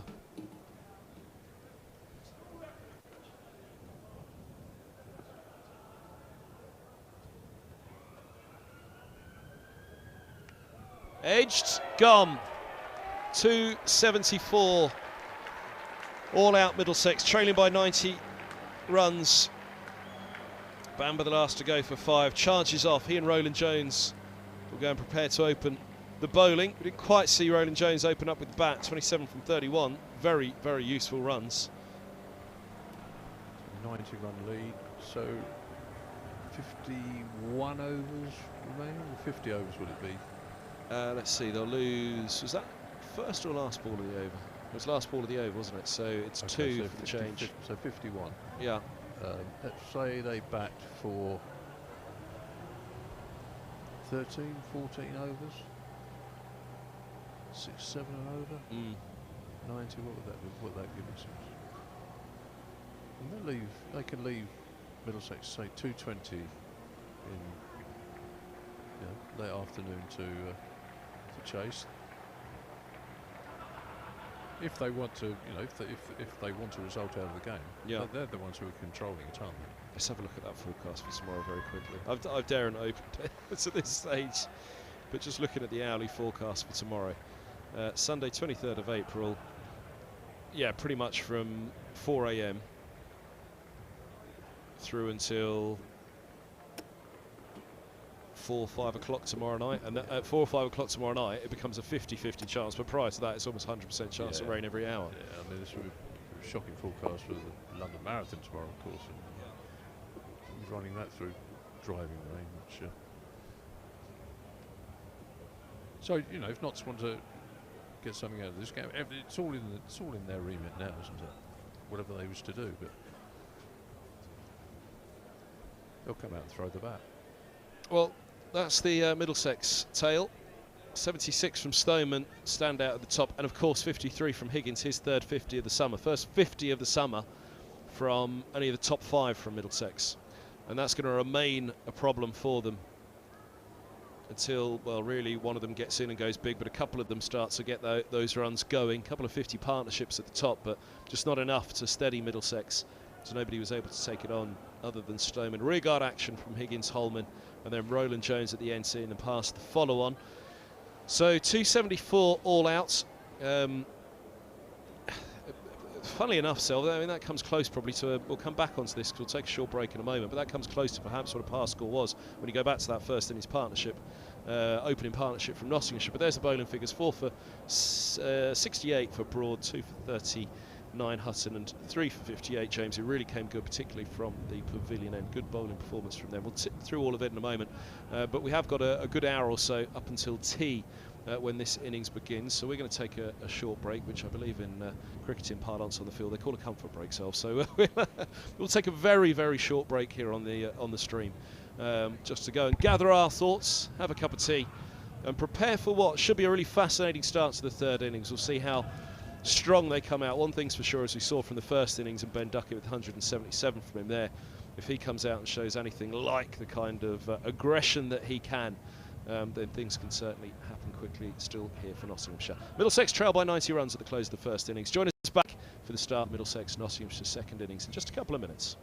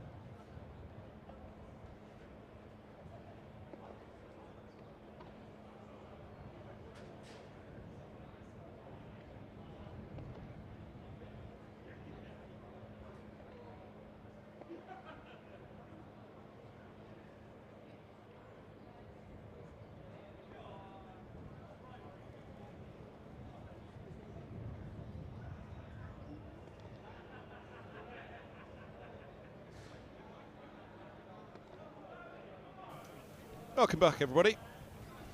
As Mike Selvey rightly just said, a strategical timeout for the commentary team and the live stream as we look towards tea. 3:28 restart, as you see there, to start this Nottinghamshire innings.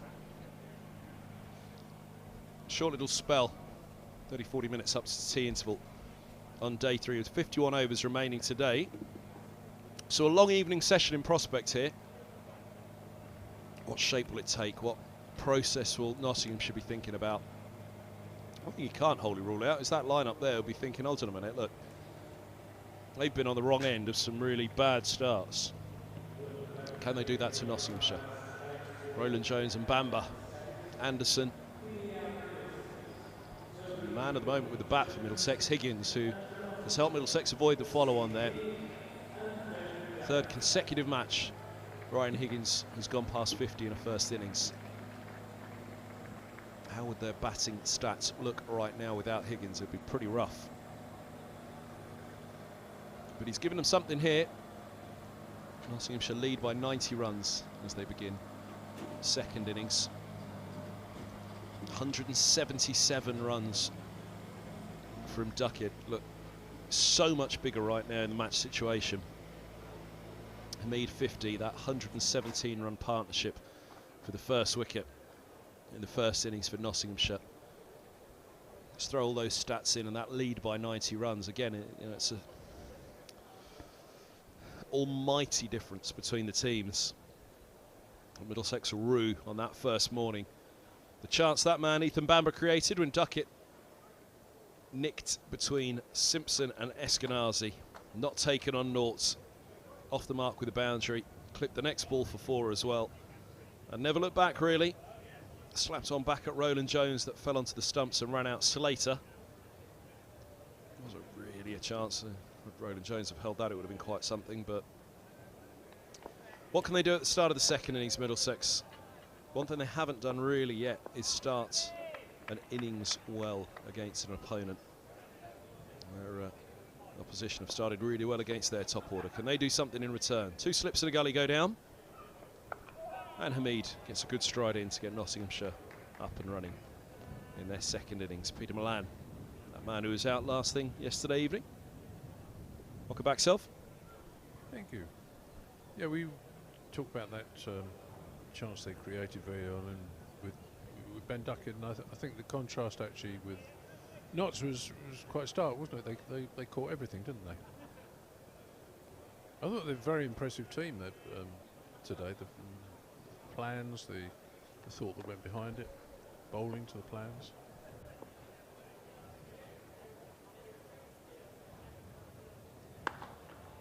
Good from Bamber again. Yeah, I think a phrase that was used to describe them here at Lord's last year, they're just a very well-oiled side now, aren't they? The parts are all there, everybody knows their role, everybody does their job. Yeah, that's key, isn't it? It's you try to make a team that's better than some of its parts, and they've got that pretty well.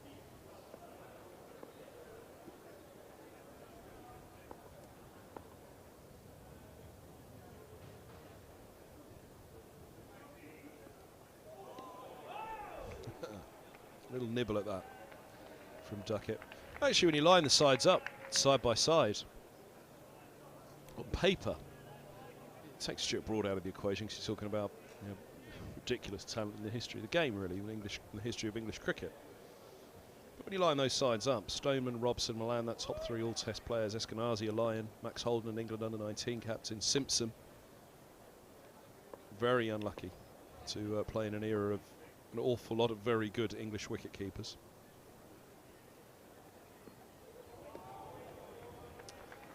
Roland-Jones, Bamber, young Holman, outstanding Higgins, prospect in Anderson as well. Helmer Mercer walking around the sidelines as we saw earlier. He put them alongside Nottinghamshire. Not a massive amount of difference, however. Nottinghamshire are getting more out of it, aren't they? They are at the moment. We saw how well Middlesex can play last year. This is different division, tougher competition. It really is. I'm quite sceptical about the difference sometimes, but I've certainly seen a difference so far this summer. It's a bit more relentless. I think one of the failings of Middlesex over the past few years has been the inability to close a game down, where they've had plenty of opportunities to dominate games, and then something happens and it's gone away. Started to learn to win properly last year.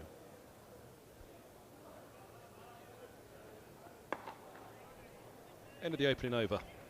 One without loss. Hamid will have the strike. Starting slowly is not really an option in Division 1, is it? And Middlesex have done that twice already. And, well, really a third time here as well. No, you need to make your presence felt, and with bat and ball.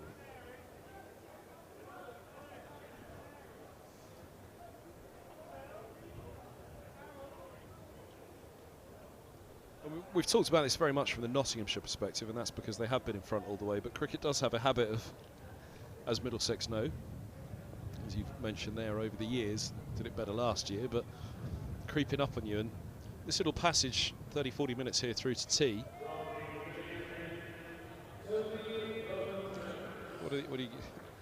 You lose a couple of wickets in this little passage, and all of a sudden you're effectively 101 for 2. You just need to be a little careful.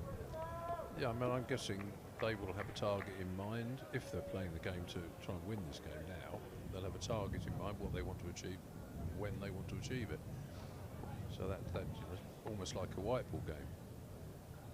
So Roland-Jones. Oh, very nearly a wicket with his first ball. Boundary for Hamid. Roland-Jones was nearly through. Faultless in the first innings, Hamid, until he was out.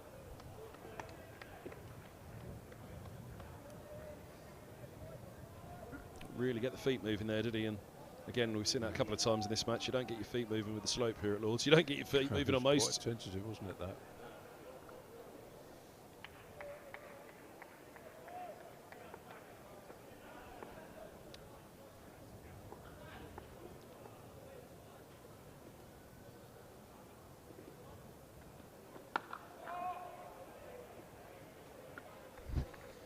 Roland-Jones are the word for Hamid into his follow through. Not nasty enough at times, Middlesex. That's been put on them a few times in the field, hasn't it, over the last few years. Roland-Jones is far from nasty, but he's the most likely to give a little bit of a chat to the opposition. Relatively quiet team otherwise.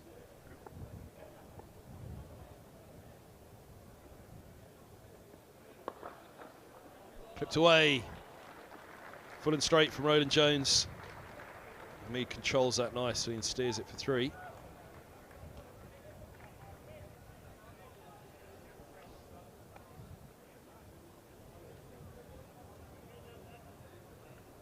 Strike rate of 200 for Hamid already. I thought Hamid was, when he first came into the England setup and got those runs in India, was it Bangladesh? Can't remember anyway. He got some good runs. Then he broke his hand, didn't he? And it looks as if he was going to have a great career, but played very low. And that might be a consistent thing. Now, I think he's got over that. And now Duckett. Long chase here for Peter Milan, a real athlete. Chasing hard. Does extremely well. We've taken 3 more, 11 without loss. He looked like a proper diligent opening bat. I think the change of counties was really important. There was some talk maybe of some slight stifling influences on him at Lancashire, and the move's done him good. He got into the England side, but he doesn't appear to fit into their ethos, what they want from an opening bat now. Big appeal. And no, Roland-Jones can't believe it. He was convinced he had Hamid there. Middlesex have felt they've been on the wrong end of a couple of decisions this year. Ooh. He's a stride down the pitch, mind. He's taking a walk down the pitch to that. I think he is starting a fair way outside of his crease as well, isn't he, Hamid? It's foreshortened, isn't it? You need to see that from side on where it actually hit him. I'll have a look side on as well in a moment. He's There you can see. inches outside his crease, isn't he, already?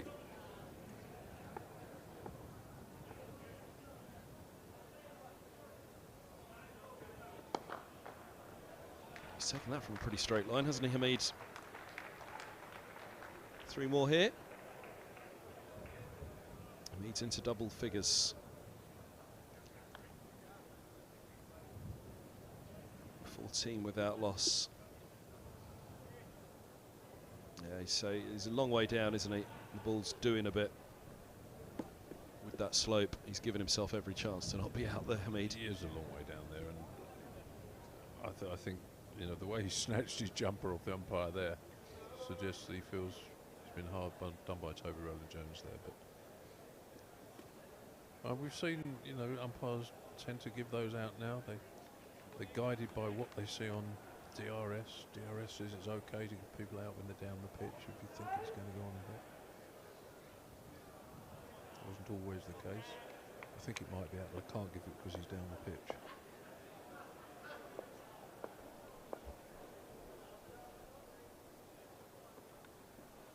Edged, squirts away for 4 more. Angle bat over the top of it, Hamid. Lead's already back up over 100 already, 108 now. 18 without loss. Funny how quick the runs can come, even though you're not actually looking like you're trying to score runs, you know, an edge here, a half volley there, and suddenly it ticks over, doesn't it? 18 of 2.1. Well, if Hamid keeps going at a strike rate over 100 self, over 200. Well, that's it, isn't it? There's an inside edge for 4, an outside edge for 4.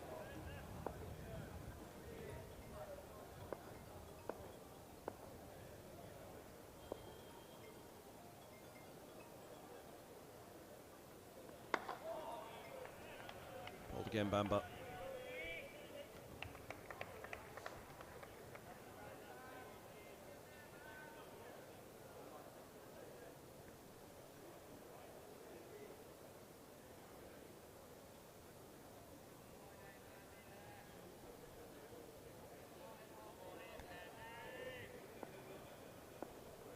Very deliberate and precise setup from Hamid, doesn't it? Plants that back foot before he settles into his stance.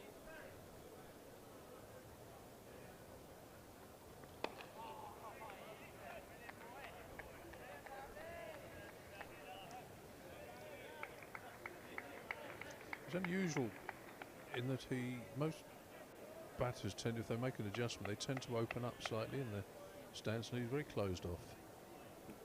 Looks even more so when we saw the shot from behind him, square on, which we're looking at the moment, but when he's batting at the other end, it almost looks as though that front foot and that left shoulder is even further around than it is, but it is perfectly straight on, isn't it? I think he's actually angling towards mid-off, isn't he? Yes, he is with the shoulder, isn't he? That was what I felt looking when he was side on from the other end. It almost looked as though that front foot was ahead of the back foot because of that shoulder going around. So many theories about batting goes around now. People make a living, and some good ones and some not so good ones. Is it George Bailey, the Australian, that was in Middlesex? His front foot would stand in front of his back foot. Yeah, George. He was antithesis of the Chanderpaul we were talking about. Crab walking backwards. Yeah, he was.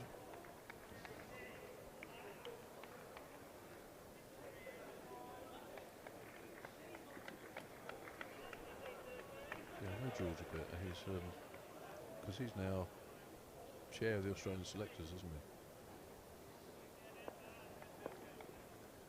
He's a fine captain for Tasmania.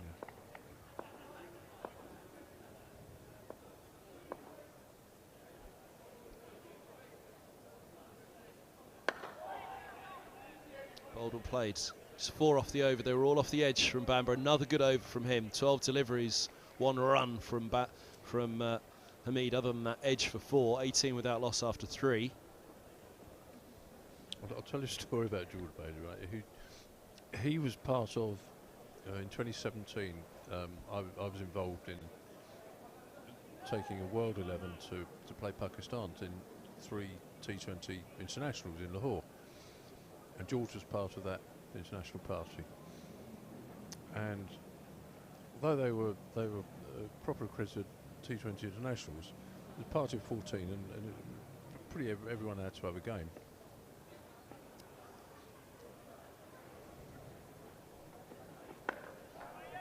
So we got the third game, and George was the only person who hadn't had a game, right? And the only way they could get George into the side was if he kept wicket. And I'd had a kind of a philosophical argument with Andy Flower, who's coaching that, about the value of wicket keepers in T20 internationals, or T20 in general.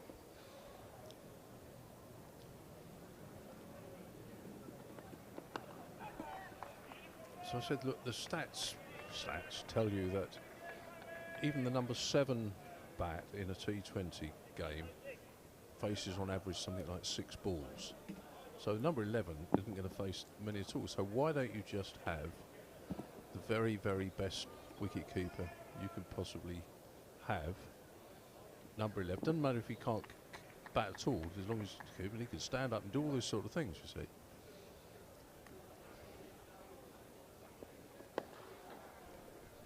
So Andy said, well, I'll give you a different stat. He said, how many deliveries do you think on average the wicketkeeper takes in a T20 match?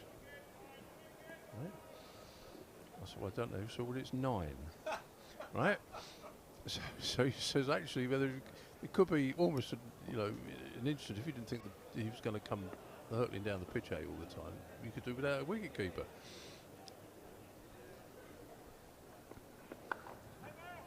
Good stop, backward point by Holden. So the conversation sort of progressed from there, and we thought, well, if that's the case, then we can get George in. George can keep wicket.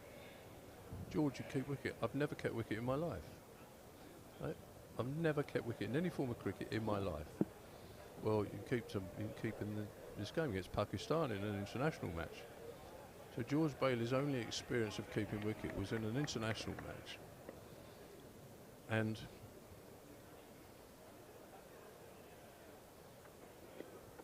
oh, swing from Duckett, through it goes. he kept wicket, and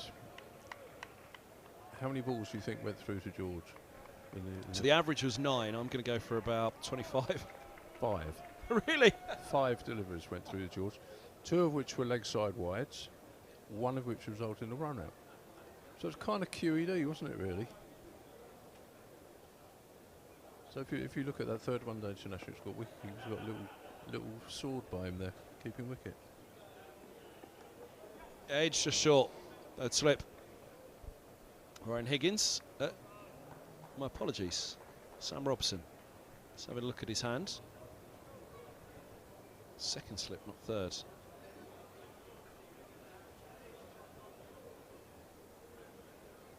Just short. Saw them really staggered, didn't we? For Nottinghamshire, we saw a really advanced third slip at one point for pretty much that reason. 18 without loss after 4. Didn't he? Several yards forward of second slip. We used to see Beefy in both them at second slip stand a lot closer than. In fact, it would almost be like a spearhead there. The first slip back, Beefy ahead, and then third slip behind Beefy.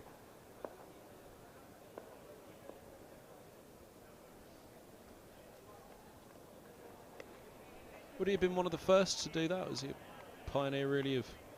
Because certainly he was renowned. You know, he was a slip fielder of renown for being that far forwards. I think there was a little bit of bravado involved in that as well, but it had its purpose to take the low catches that somebody else might not be able to take.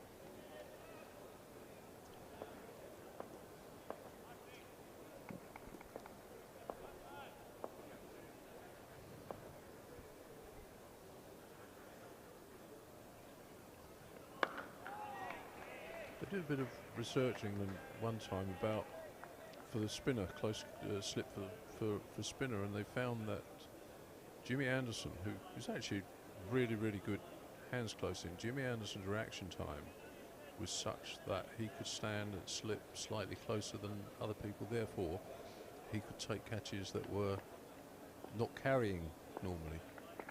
And he did feel that that slipped to spin for quite a while, and I suppose it became a bit onerous when you're bowling. Lovely ball from Bamber. Bit of bounce down the slope. Yeah, Stephen Finn at one point as well tried to become a backward point, didn't he? In the mould of Jimmy Anderson, wanted to be a fast bowler who could really contribute in, well, it was a gun position backward point. Yeah, if you kind of do that, you haven't got to go camelling round the ground either. If you make it, somebody else can chase it. Very good point.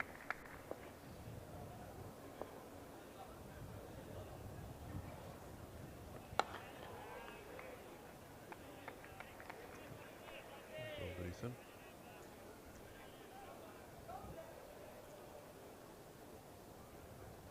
Going back to bowlers who you liked to watch bat and why in any particular innings. Bamber also offered, if pure ridiculousness is a criteria, Chris Martin. Yeah, you had to be pretty quick if you wanted to watch Chris Martin bat, didn't you? Chris Martin. Go back up the slope. 18 without loss. Want to cover the over.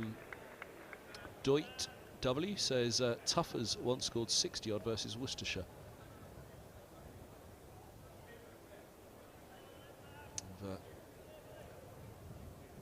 Well, every dog had its day, didn't it? But bowlers that you enjoyed watching bat. Philip getting some runs against Worcester once at New Road. Philip Evans.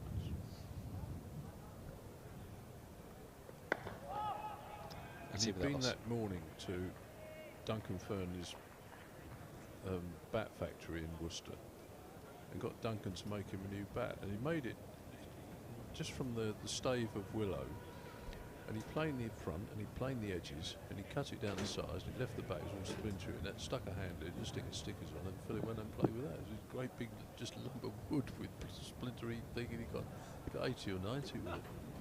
I think Duncan's still got the bats in somewhere.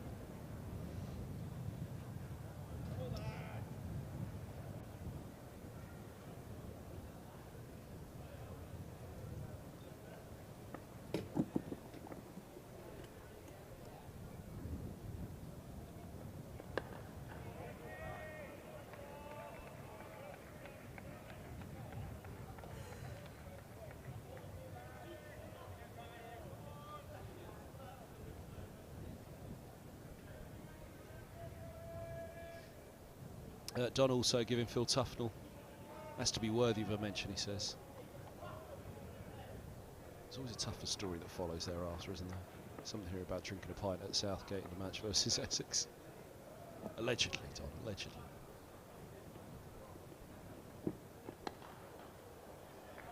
That's lovely timing from Duckett on the back foot, like fine a mid-wicket for 4.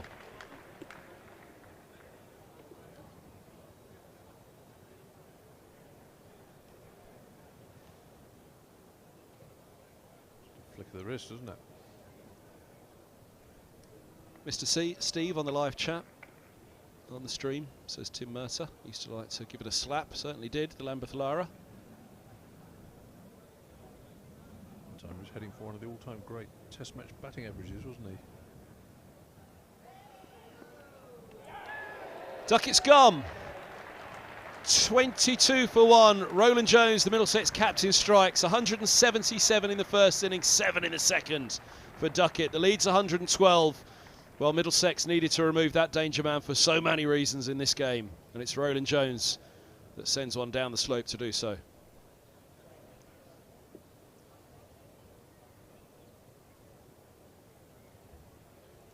Duckett just driving, trying to take the initiative. Just a length ball going down the slope. Dangerous for a left-hander. Not even sure if he was not looking to hit that leg side-ish. He came across it very slightly.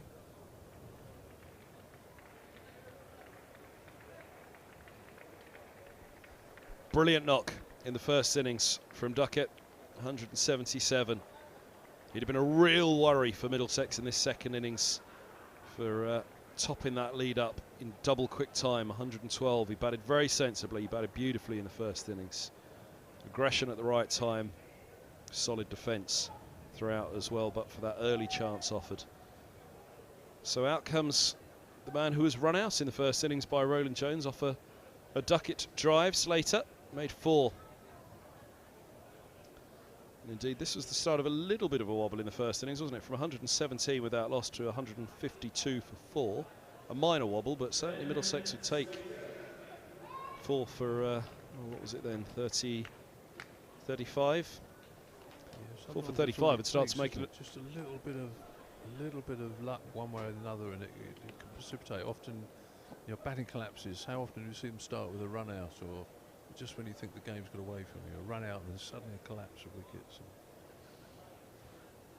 It's not a nice time for Slater to come out now, just before tea. Floodlights on. The good news on that front is that there are much brighter skies around Lords now. That dark stuff, which really did trouble, as you can see it there over the back of the Warner stand, drifting away. Came in from the south, it looks an awful lot brighter.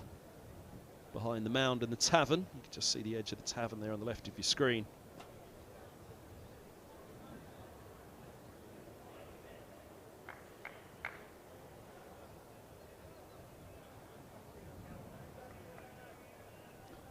Slater to have strike. Right arm over the wicket to the left-hander, Roland-Jones. Again, that's been a big talking point, that statistic. Right arm over or right arm around to a left-hander. Just see with that Duckett dismissal, it's that classic one of pitching on in line, which means that batter is playing at it. There he is, straight away on that spot again. Length was slightly back on that one, wasn't it? Yeah, suddenly you see Toby Roland-Jones there getting a bit more of a gallop on running in too. A bit of urgency. Well, that's 7 for against Essex. If he could even produce half of that right now, it would just actually put a little bit of pressure on Nottinghamshire, who've been in the box seat in this match so far. That's the spot close to it that picked up Duckett. Just full up there, forcing the left-hander to drive, forcing him to play.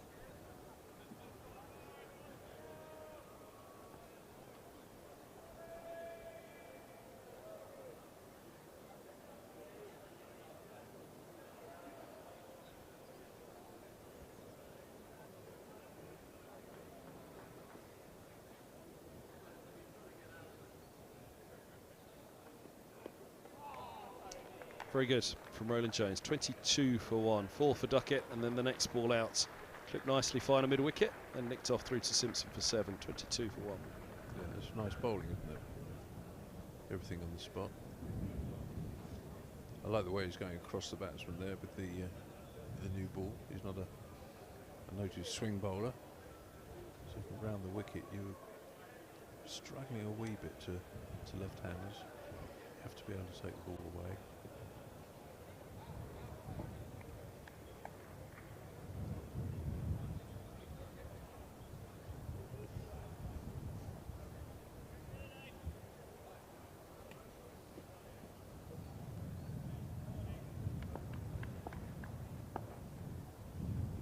Bamber's 4th over, just 2 runs off the bat, and one of those is a boundary that ran away off an edge for 4 for this man Hamid.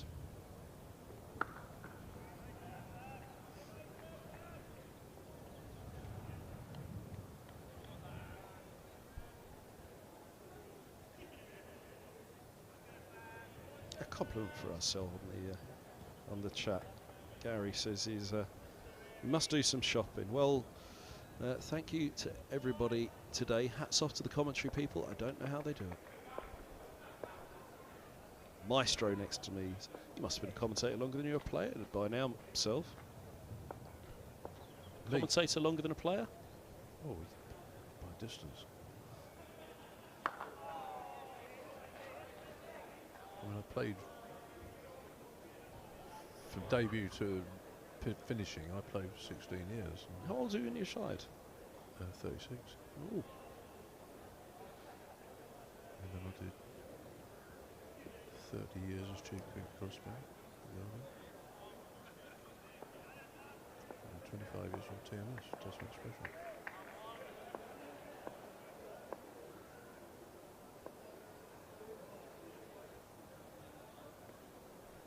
Loses his run up, Bamber.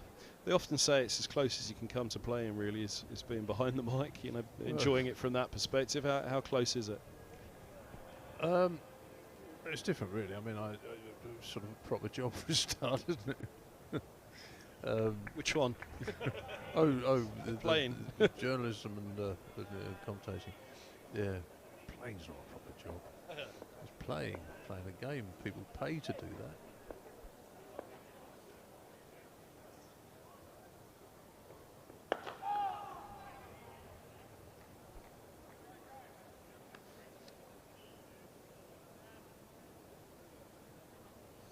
I found one of the difficult things when you first start in journalism, in particular, is and broadcasting, is the idea that you're not doing it for your mates. You know, you've got to be objective about stuff.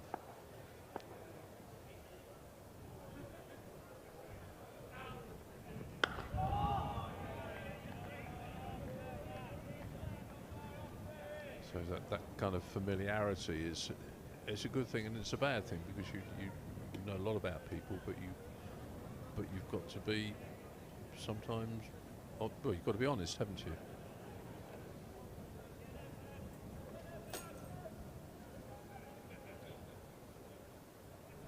Silly bit odd in place here for Hamid, who we talked about that front shoulder, didn't we? We've seen a few of him really opening up into the onside, even in defence. Something of an example of it again. Yeah, what he's done there is he almost comes around, doesn't he, to clip. It's a very risky shot, that one. He's not kind of opening up to hit it through mid-on. He's closing up and flicking it.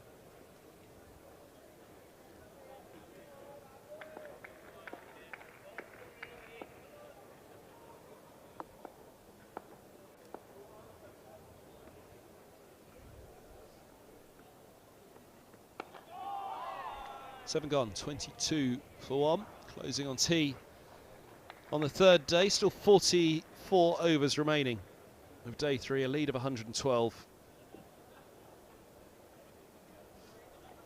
Actually, in the circumstances, the run rate's the lowest of the match, actually, isn't it? Yeah, Middlesex were 3.3, weren't they? Yeah, it's currently 3.14. It's only a small sample, of course, 7 overs gone, but it can change very quickly. They haven't actually gone hell for leather, have they? I thought they might. No, you just wonder that fall of the first wicket. Duckett the one to go as well.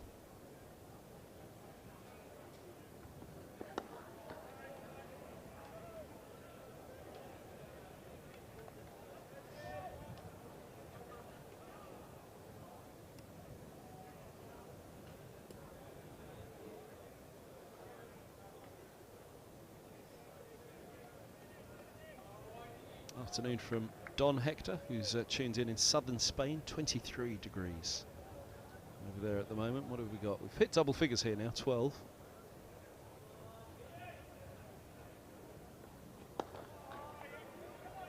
Quick single.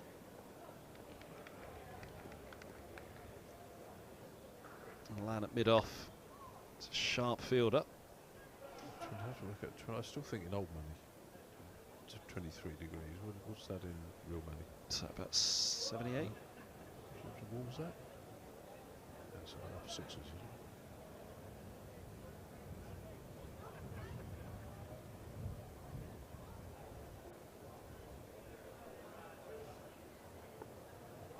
isn't it? $74. 74. That's a nice comfortable temperature, isn't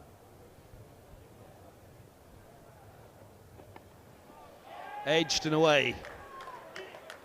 Stabbed at it outside the off stump there, but with an angle bat. 27 for 1.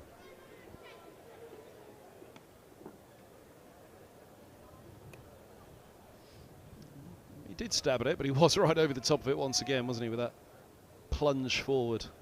So low, he still does play low, doesn't he?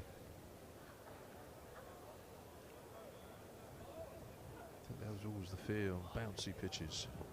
Playing as low as that, your hands are very, very vulnerable.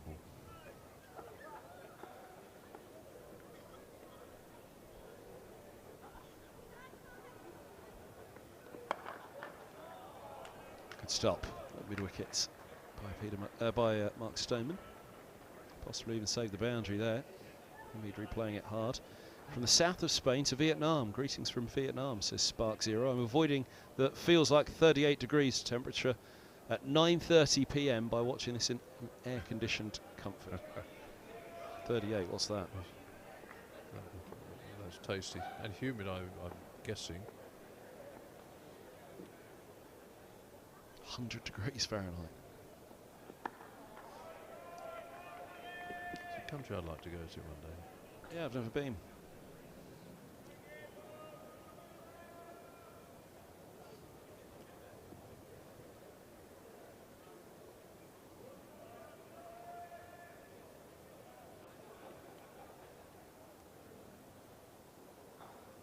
I think it's very telling, isn't it? The global reach, genuine global reach that live streaming has on our matches.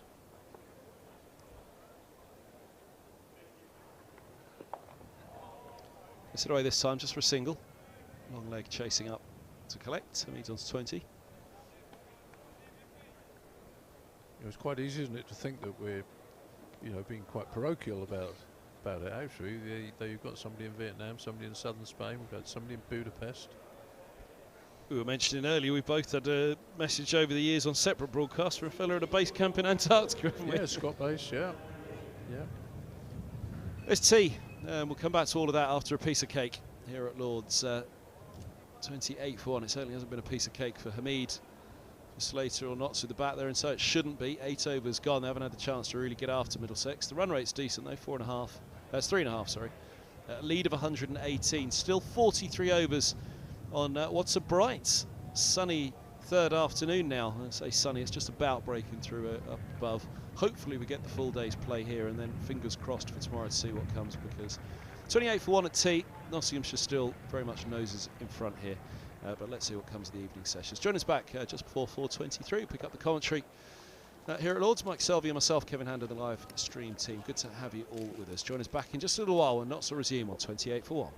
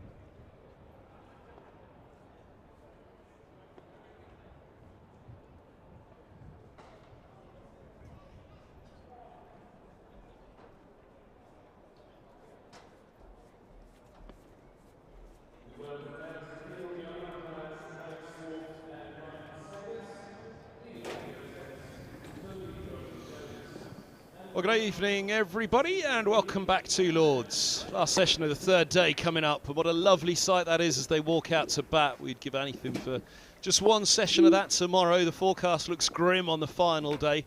The match situation's pretty tasty. 118 is the lead for Nottinghamshire, 28 for 1. Add a couple to that now, and all of a sudden, if you have a full day tomorrow, Middlesex are thinking, come on, keep it tight. Chase just over 200. Nottinghamshire, well, do they play for the weather? Do they look at tomorrow? Middlesex escaped with a draw last year against Nottinghamshire here at Lords. Batted beautifully for a draw at Trent Bridge. But it would be a third match where it ends in a draw when Nottinghamshire have thought, well, we're in front for the majority, but didn't manage to pick up the victory. Would it be the third game in a row that Middlesex do escape with a draw? Or can they force something the other way?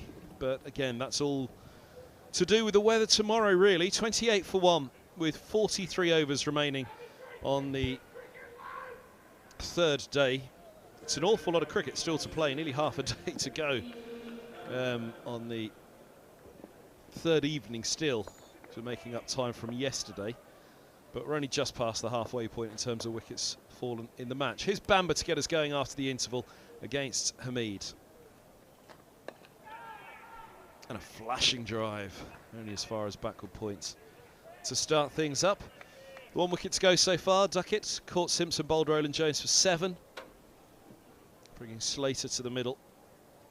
Nice delivery from Roland-Jones up there, asking Duckett a question. The reply was a drive, but with an edge. On the end of any man to reach 3 figures in the match so far, and well, 3 figures and some, 177 from the England opener.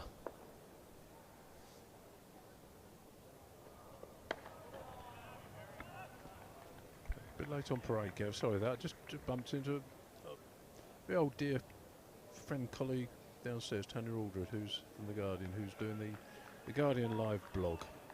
Just said hello to Tanya. Has she given you a mention on the live blog yet? I don't know. I don't know. She's looking at her emails. I sent her an email, said, I'm behind you. And she didn't, so I came over and found her. It was lovely to see her.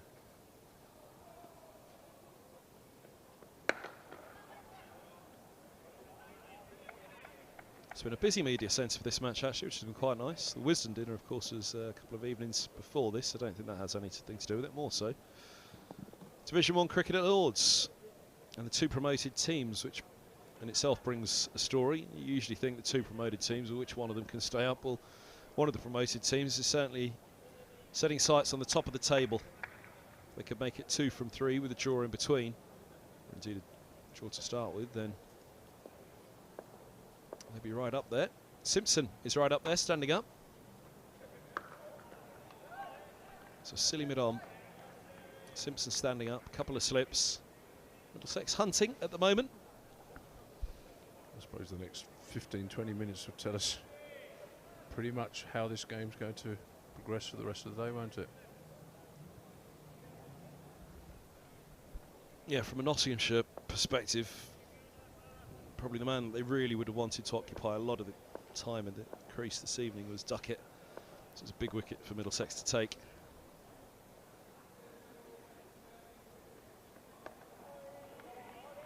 Should slow things down.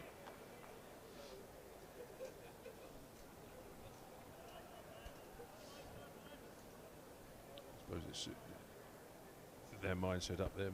Nottingham might be, well, it's very easy for you guys sitting up there. You haven't got to make decisions. It might not rain tomorrow. If it doesn't rain tomorrow and we set them a tie, they might get. They could say that. Rather hope not. I'd be quite disappointed if they didn't take that into account.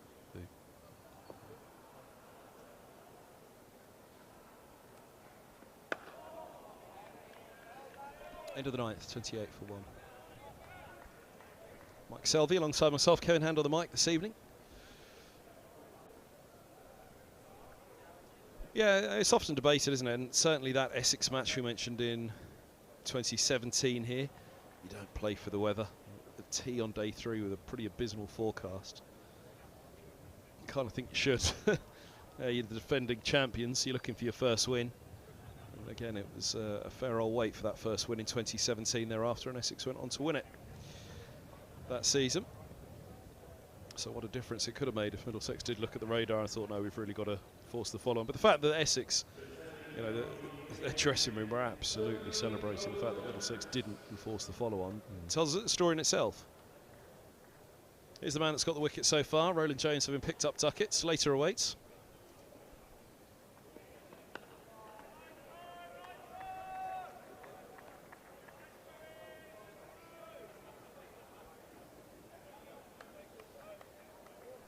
It's almost hard to believe, looking at that picture out there at the moment, that we might not see a ball bowled tomorrow. I know, it's bizarre, isn't it? I was thinking back to that weather we had during the first lockdown, where April was just stunning, wasn't it?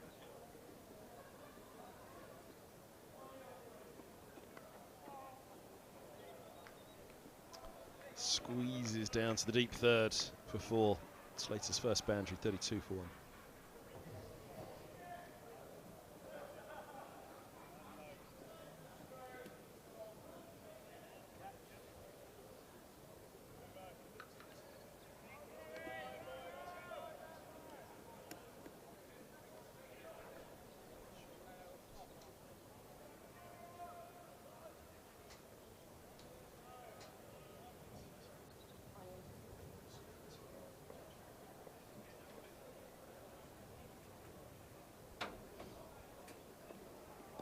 Lovely from Roland-Jones past the edge. Persisting from over the wicket. So this is the orthodox way of bowling at left hands, but actually it's become the unorthodox way to bowl to the middle. Default is now round the wicket, isn't it? It was just slightly odd to see Broad over the wicket for as long as he was today. Yeah. Picked up Holden right arm over, didn't he, clipping to mid-wicket? Yeah. He thinks it's a real radical move.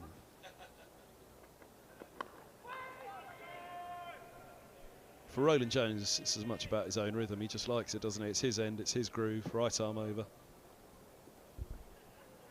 I don't know. You see rather more rhythm than I do. Okay, but I guess he doesn't bowl round the wicket very much at all, does he? No, neither he nor Murtagh. And indeed, that Essex match, it was Ryan Higgins who opened up the start of the second innings from the nursery ends with 2 left-handers, and he opened up immediately right arm around the wicket to Cook and Brown. And I assume that was the reason, because it was talked about on the first day that Roland-Jones and Mercer just don't come around the wicket to the left-handers, whereas someone like Stephen Finn immediately around the wicket.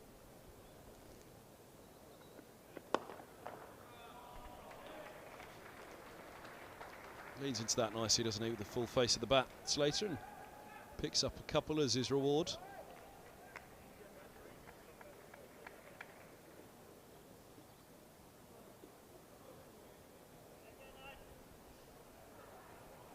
We haven't in this match at all seen him go around the wicket to a left-hander on one occasion, I don't think, Roland-Jones.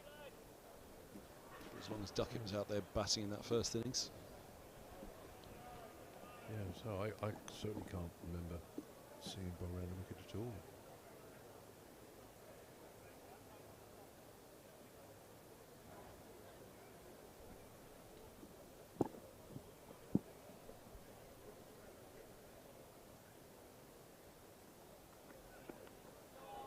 Edge just short.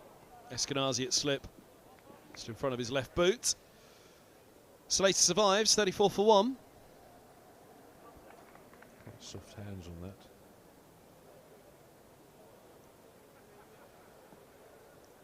Didn't go hard at it, did he? If he'd have gone harder at it, then that would have carried.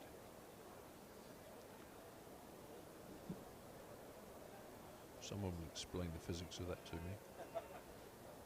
Probably my son, actually. He'll tell me. But it seems counterintuitive to me. The harder you go at it, the faster it gains pace the other way, or seems to. You'd have thought soft hands would be less of a friction.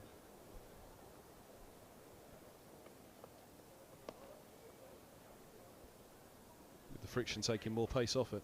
Maybe it's the angle of the bat. I don't know. I'm sure there's a perfectly logical scientific explanation for it, which would be way over my head. I suppose cushioning a blow. Would it be along the lines of that?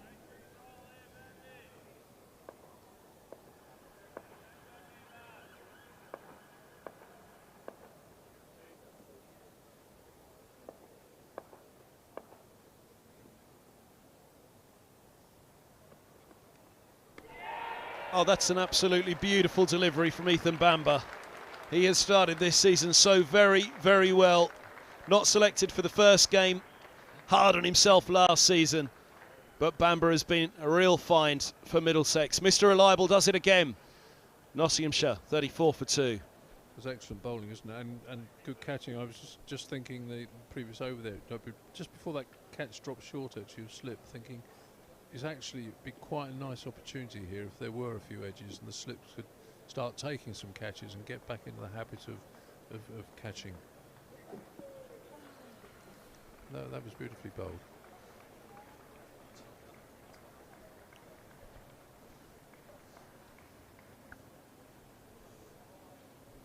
So far forward, isn't he? You see him overbalancing, stretching him for it there, that back foot coming up a long way in the air. It's kind of so far forward that you wonder, had he just been orthodox in the crease, where, you know, how he would have played that, whether he would have played a missed it or would have played it easier. Really going looking for it, wasn't he? Look. But lovely bowling nonetheless. Yeah, super bowling. 2 down, both openers gone, 34 for 2. And out to bat comes Montgomery at 4. We were talking a little earlier about how Ethan was one of the few players that went abroad this winter to, we think, Adelaide to play great cricket out there, and I like to think that it's showing now in how he's bowling. His bowling's what I've seen already. It's on the spot. It's more relentless. It's probing, accurate. And winter bowling, you know, in quite tough conditions for bowlers. That's why you go to learn to bowl on good pitches. Yeah, rounding your game, there's nothing bad that can come of rounding your game like that, is there? Again, we talk about the finishing school being English cricket, championship cricket for overseas. Yeah. Similarly, going abroad and playing in the winter. Montgomery's first ball. Moving back up the slope, Bamber. Montgomery was caught Simpson bowled Bamber for 9 in the first innings. 34 for 2, lead of 124. Both openers gone. Good calibre at 3 and 4 as well, but not quite the same calibre as numbers 1 and 2 for Nottinghamshire. And if Roland-Jones and Bamber at the start of this spell. Ooh, just catching that back hip. Ouch. It's a nice replay, isn't it? Not if you're Montgomery.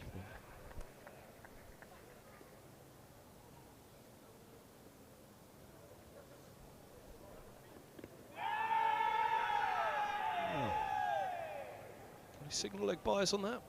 Looks as though he's in the mood to signal something. The umpire, he does.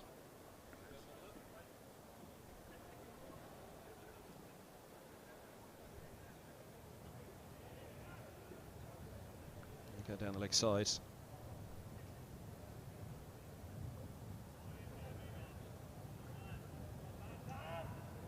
Montgomery averaged 46 from his 8 innings last year. 1 century, 150.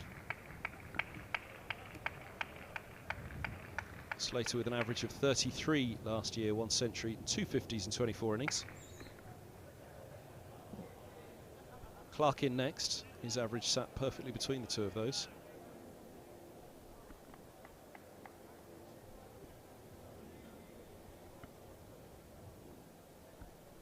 Averaging 33. 35 indeed, my apologies. For 5 50s, but yet to register a century.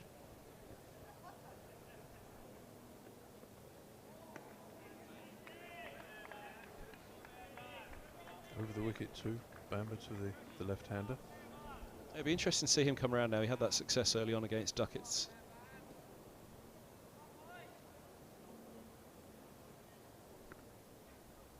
In the first innings. We've gone from this nursery end, and it's slightly easier to bring the ball back into the left-hander from over the wicket anyway, because of the slope, the angle of the slope.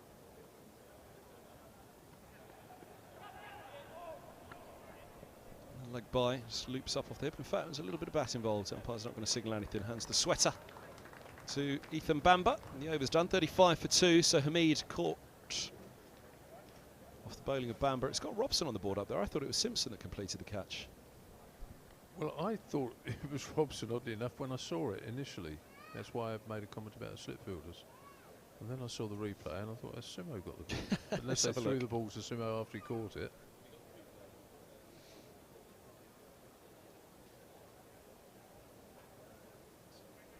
Here we go. Let's have another look. Oh, Simpson. Straightforward to Simpson, yeah. How weird. Don Shelley's obviously listening to you, Sov, up in the scorer's box. He's got an earpiece in. Listening to the maestro. Well, they're in disagreement, the boards up there at the moment. One's got Simpson, one's got Robson. Now, outside the line of off. That front pad was just on the move slightly when he was struck, and that was why I hesitated. The instinct was outside the line of off, but just that movement. Yeah. Batters are very good at getting that pad moving after it's been hit as well. Yeah. There we go. This is the end, which is in line, more in line.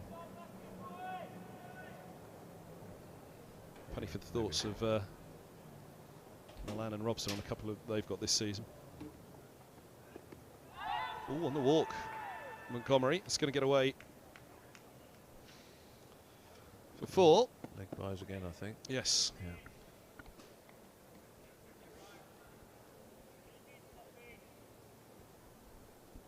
The lead is 129.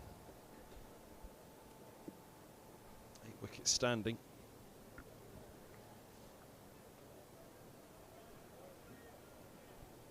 Again, if we knew there was going to be a full day tomorrow, got to have a little bit of excitement here, wouldn't you? Big game on, Middlesex a chance to get back at them.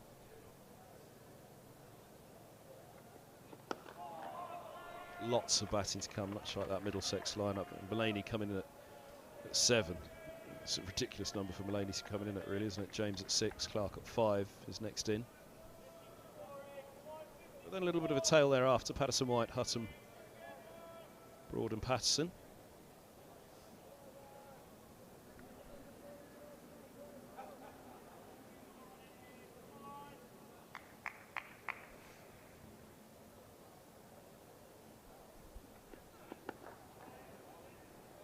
Time nicely.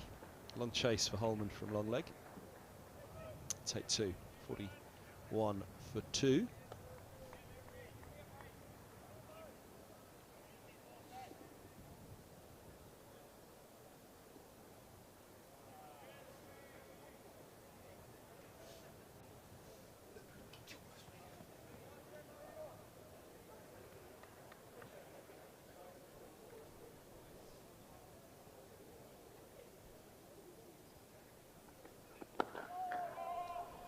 Southgate Productions on the live chat has a fair and reasonable question, I think.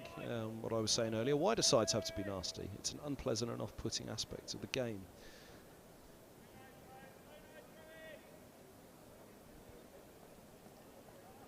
I'm trying to think which. I mean, is that a general question, do you think, or is that? Well, I guess my immediate answer would be the elements of nastiness and the aspects of it. You know, there's nasty in terms of you've got to be aggressive in sport. You've got to be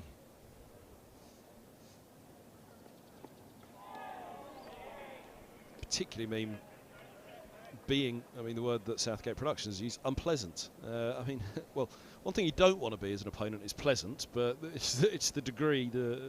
I dislike on-field abuse immensely. Abuse, sledge, again. I don't even like that. It never had any effect one way or the other on me. I didn't sledge people. What's the point? You're sledging with Richard. What's the point? What? No, seriously, what's the point? Well, it's going to come back at you hard if you do. Yeah, and if you sledge people who aren't very good players, then you're just bullying, aren't you? I don't like that either.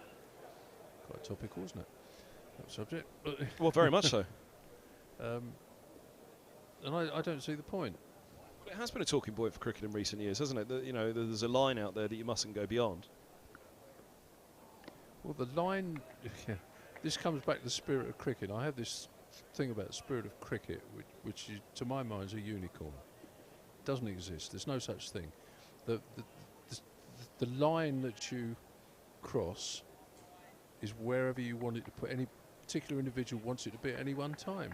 That's a line we know not to cross. Yeah, but you made the line. So it's a line that suits at that yeah. particular moment in time as well. It just asks people to be decent people, I think.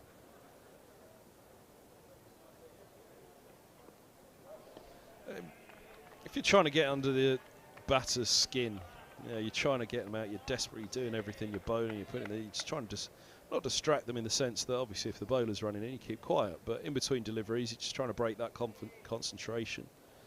I'm a great admirer of what the New Zealand Black Caps have done in recent years. They've shown it's perfectly possible to play the game well, world champions, to play the game well and be generous to people and enjoy the game for what it is.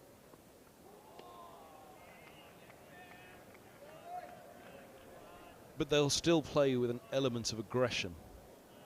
Of course you can be aggressive, you can be competitive, but you have to be nasty with it. Maybe I'm being a dinosaur there. No, I don't believe I am. But no, I don't think you are. It's the definition of nasty, isn't it? Nasty is probably the wrong word, isn't it? It's the aggressive intent to win the game, and I guess that perhaps is a clearer line of definition for umpires and guardians of the game. What's acceptable language? Well, it's where it starts as well, isn't it? You'll have seen that statement we put out on the Middlesex website about an organisation we were in dispute with and about something that they put on their website. It's teaching kids, suggesting sledges to kids. Well, I'm sorry, that's not acceptable in my book.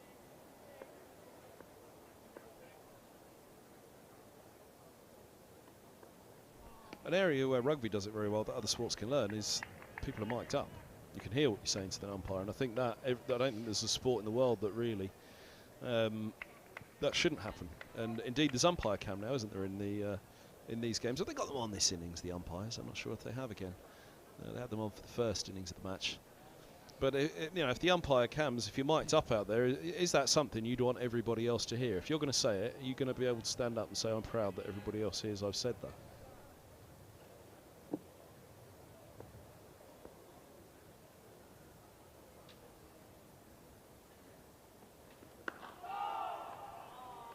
Well, you and I both know that supposed sledging, the things that people quote as sledges are mostly things that somebody's made up and thought, "Oh, that'll make a funny line, I'll call that a sledge. Somebody once said it," and they never did say it. Most sledging is just somebody swearing at somebody. That's what it is. Yeah. But when I think of a nasty bowler, I don't think of a nasty bowler being somebody that has necessarily said a word. I think of nasty in terms of, they're pumped up. It's nasty to face. Michael Holding never swore at anybody. Curtly Ambrose never swore at anybody. Oh, goes past the edge there, Roland-Jones. Now, but the point with Middlesex is they, which is when I said it, it's been often said they could be a little bit nastier as an attack. That sometimes it's a little bit nice. A nasty attack. You want to intimidate a batter, not by your words, but by your performance. And you can be a nasty attack in your performance.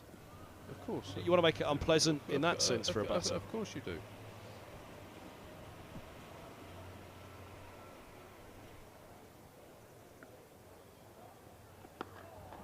I think we're both in agreement, other than wording, that I use the word nasty, and I don't mean nasty in terms of what you're saying to an opponent. It's semantics, isn't it? But it's.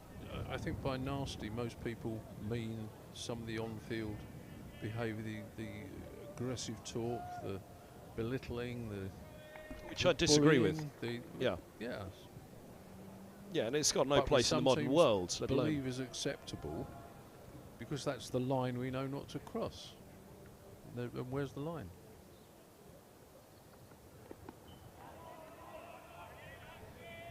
One of the phrases, chirping. You'll hear chirping in the field, and in fact that was the Mitchell Johnson and Jimmy Anderson. What are you chirping about now? And Anderson picks up the wicket, and chirping in the field. Come on lads, he's not getting forward here, is he? I have no problem with that.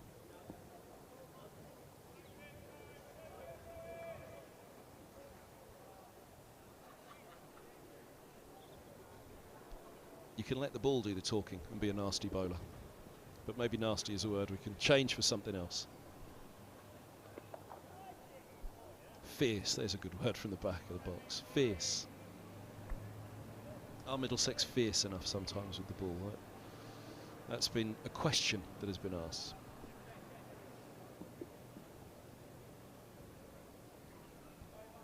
So the second part of Southgate Productions' point, it's an unpleasant, why do sides have to be nasty? It's an unpleasant and off-putting aspect to the game. Now that is part of it. That's what chirping Well, that's is. what it's for. Chirping's Yeah, to be designed off-putting. Isn't it? But chirping's to be off-putting, isn't it? And we both agree chirping, I think, is acceptable.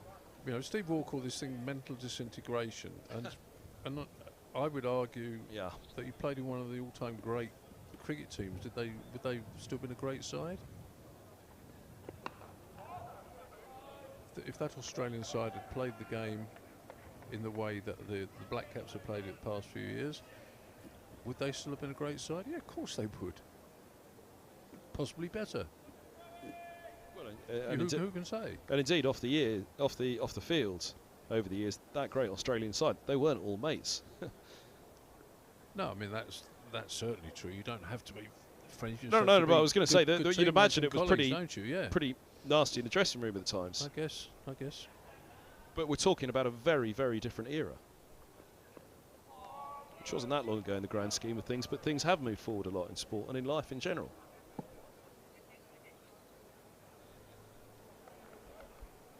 But thank you, Southgate Productions. It's an interesting talking point you've said as well. I enjoy it. Well, no, it has. No, but I think it's a good and it's a healthy one, isn't it? Because anyway. No, I agree fully, and it's important to talk about these things, isn't it? Because it is, something that certainly, to talk of another sport at the moment. There's a huge talking point in football. One of the heads of refereeing in football at the moment said a referee is going to die in this country if things don't change. We've seen it in Holland, where a referee was attacked after the game and died. There's an awful lot of talk about respect on and off the field in all sports.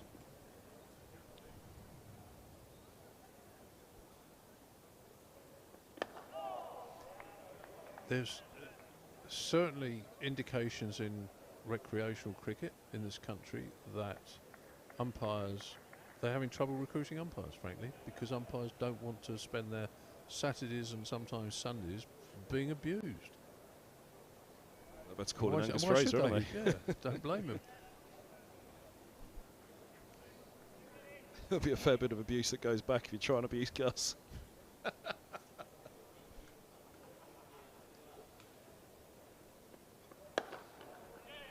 Nice shot. 2 in on that onside. The silly mid-on you'll see in shot. There's also a shortish mid-wicket as well. Not far away, but that's a beautiful shot. Straight back past the bowler and leaving mid-off and mid-on with a chase. Picks up a couple, Montgomery.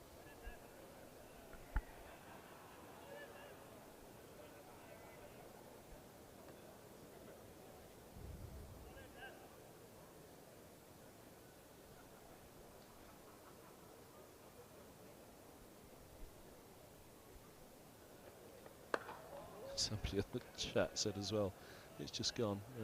Oh, there we go. It's Don Hector. You can't be called Toby and be nasty. Although there was a very good reply to it. Was it Mr. Steve? Toby the Tram from Thomas the Tank Engine was pretty temperamental.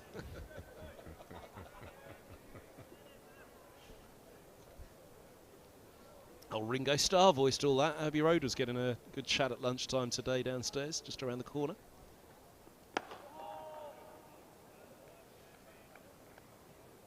Which one I'd have been? I'd be Thomas, probably. Tank Engine.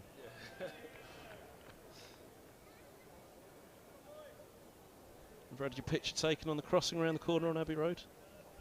No,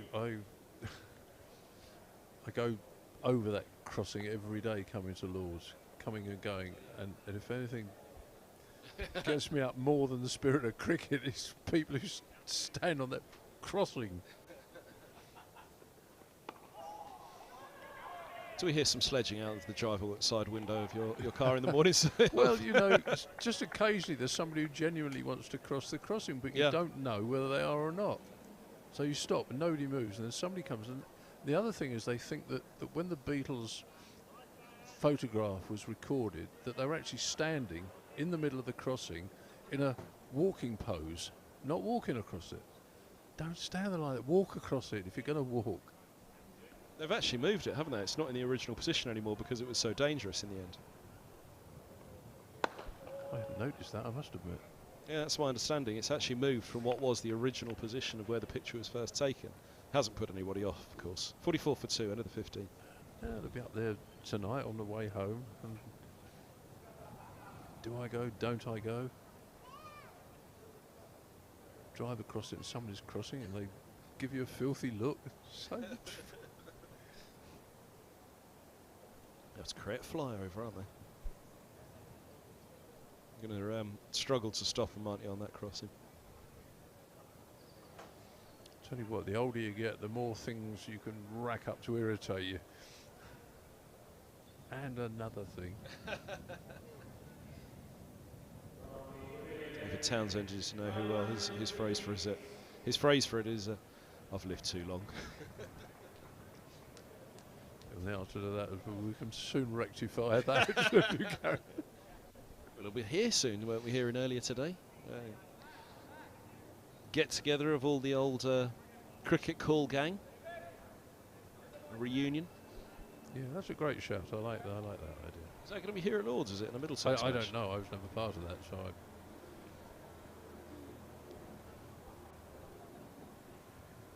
Ryan Higgins into the attack.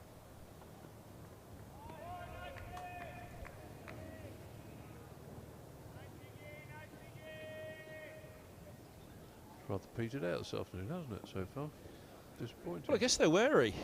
You know, again, we talk about playing for the rain, don't we? But you know, if Nottinghamshire were to lose a couple more here and find themselves 134 for 4 effectively in their second innings, and it's a full day tomorrow, then then this game turns on its head, which is a shame, because as you said, you know, really the wicket of Duckett was the big one in this innings, wasn't it? If he's there, then they're scoring at a quicker rate. It's dropped to the lowest of the match so far, really, hasn't it? 2.87. Yeah, threes. It's kind of got the element of seeing out the day, isn't it? What have we got left? 35. Yeah, still more than a session to go. It's a long old way, isn't it? Yeah. Toutlaw says Crawley's 100 today will keep him in the England team for the whole summer. Let's have a look at some of the I think scores. if Crawley got 0 today, keep him in the England team for the summer. Don't worry about that.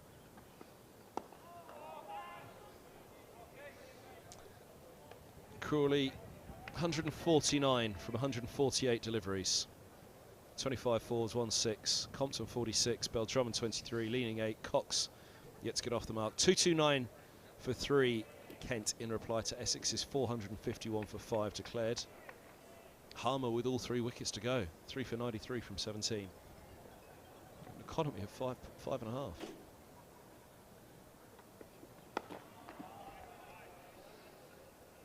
As we know, Hampshire beat Northamptonshire by an innings and 270 runs. All out. Northants, all out for 63. And Somerset a 40 without loss, trailing Lancashire by 73 runs at Taunton.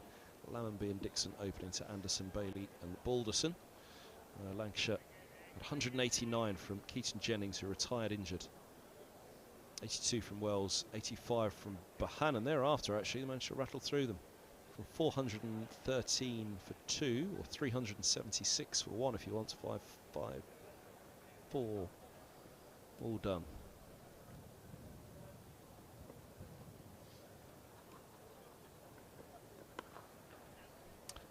Opening the face, Slater will pick up a single. Deep third, Peter Milan. Slater's on to 8. 45 for 2 here. In Division 2, rain delay at Cardiff, 153 for 5. Glamorgan in reply to Durham's 471 for 9 declared. Yorkshire need 172 more to beat Sussex at Hove. They're 31 for 1 now, 170 more to win. Bean bowled McAndrew for 3. Lyth has 22. Shaquille has 6. And Sussex are all done for 137, as Best picked up 3 for 36, 2 for Fisher, 2 for Thompson, 1 apiece for Code and Edwards.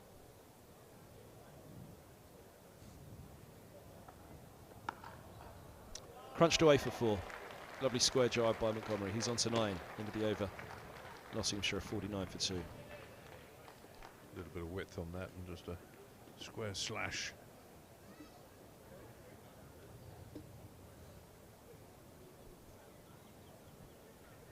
49 for 2 here.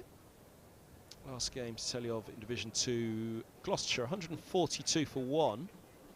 They lead Worcestershire by 216 runs. In fact, they've just lost another. Bracey's gone for 51. Court Cox, bowled Tongue. Same combination, getting rid of Harris for 26. Dent still there on 58. Hammond with him now. New Road. And Sunrisers have won by 126 runs. Bowling out the Southern Vipers for 162. That's a great start to the season for Danny Warren's side. That's terrific. That really is good. They struggled so much before.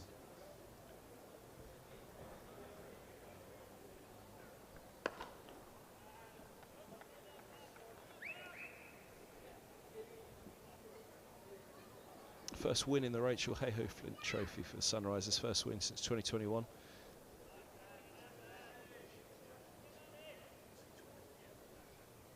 They'd beaten the Vipers in a T20 friendly at Radlett last year. That was when the Vipers were warming up for finals day. Sunrisers beat them. Today, it's a really comprehensive victory.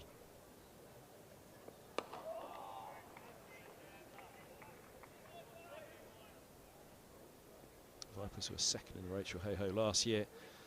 They lost the toss and Sunrisers posted 288 for 7, electing to bat. Villiers top scoring with 70, Grucock 69, Scrivens gave him a great start on 67. The Vipers had 57 at the top from Bouchier, 24 from White, 24 from Monaghan. A little uppish from Slater, who just checked it in the end. He was nearly through it.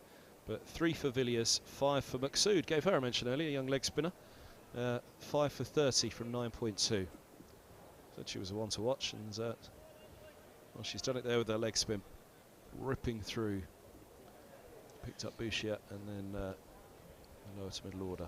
I think wrist spin is the way to go for women cricketers, you know, because so often you need big fingers to be a spinner, long fingers. To be a finger spinner, obviously, it's in the phrase, isn't it? Finger spinner. Wrist spinner's different, and you can't grow longer fingers, but you can get stronger wrists. And I think if you learn to bowl wrist spin, I think wrist spin could be the dominant form of spin bowling in women's cricket, or perhaps should be. There's a first 5 for Sunrisers, picked up by Maqsood. You get the exceptions. I think Sophie Eccleston, I think she's got quite big hands from what I've noticed. Pull for just 1. Slightly 50 smaller up. cricket ball you're using.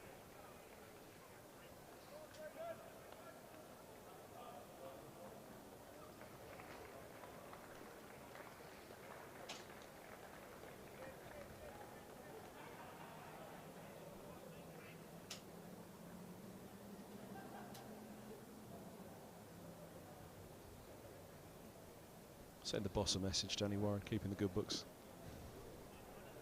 Regional Director of Sunrisers Cricket. Amalgamation of Essex, Northamptonshire and Middlesex.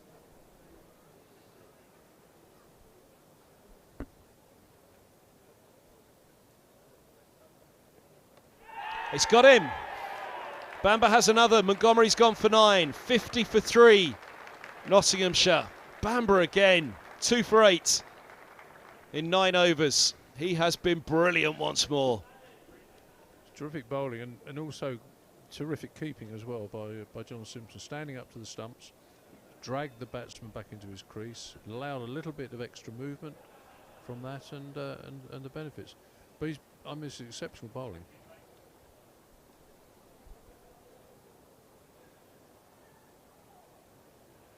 He's the epitome of line and length bowling, isn't he, Ethan Bamber? He is. It's lovely to watch. You know, he's scarcely strayed off that line or that length.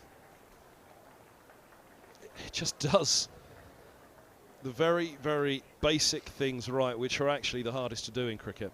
You know, I've used the golf analogy before, but bowling is the best bowlers have repeat actions, just as the best golfers have a repeat golf swing.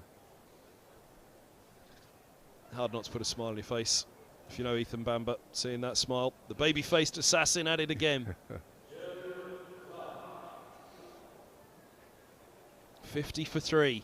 Lead of 140. Again, if the weather forecast is wrong, we could be in for a belter of a final day on this game. Let's hope it is. 34 overs remain today, leading by 140.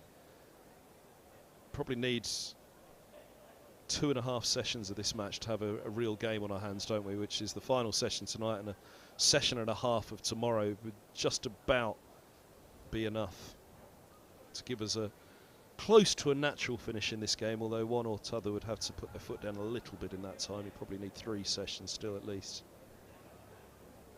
for it just to take a natural pace to a conclusion.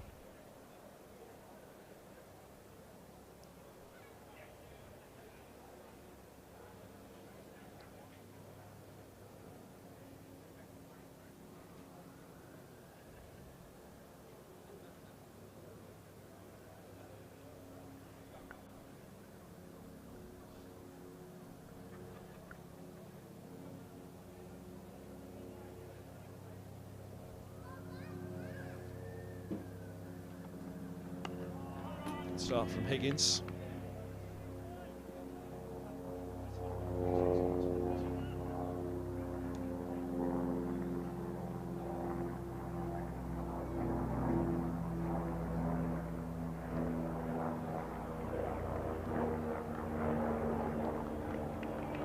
Wraps up warm in the background there. Use from our camera folk. It's a little nippy out there. Skirts away off an edge. Slater is into double figures.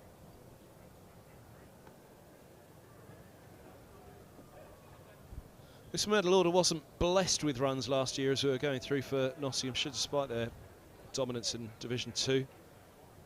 Montgomery, the man out, was averaging best of the 3, averaging 46 from just 8 innings. But Clark averaging 35 from 22, Slater 33 from 24. I mean, it's not bad.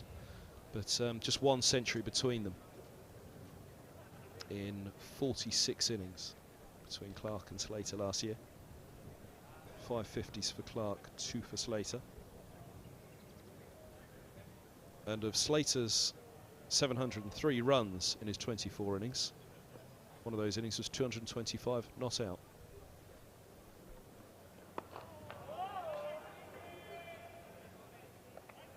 It's a very different card. Do what you want with statistics, can't you? But it's a very different looking stat if you take that innings out of it. I think you asked me yesterday about memorable Nottinghamshire matches that I played, and one I do remember is where a similar situation actually with Derek Randall scored 200 and 100 in the game, and he only scored 600 runs all year. Edge short. Robson low to his left, trying to get across in front of slip. It certainly wouldn't have carried to a right hand of Eskenazi. Only just short. Was it short? Indeed, it was almost all together. Could he have got his fingertips underneath it?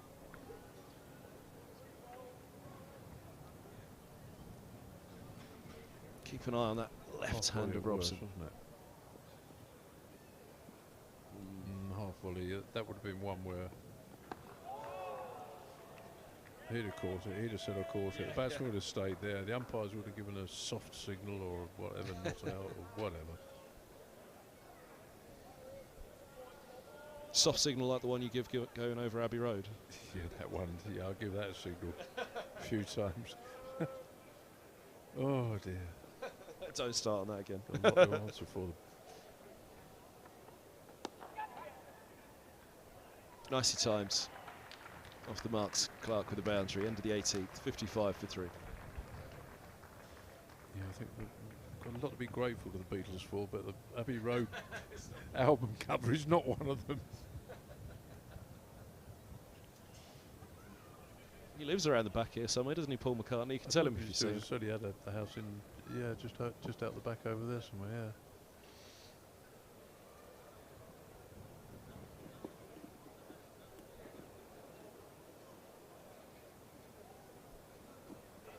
Mullaney, who's in next, who mentioned the averages, he's averaging 52 last season from 21 innings. 3 centuries, one of them here. 4 50s, one of them here. 993 runs. For the Bury-born, not skipper. Second slip just tightening up there for Bamber. To Slater, who remains right arm over.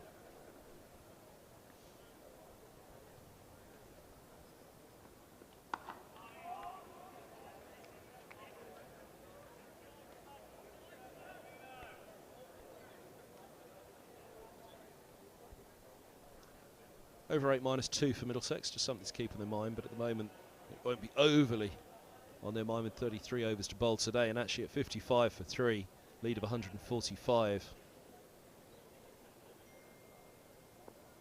As your old mate Sir Geoffrey would say, put 2 more on the board now.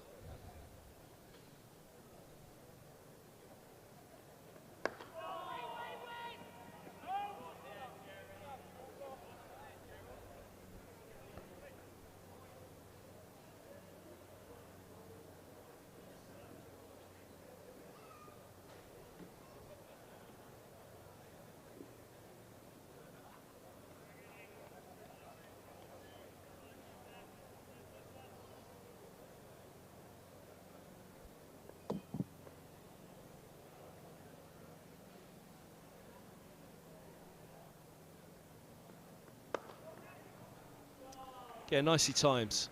Get a couple here, Slater. It's a big old boundary, so it'll be cut off. In regards to one of our earlier comments, Shanba says, if only we could have seen Bailey and Chanderpaul back together. Facing in diametrically opposite directions, wouldn't they? It'd be interesting to see a batting To masterclass. reiterate, it's not how you stand; it's where you are when the ball comes down. And Peter Willey similarly. Kim Barnett. Yep. In the air, put down. Sprawling attempt at mid-off from the skipper. Just eluding him.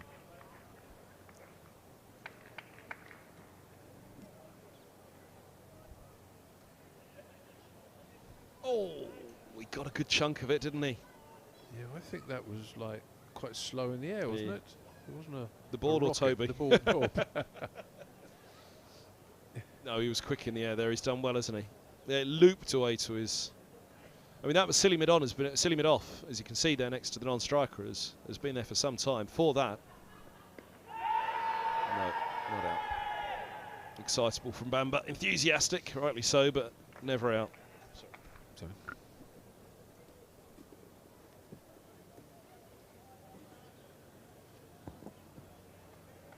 Well, not out for me anyway, self.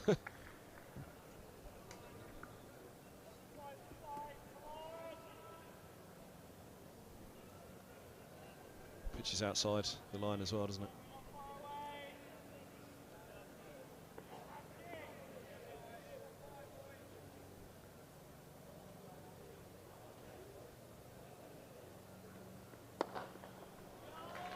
Yeah, Stover pitched on that one. Enthusiasm getting the better of Bamber at the end of the over. 63 for 3. The leads passes 150.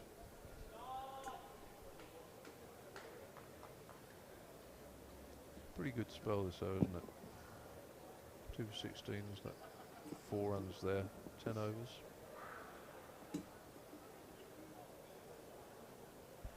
You really couldn't ask for more from Bamber in this spell. And similarly, I thought his first innings, he was a little unlucky, wasn't he? Again, straight away 8 runs. There was the Duckett one that went through slip and keeper, and the next ball was driven for 4. I think he's looked the part from the first ball he's bowled for the summer.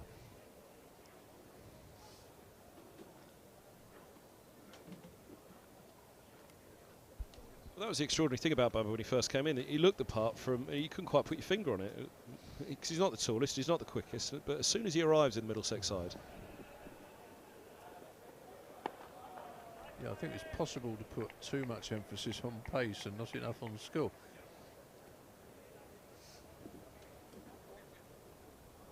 And his skill is his repeatable. Yeah. You know, if it sounds like stating the obvious, but if you bowl 6 balls in a challenging area as opposed to 3 balls and over into a challenging. You've got twice as much chance of getting somebody out, haven't you?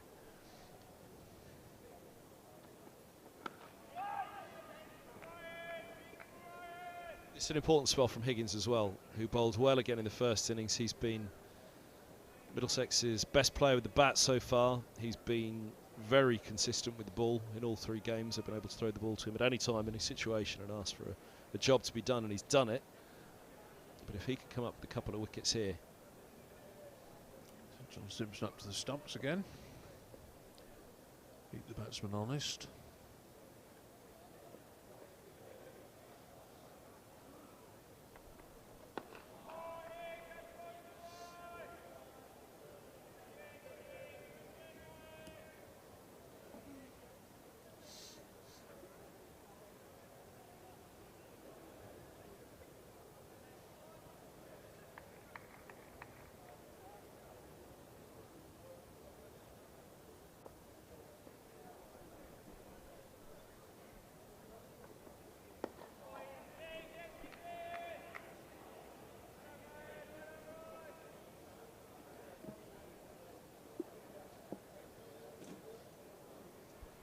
Right, so Alex Barnett, who says greetings from San Francisco. Shanba confirming, tuned in for live cricket. Only way I can get live cricket is through live streaming here in Belgium. Mex says, and here I am watching in the exotic locale of Uxbridge.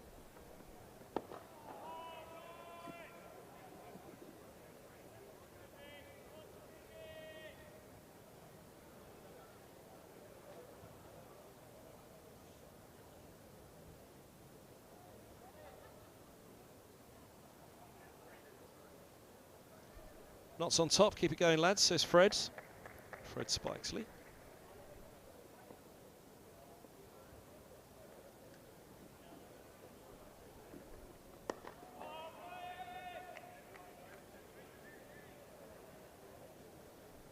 .63 for 3, end of the 20th. Still 31 to go today, so basically a session still to be had on day 3, and as such, we're short on time in this match. Nice way to spend a Saturday evening.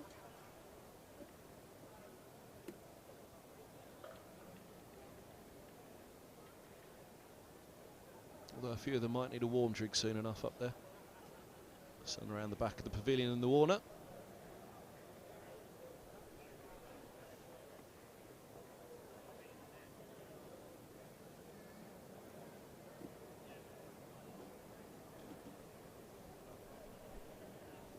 Martin Anderson into the attack, replacing Bamber, who has bowled a tremendous spell. And, well, said it was a big time for him with the bat earlier. This is a big spell with the ball as well for Anderson. If he can produce something here, and he actually needs to going into the next match, you know, not wanting to dig out a player, but there's some serious competition for places at the moment for Middlesex, isn't there, with Helm and Mercer on the sidelines.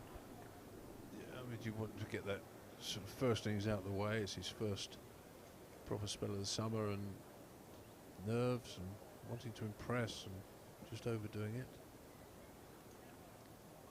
So he's just relaxed a bit more.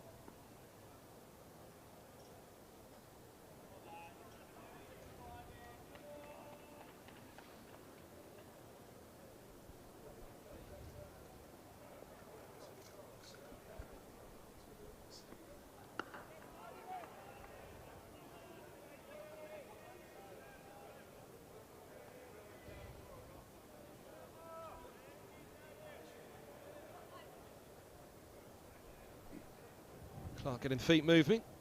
10 deliveries faced so far, laying it down to have a chat.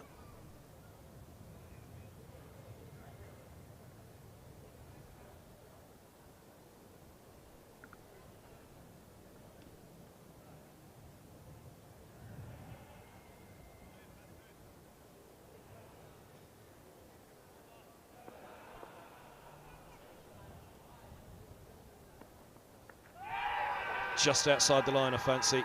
Bamber's, Anderson's pleading, imploring the umpire to put that finger up. I think he got a good stride in there. I was to say they're not getting those ones, though, are they? Oh, actually, hold on a minute. Yeah. Goodness me, they're not getting them at the moment.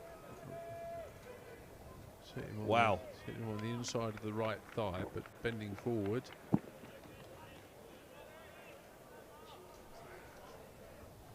Yeah, they're feeling they're not getting the rub of the green with the LBWs.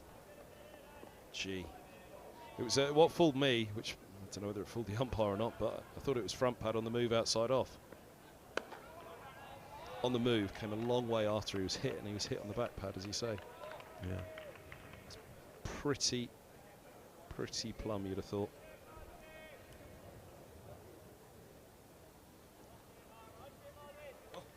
Hit him on the right thigh, but actually He's rubbed a lot higher up leg than where was it hit him. bent, yeah.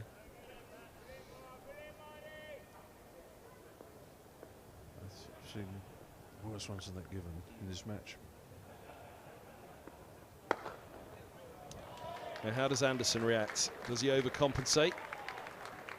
Roland-Jones with a hard chase here to keep that in, which he does. They've taken 3.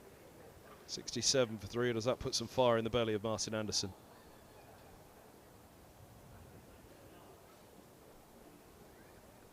The quickest of the Middlesex attack. Although I don't know, I think if Roland-Jones bends his back still, is probably keeps a yard back nowadays, doesn't he, Toby? Anderson was always regarded through youth level as an 80-mile-an-hour bowler, but didn't quite push it through at the same pace anymore because of persistent back injuries.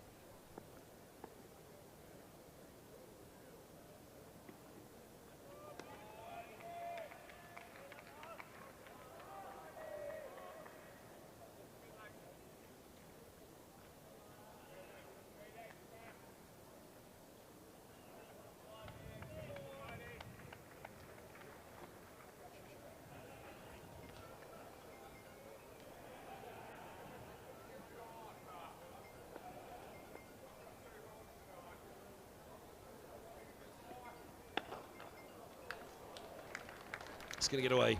4-2 in the over. It's too much width from Anderson. Long half volley. Too much width and too full. 71 for 3 it is. I'm going to look again in a moment. That LBW appeal against Clark. We'll see where he finishes afterwards. He's falling over outside of the off stump, and that's what fooled me, that I thought he was just struck on the front pad outside of off. On first look and thought not out, but boy oh boy, look at this.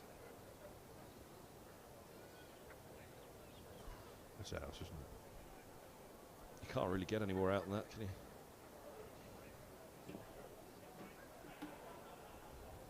I mean, you see he's rubbing up high above the NCC on the trouser there, where it hit just below it.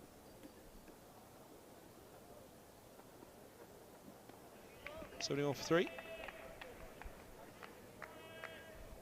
Anderson going through the action in front of us.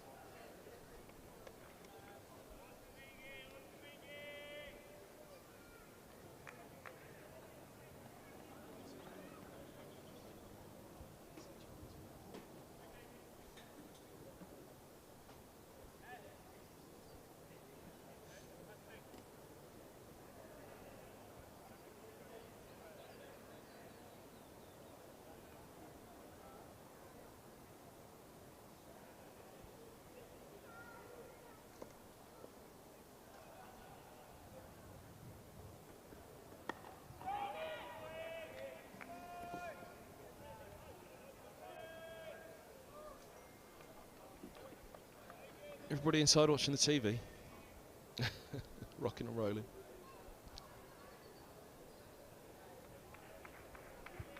A couple of rough decisions of late.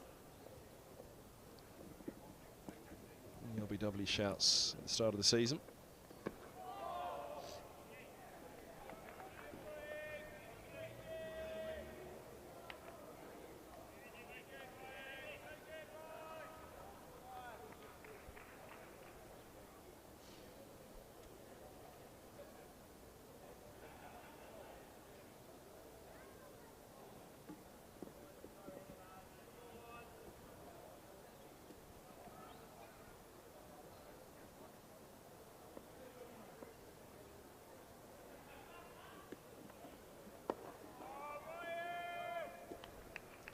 Higgins as tight and economical as ever.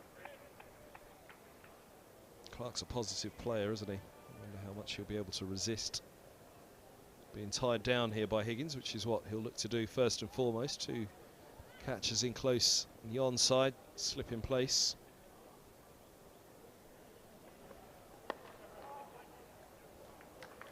It's away nicely. Alleviates a little bit of pressure as Clarkson's double figures.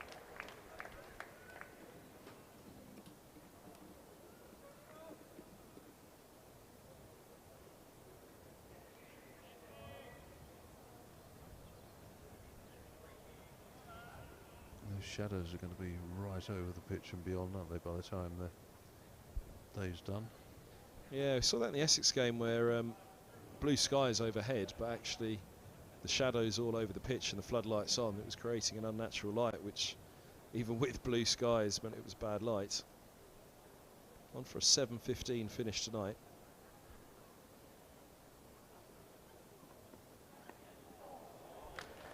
Edged away and 4 more.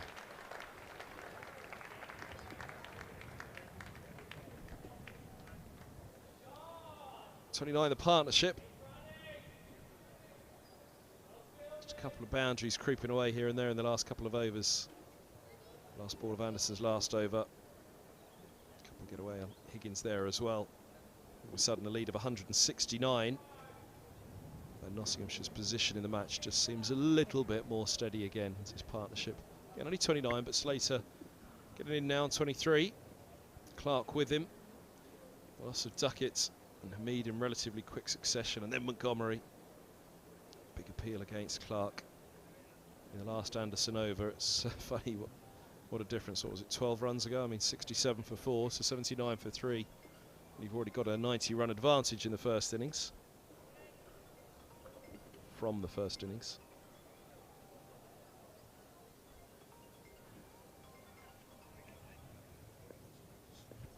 So just drag his length back a little bit now, let's see him.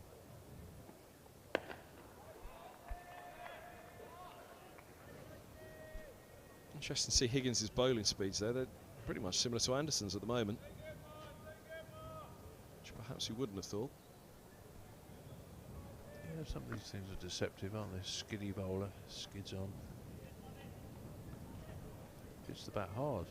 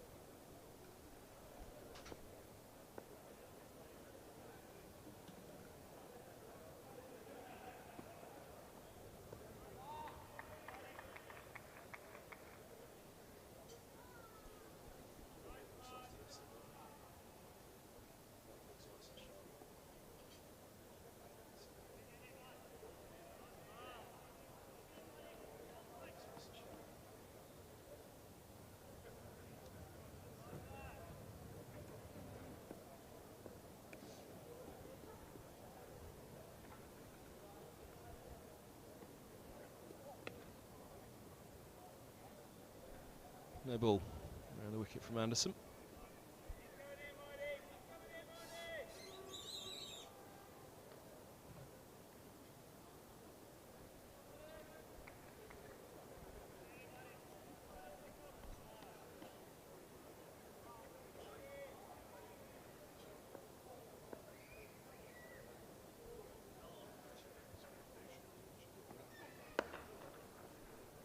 Just a single for Slater.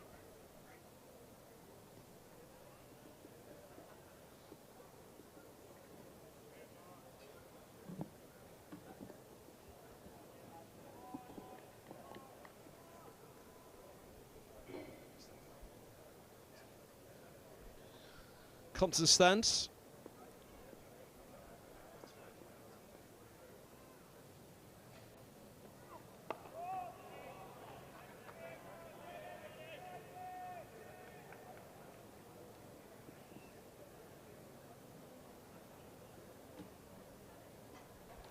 Just solidified Nottingham's position. this match again, Clark and Slater here. Again, fine margins, but certainly at 67 for 3 when that big appeal went up against Clark. Just wondered.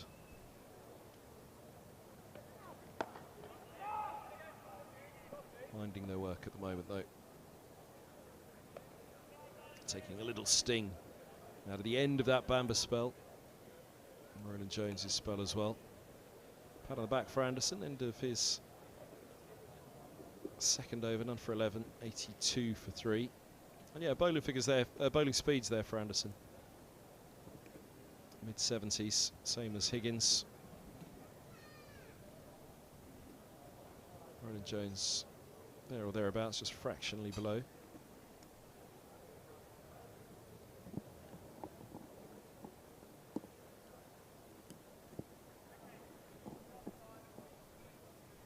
Higgins full of skill, plenty of accuracy. Usually an outstanding economy. It's going up just above 4s at the moment.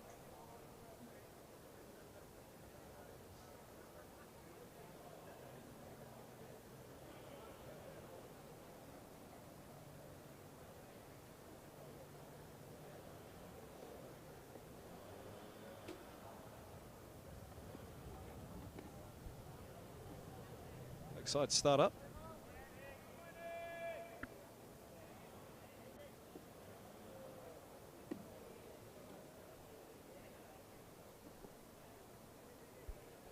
Nottinghamshire obviously not thinking about that weather tomorrow. We did wonder whether they'd go out and go after Middlesex in this innings.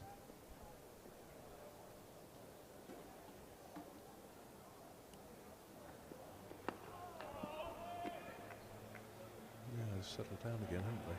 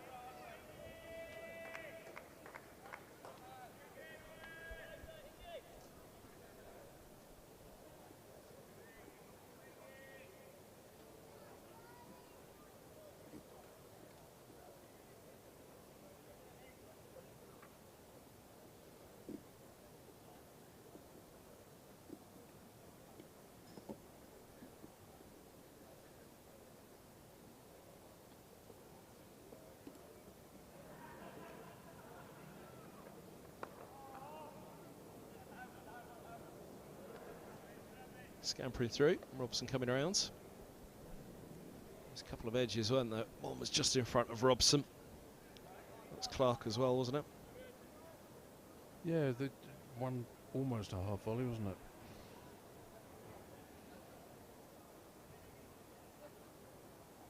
The ball nearly 24 overs old now, so just starting to lose the lustre that it had when it was a new ball.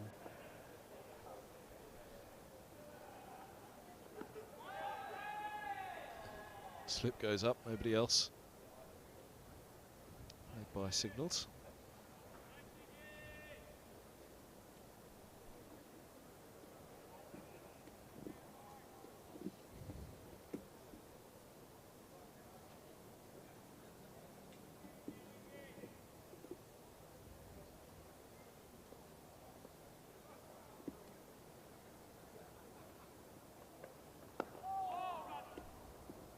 Higgins around the wicket, challenging the inside edge there. End of the over, 84 for 3.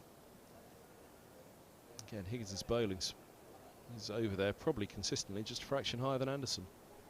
Yeah, he's got a good body action, good strong action. Skids on, hits the bat hard.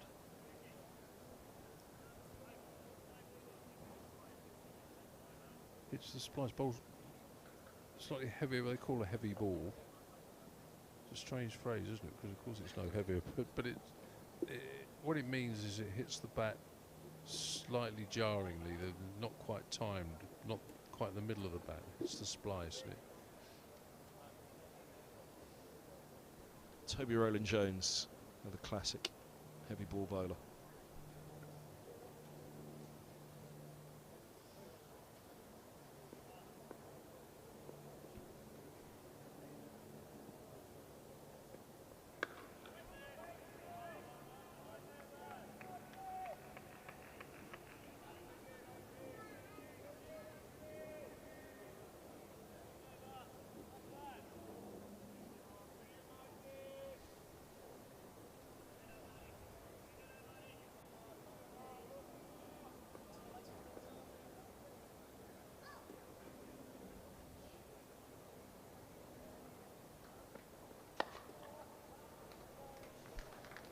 It'll be a boundary.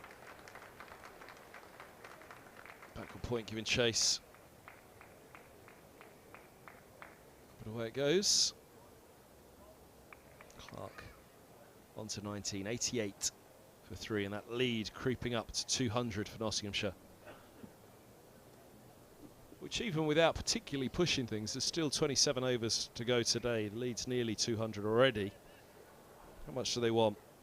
Are they to take 8 overs at Middlesex tonight, 20 overs time? Be nearly 300 ahead if they got on with it, if Mulaney came out.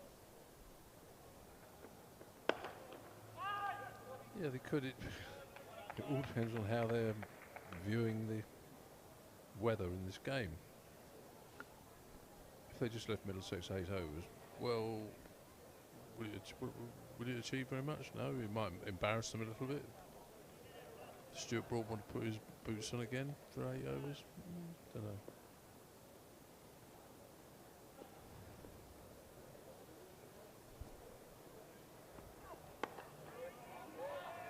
It's better length. It's just, I suppose you can't quite expect it at the moment from Martin, because the cricket's just not been there for him, but you just want to see more consistency.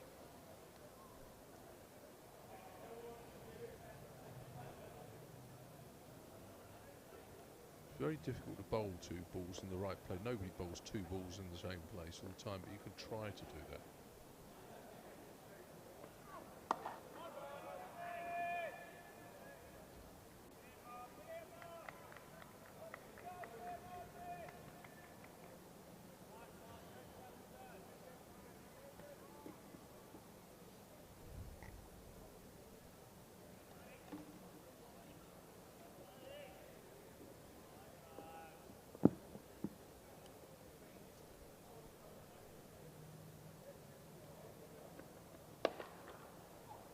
Just having a very quick look at the scores elsewhere, as it's 88 for 3 here at the end of the 25th. Yorkshire still need another 142 to win at Hove. They're 59 for 3 now. Bean bowled McAndrew for 3. Shaquille caught Clark, bowled Hudson Prentice for 6. Milan caught Carter, bowled Hudson Prentice for 2. Shy Hope has 10. Lythe not out on 34. How many overs do they have left there? Similar situations here with the weather, I imagine. Yes. Well, that's true, yeah, goodness me. I guess that forecast is so bad it's anywhere in the south tomorrow. Possibly nationwide, is up against it. Ollie Robinson playing in that game, of course, isn't he? None for 16 or 5 in the second innings. He picked up 1 for 52 or 15 in the first. Hill, his only victim, bowled for 8.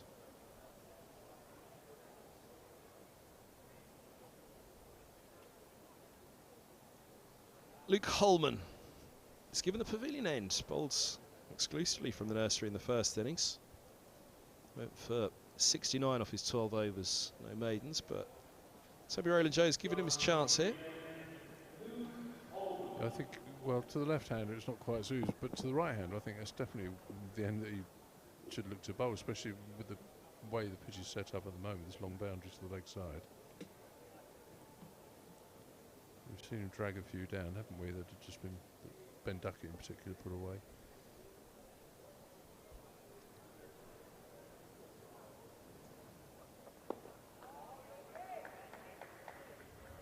Nice start.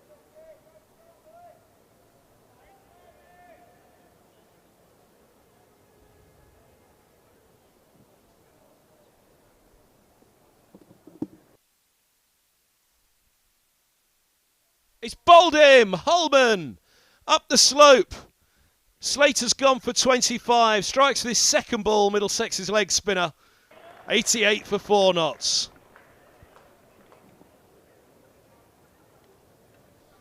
I don't know whether he got a little inside edge on that or not. My inkling was yes, but Maybe it came out of a foot mark, but it's well bowled. Obviously well bowled. It's bowled him. He was delighted with that too, Luke. He's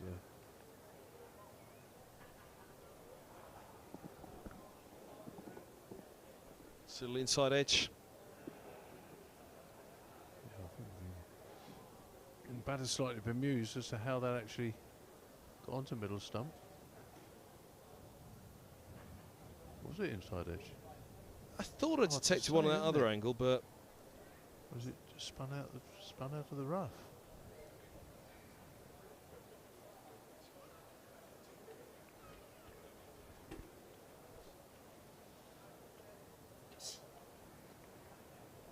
his angler just stretching outside that off stump. Did he get Holman's head? Denies us the opportunity to fully know, but If it spun to hit leg stump, middle stump rather from where it landed, it spun a long way. it's the harm to Higgins' dismissal last game here at Lord's, but he was from the nursery and off spinner turning it up the slope against the right-hander, and the leg spinner turning it up the slope against the left-hander from the pavilion ends. So here comes James, got himself 41 in the first innings before he was caught Simpson off the bowling of Anderson. 88 for 4.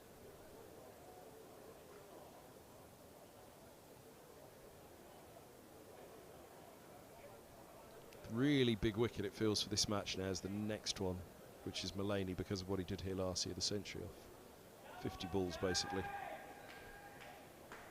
And out of nowhere put Nottinghamshire in a position to try and get, well, not out of nowhere at all, but in double quick time tried to give Nottinghamshire the time to win the game, but a lot of rain on that final day, seeing it ended in a draw. Despite Robertson's century, Middlesex were bullish that they'd have saved it, rain or no rain, in the final day, but a lot of cricket was lost on day 4 last year. There may not be a day 4 this year, we shall see.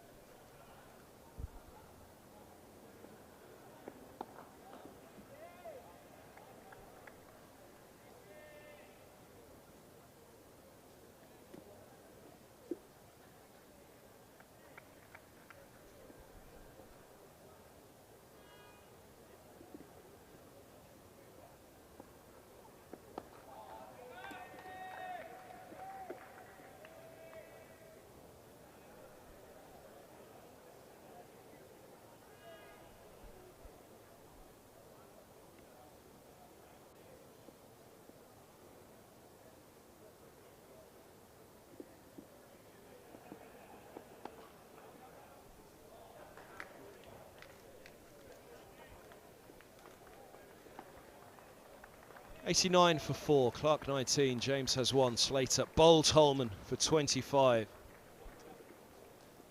Let's have another look at it. Holman's head's just in the way for the... It's very hard to pick out, isn't it? But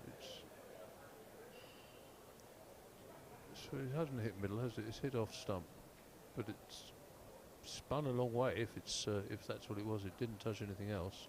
Well bowled.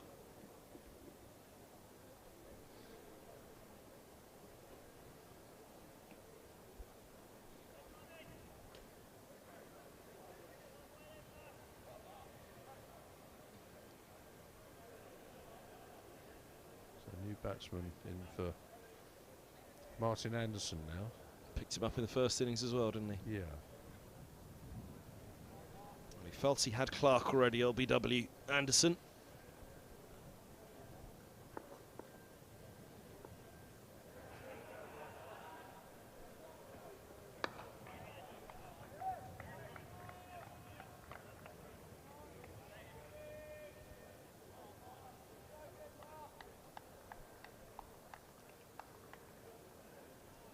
Yeah, it's a pity that LBW, because it does wonders for your confidence. Pick up an early wicket.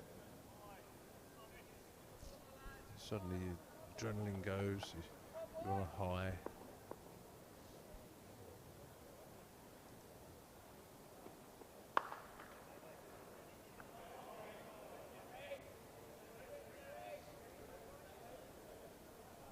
That was a shot Anderson got himself out to earlier today, wasn't it? Punching off the back foot, caught it backward points.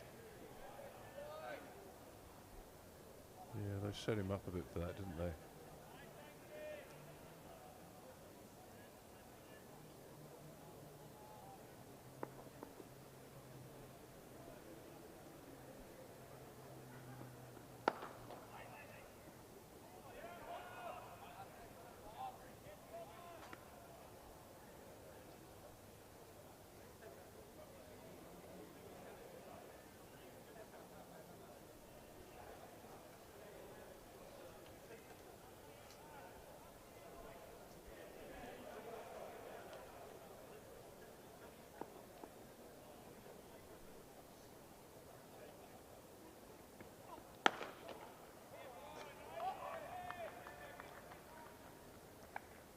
Better over so far. This so key now is to get out of the over world.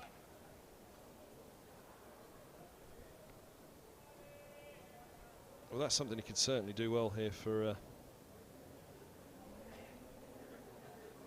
Middlesex, is hold up an end, Holman at the other end. Slow that run rate down again.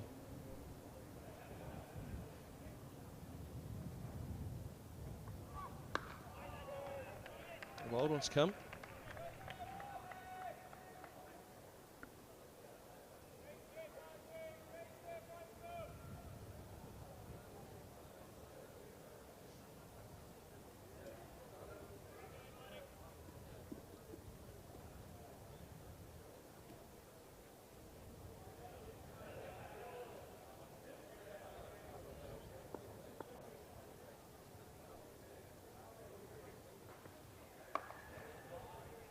Made an over. Rob Bowles much better.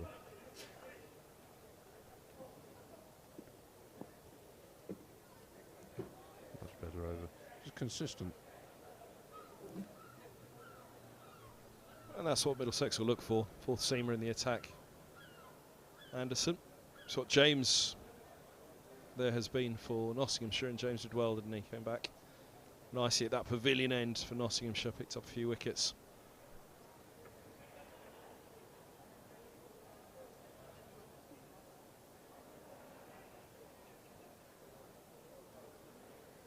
Field changes going on. Or adjustments rather than changes.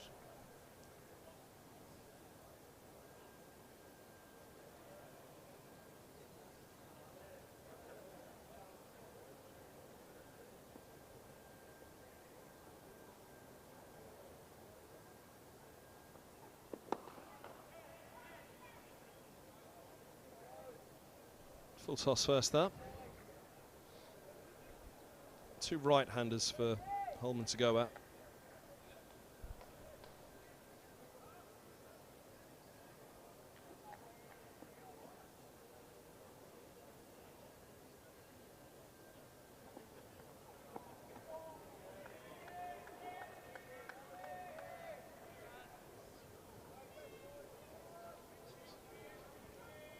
I worked the right-handers with the pitch where it is. I quite like the idea of bigger space on the leg side. Oh, full toss, put away. Is it? No, it's picked up extra cover. Did everybody. Good stop, Mark Stoneman. As such, he's trying to turn it up the slope here, isn't he, Holman? But the shorter boundary is to the offside. There's the spot.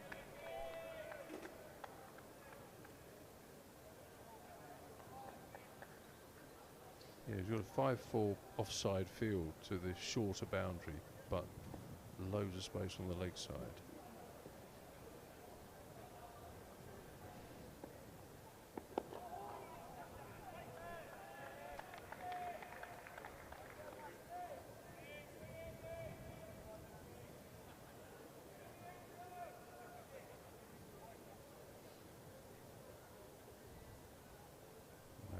back to the boundary, backward point now.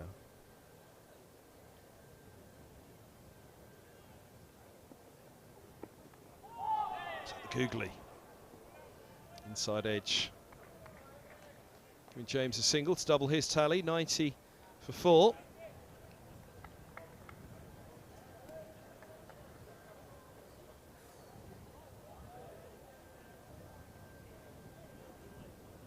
Straight on.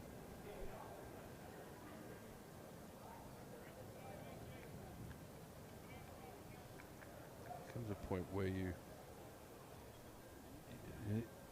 needs to decide whether he's trying to be a genuine big leg spin bowler with the alternative balls, or whether he's a top spin googly bowler with the occasional leg break. I think that's the key. I know that's what Ian Salisbury's been working hard with him at. He's such a high arm.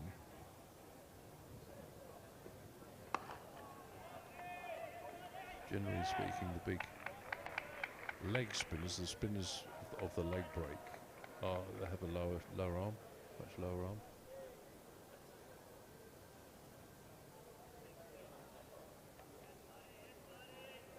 Tall, over the top wrist spinners, Anil Kumble in particular, for example, top spin and googly bowlers.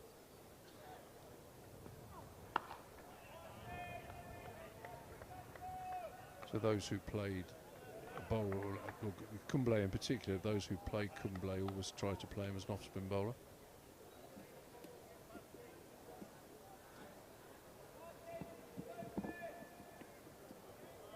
.600 Test wickets doing that, mind.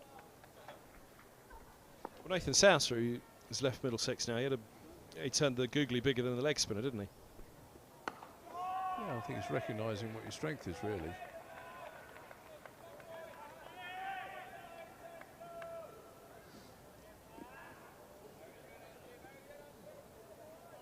There's some that we've seen, great wrist spinners, who had very little variation. They had not a huge leg spinner, not a huge googly, but they were able to bowl into that. Mushtaq was the case in point.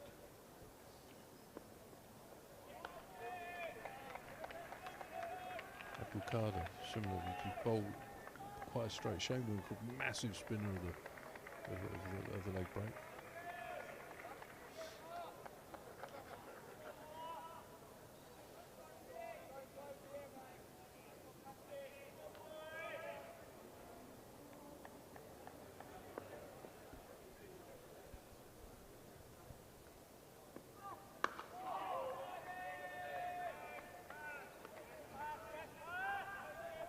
Shy of back-to-back maidens for, or ball shy of back-to-back maidens for Anderson. Gone for 15 off his first 3.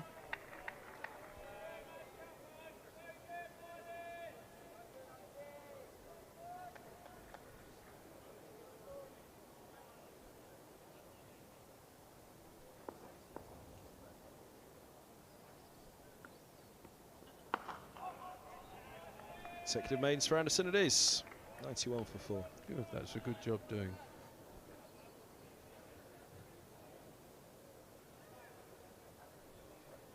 Again, it's a simple game from up here, isn't it? Obviously, that's what Anderson's trying to do, but you want him to be that kind of Ethan Bamber, repeatable.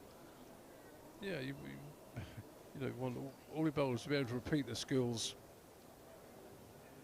you know, consistently, and the more you can do that, the more opportunity you have to take wickets.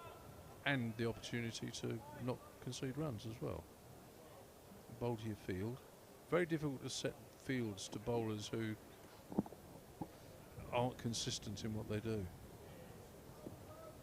You start trying to set fields for bad balls. You shouldn't be setting fields for bad deliveries.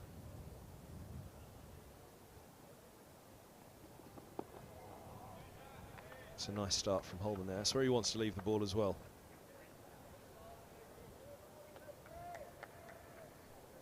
Just had to stretch a little, Clark, for that.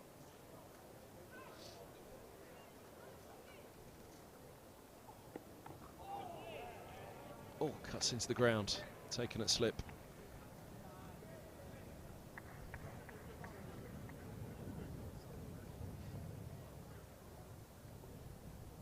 You'll have enjoyed seeing that bottom edge in play though, Holman.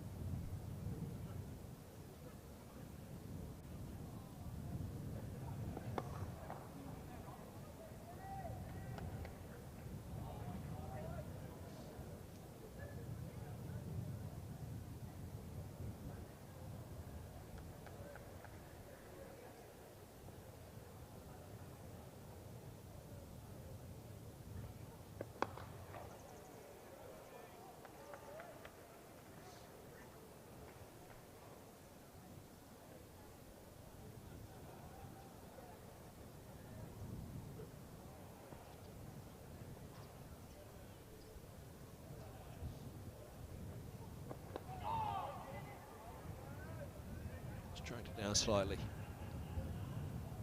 Only a single though. Holman's only gone for 4 off 2.5 so far.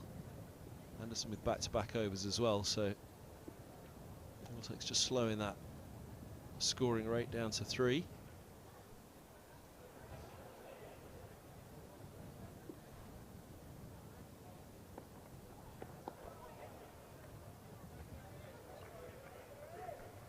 Keep saying it's a real shame that tomorrow's, that is the end of the over, 92 for 4, that tomorrow looking to be a washout. Actually, Nottinghamshire 182 for 4 effectively. They're still in a very, very good position. Yeah, they're in the pound six, aren't they? In the game where it's a game that's going to run its natural course. You know, at the moment it's just sort of heading for damage limitation for Middlesex.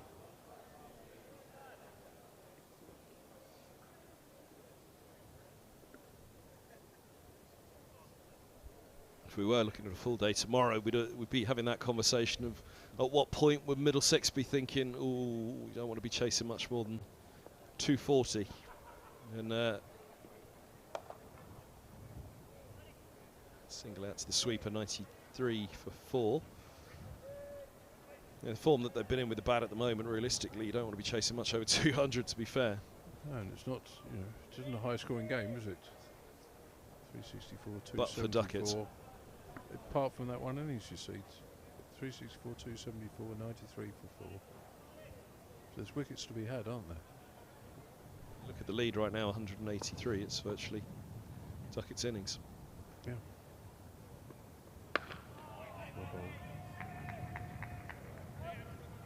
Not so well fielded.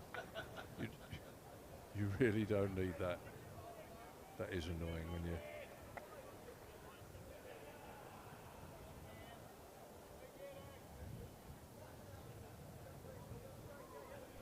Can't take out the skipper though.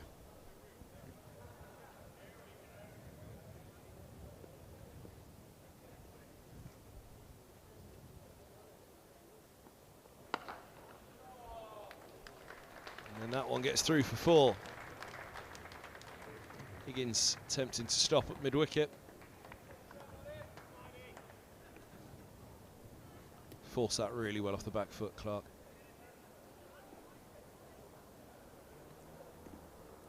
Mostly time shot, isn't it? Just flick off the hips.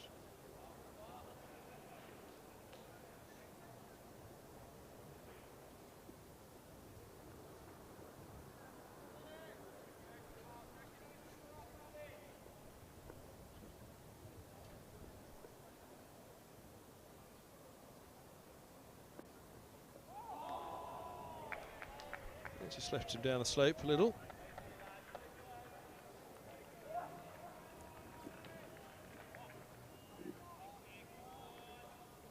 Just the natural angle off the slope, wasn't it? Nothing more than that, it's enough. It's a good response to the boundary as well.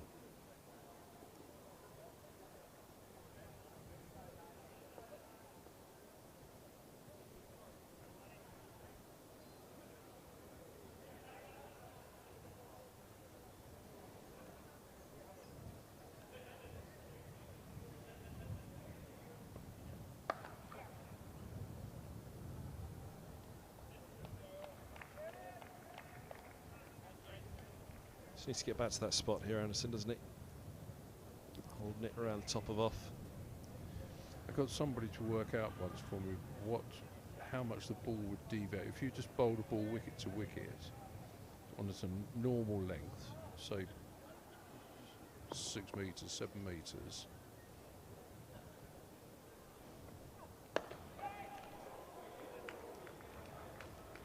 Sweeper will hold him to 1. End of the over, 100 up in the second innings, 100 for 4, sorry. What the natural deviation of the ball would be from the nursery. It's about a quarter of a bat's width, so you haven't actually got to do anything with the ball in order to get that amount of movement anyway from it. So it does have a significant effect. So, you know, if you move it another quarter of a bat's width as well, then you're finding the edge, aren't you? That's the beauty of a game here at Lord's, isn't it?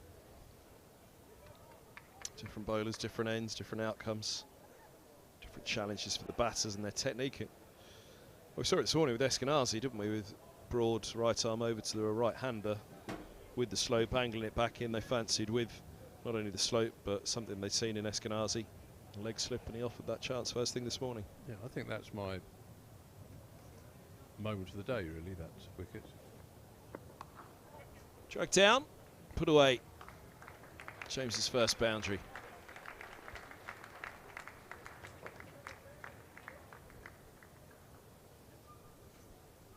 For the meticulous placing of the field, the thought process. Yeah, for everything that went into it. You know, the pre-planning, the meticulous field placing, as you say, just getting him a little bit finer than he had been originally, and the execution of it.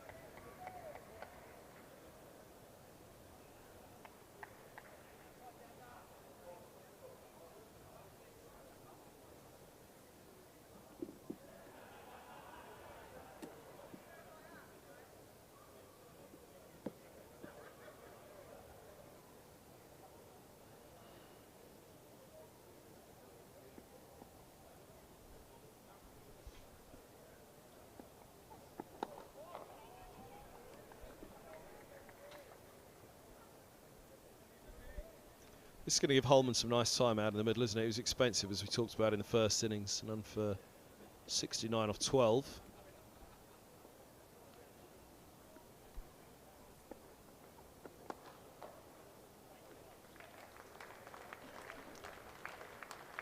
Two boundaries at the start of the over aren't going to help, but... Well, that's the thing, isn't it? You know, he's bowled with nice ups now, but suddenly you get two boundaries and it's got away from you a little bit. A wide half volley and a long hop pulled away. I had this conversation about Holman with a lot of people. It was something that was brought up yesterday or day one here.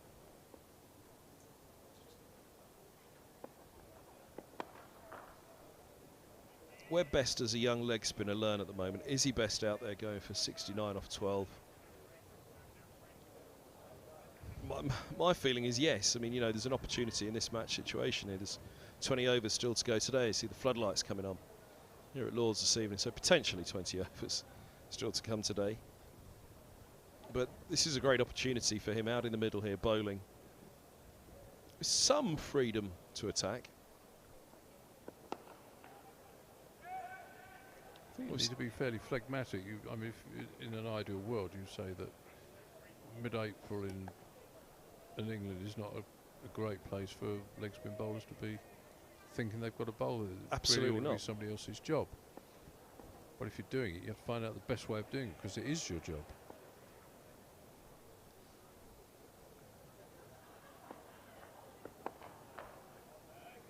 End of the over, 110 for 4. The alternative way of looking at it is that you don't put him out there at the moment where he's not got a lot to play with in terms of the pitch. He's not got a lot to play with in terms of experience, but again, the experience only comes out in the middle. But at what cost, that experience? You know, going for 69 off 12, I don't think it would have done a lot of damage to Holman going for 69 off his 12 in the first innings. I mean, let's put it this way: if he wasn't as good a batter as he is at the moment, Holman's probably not in the side. No, that's absolutely right. I mean, you could arguably go, and if it wasn't for your over rate, you could arguably go into the side without a spinner at all. Sort of kind of superb. I mean, you look back to that Essex game. You know, they've got one of the best spinners, if not the most potent spinner in the country playing for Essex, and he actually didn't have a huge impact on the game, did he? Well, no. We took that Higgins wicket, and you thought, well, Middlesex got no chance of winning this if he's done that in the first innings. And actually, his impact on the second innings wasn't that great. No. Roland-Jones from the nursery ends, the skipper. Right on the spot. You know, you can ask the further question: how would it benefit? And I can only see a positive from it for Luke to go and play grade cricket in Australia or on the subcontinent. Find cricket on the subcontinent somewhere to learn those arts.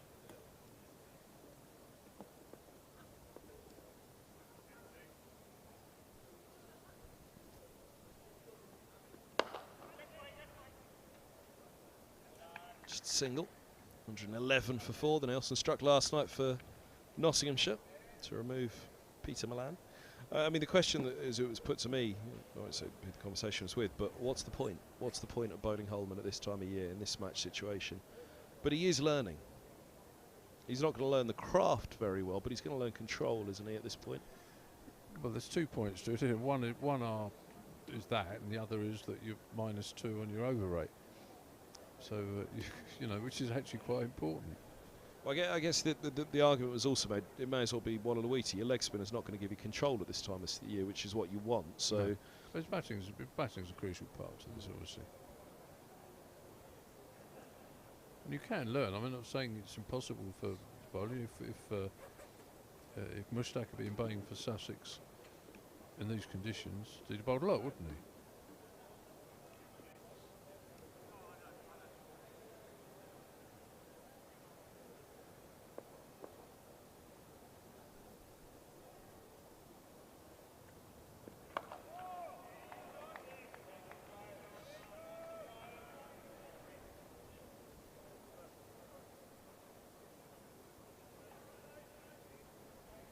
Lead 200 now for Nottinghamshire.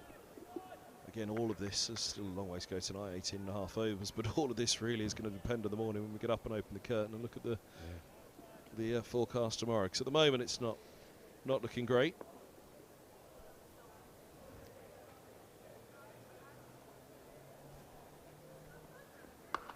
But Roland-Jones out there right now won't be thinking that. He'll be thinking lead of 201 with 6 wickets standing.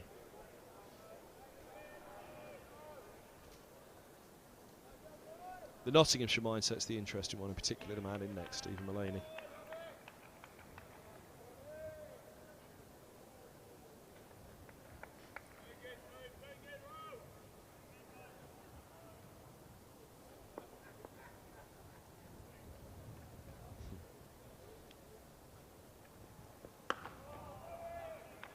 The radar still suggesting we won't get a ball bowled tomorrow. See, I still wonder whether they haven't actually missed the boat here, not having done all the hard work. You know, the fragility of Middlesex's top order batting at the moment, apparent fragility of it. Whether they couldn't have had a real go. That lead was now, you know, if they'd have reached this kind of lead, another 20 on from this and 10 overs fewer maybe. Well, it's not ridiculous to think, end of the over, 111 for 4. It's not ridiculous to think that they could have been 230, 240 ahead by now, as you say, 10 overs fewer, without having to really chance their arm a great deal more than they have. No, exactly. And the wickets were immaterial. It doesn't matter if they're 8 down, as long as they've got that target. And you just have a look. Now, the chances of them bowling Middlesex out a second time in 35 overs are pretty slim, I'd have said. But you can just create a little bit of, you know, a little bit of panic in the ranks there if you suddenly get 3 or 4 with a new ball, you know, 10 overs say with a new ball.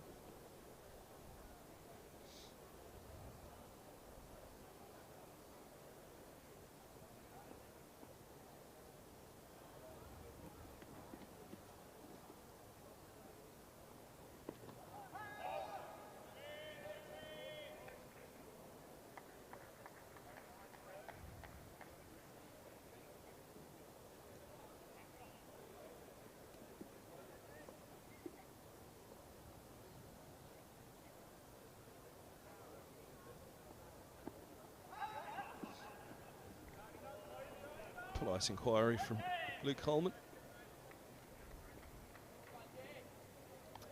Leg by squirting away. Nelson off the board.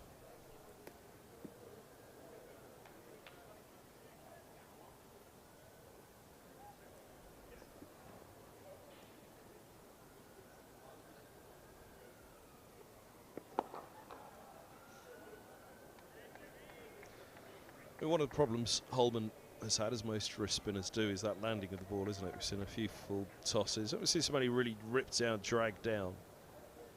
You know, there's almost a whole over of full tosses against Essex in the last round here at Lord's.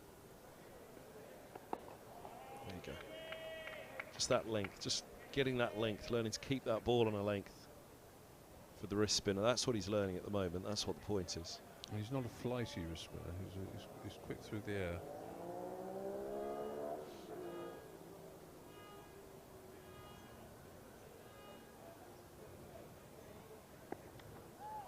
Oh, where's it gone? There it is. Did that hurt? Inside edge onto the boot.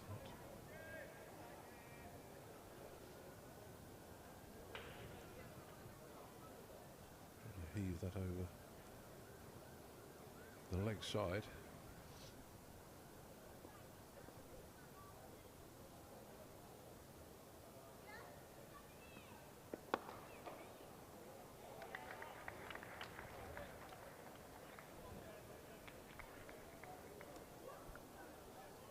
(17 to bowl on day 3, 113 for 4, 203 knots, fully in control.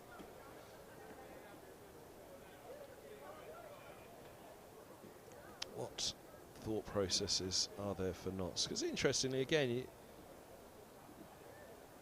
if they're thinking there's a full day tomorrow, then are they just playing this thinking, look, it looks as though there's going to be no play tomorrow. If there is not, then we're not winning this game from here. If there is, they're hedging the bets. Maybe hedging their bets that they bat for an hour tomorrow and get 2.5 sessions at Middlesex. But you're kind of not hedging your bets doing that, aren't you? You're conservative. Yeah, you're probably taking a win out of the equation, given the chances of there being no play tomorrow.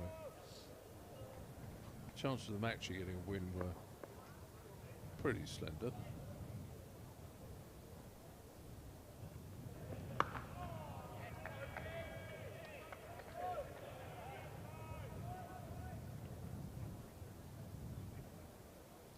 And for Middlesex, 2 defeats to start the season. Sitting here watching them tonight, 203 behind again. Duckett 177. They had a chance to take him on noughts. They're playing one of the best sides in the country, if not the best side, a side that will certainly be challenging come the end of the season. There's nothing to be afraid of for Middlesex in Division 1, but they've got to be just a little bit better.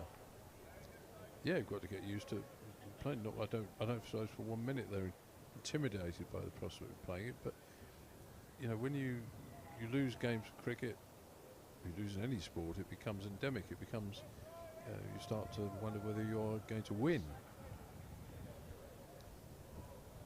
Kent next week becomes a very big game of the season if Middlesex go into that third home game out of 4. 2 defeats. What's looking likely to be a draw here, but a low scoring one. Kent at home, having lost to Northamptonshire, one of the teams who would be thought to be certainly bottom half, shall we say. Kent are likely to be bottom half. Middlesex promoted in second spot from Division 2 were then made the bookies' favourites to go back down because they were the second promoted side from Division 2 last year, so putting it in that ranking order. But having lost away at Northamptonshire, at home to Kent, then a trip to, again, another side that will be looking at the title, a rival in terms of location, Surrey. Kent's a big old game. You see, from a Notts perspective in this game, if they go away from this game, if there's no play tomorrow, they go away from this game with just a 2-point difference in the, actually in the game, that's really not representative of how the game's gone, is it?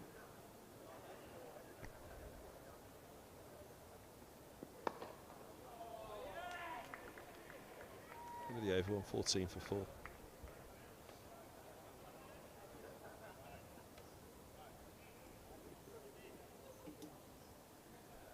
It's a fraction quicker across the over on average there, Roland-Jones, averaging 74 in the over. He was averaging just below that previously, so slightly up on pace. Luke entering his 6th over now. There's been no change in the negative over races. Yes, that's another thing. Middlesex do need to sort that tonight, don't they, in case the bad light sets in. Takes them off, it did in the first They're even. not gonna suddenly get it up to 0, are they? Not in that time. I don't know how much it takes to get it back to 0. I was told you can get it back to 0. You can get it down from 2 to 0 in 5 minutes, but that would require spinners at both ends getting on with it. But you've got Roland-Jones at one end, Holman at the other. Holman's unfortunately here going to have to get on with it a little bit.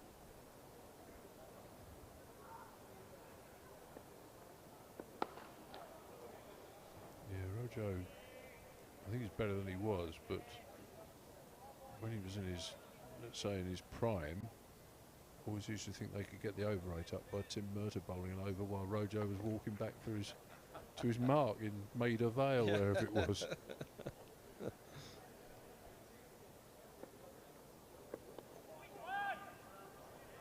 There's no change in it as well. Everybody said 2 paces off. I think David Townsend, who was a summariser for so long on BBC Radio London, had mischievously worked out by taking 4 paces off his run up just how many metres Roland-Jones, or miles indeed, Roland-Jones could save himself per season.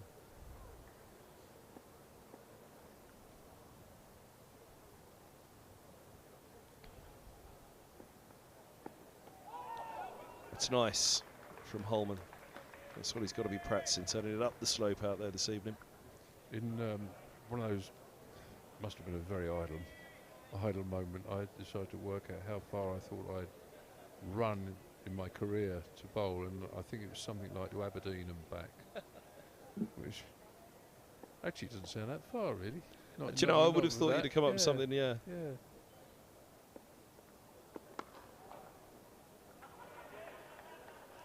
Which, if you'd have thought of it at the time, that could have been the title of the autobiography.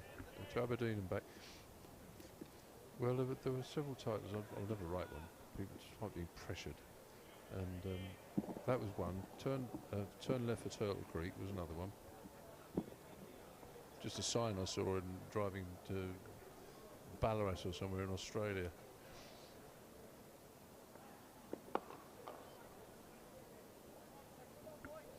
And the other one was Waiting for the Major, and that just is a reference to CMJ. Christopher Martin Jenkins, who was known to a select number of us as the Major, for reasons I won't go into, not rude reasons, but for reasons I won't go into. And he was the bane of my life, really, at times. I loved him dearly. He was a great friend, and but the bane of my life, because he was never on time for anything, and to the extent that I used to have on my phone back in the day, we had those Nokia phones, and you could have like a template in there. I had a template in there which used to say, "Where the blank are you?" Which because I used to put that in so often, because if we ever shared cars abroad, which we did sometimes, he was always my companion. So Waiting for the Major, that would have been.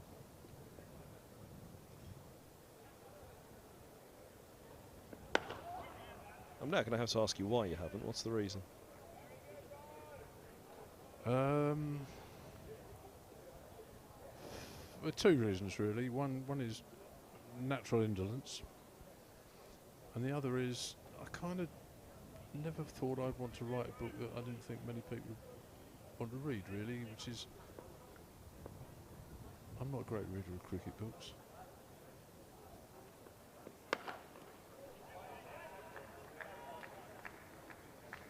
Just a single. There must be a lot of people who are like me. Well, that's the answer. If you're not a great reader of cricket books, you're going to struggle to muster it in yourself to write one, aren't you? But in terms of not many people wanting to read it. Also, I'm not interested in doing a vanity project. Well, no, it's not a vanity, but what was you say? 16 years playing, 25 years correspondent. Yeah, I mean this is my 4 years president. 55th year since I made my first class debut. There's a bit gone into it. I'm not saying there aren't stories to tell. Leg side from Roland-Jones. By taken.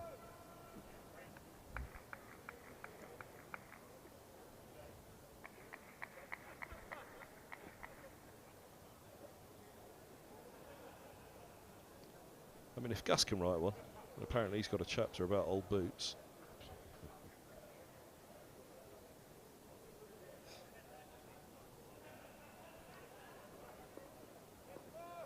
Do you reckon he's done for the day yet, Gus? Is he tuned in the clubhouse watching?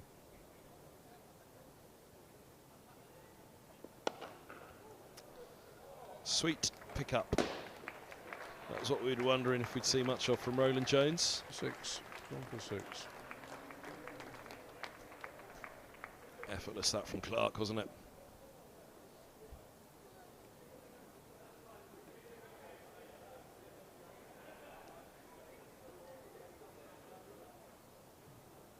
Actually quite a decent hit, that one. It's gone to the longest part of the short boundary, if you know what I mean, down to the corner.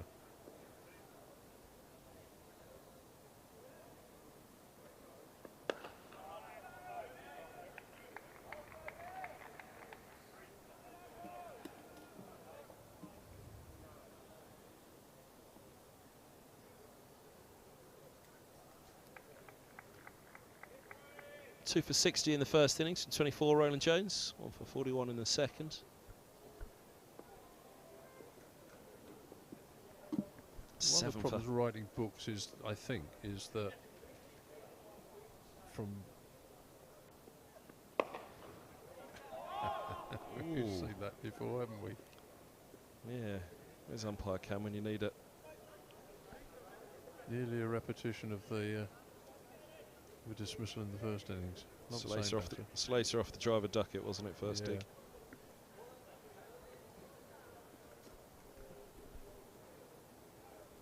Would he have been gone? It would have been tight. It would have been hard for the umpire to give that, I think. Yeah. Again, look at this angle. Just watch that bat. I Yeah. think he was back, wasn't he?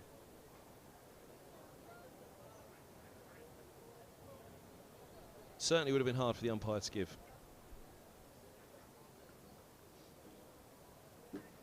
I think a lot of the stories that come out as a result of conversation. You know, well, that reminds me of this. You know, we've had a couple of days doing that kind of thing, haven't we? They're the stories that come out. You can't sit down and, oh, I remember that story, that story. It doesn't work like that. Not with me, anyway. Maybe with some people.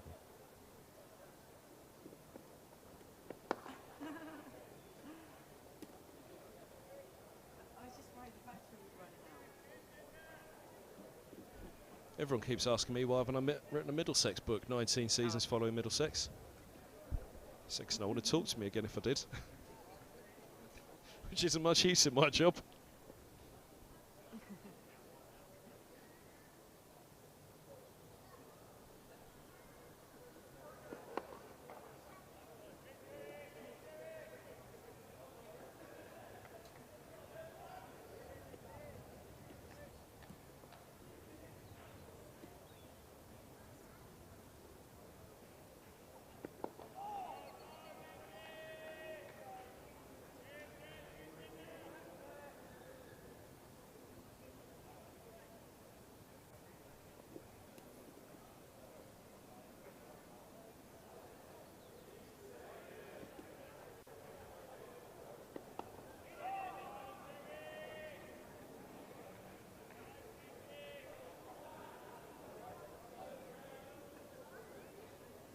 Luke, get out of the over now.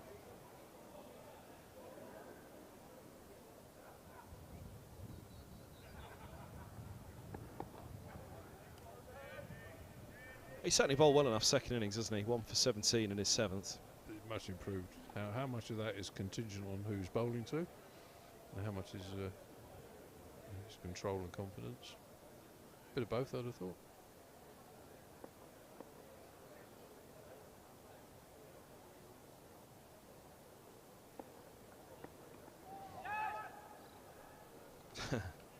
Leg bye.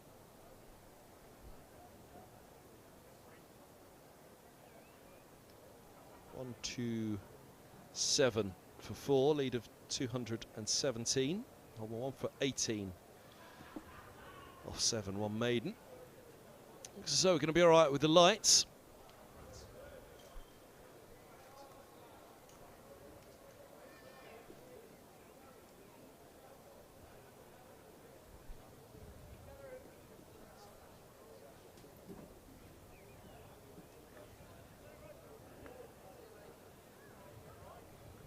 Rays of sunshine piercing through behind the Warner stand there.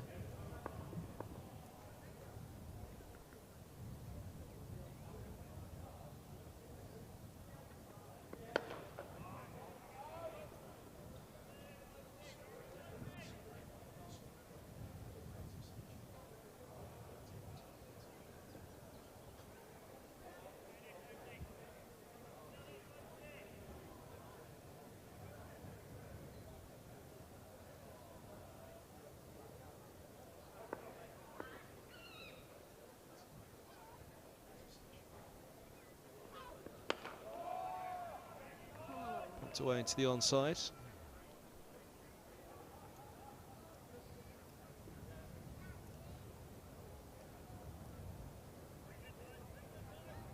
There we go, it's the back of the Warner stands. Talking of little rays of sunshine, I wonder how Gus, how many fired out up there? We need to hear. Should we message him? See if we can get it back, get some sort of response. He must be done for the day, 20 past 6.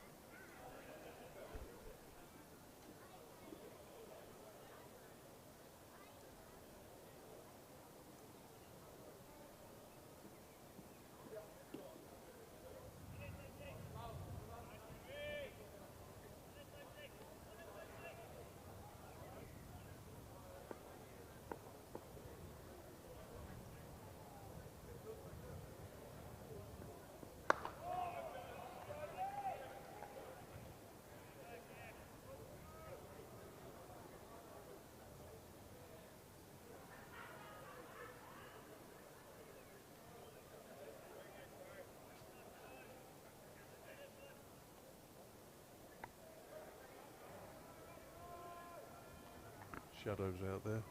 It's taking over. Yeah, so I was looking at those rays of sunshine over the back of the Warner a minute ago. Yeah. Should be all right for the overs remaining.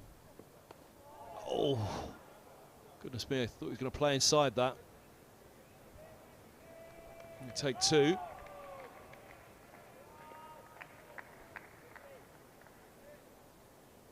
That came down very late, didn't it? Which often we say is a good thing. Just thought he was going to play all inside that. Yeah, they squirted that away from somewhere around middle, so. Very conscious of those 2 short mid wickets.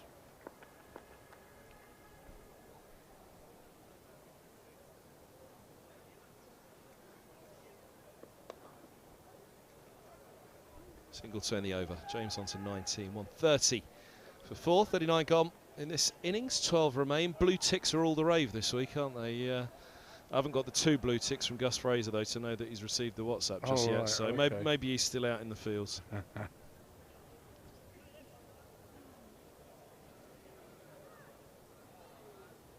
this would be an early finish for a club game, wouldn't it? Not the way Fraser gives them out. No. Well, not if it's there's a pint with his name on it. What was his catchphrase? Batsman's game. He's not wrong. Not anymore. Says umpire Fraser. If you think this is a batsman's game, you've got another thing coming. He's going to have his revenge at last.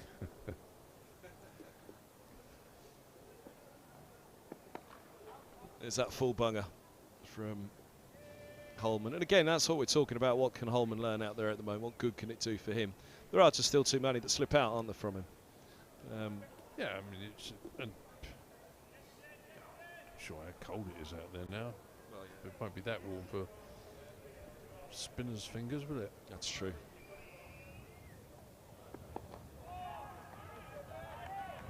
Sure did.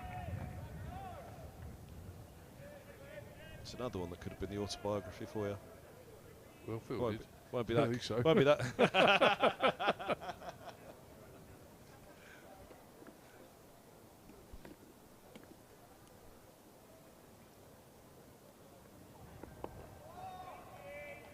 Not so warm for spinners' fingers.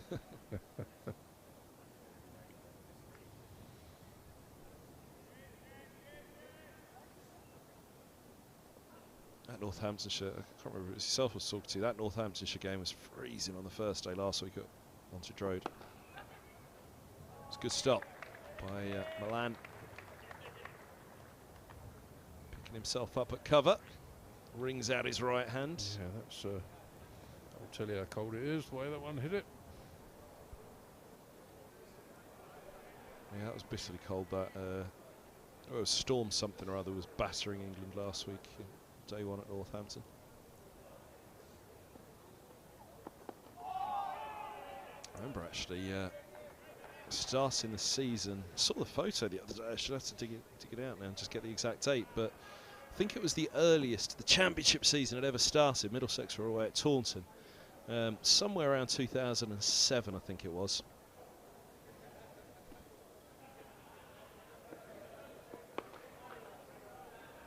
So early indeed. So it was April 5th at the time, which now is pretty much commonplace, isn't it? But so early indeed that England was still touring. England were playing a test match in the West Indies. And oh, is that Milan again, who's just fielded that and it has hurt. Yeah, England were mid-test against the West Indies, final test of that tour. And the championship was starting in England. I don't think it had ever happened before. England was still on tour and the championship began, but Middlesex were away at Taunton, away at Somerset, at Taunton, and overnight it was -2, I seem to remember. The earliest I ever started a championship game would have been 29th or 30th of April, and the latest we ever played one would have started, I think, 7th of September. So effectively, from when I was playing, that's championship cricket, but effectively the season's been extended by about 5 weeks. Yeah, and you couldn't say, you know, well, you never need a cold then, because actually you can get a bitterly cold May 1st and a glorious April 5th, can't you? So of course you can. Of course you can. There used to be like the euphemism, cliche euphemism for cold used to be, you know, racecourse Derby and, you know, the wind whistling down the straight mile and all the rest of it, but actually could be anywhere now, couldn't it? Yeah. Oh, that's a good start from Higgins. He's an infectious character, isn't he, Ryan Higgins? That ball was shaping back up the slope, then holds its line past the edge.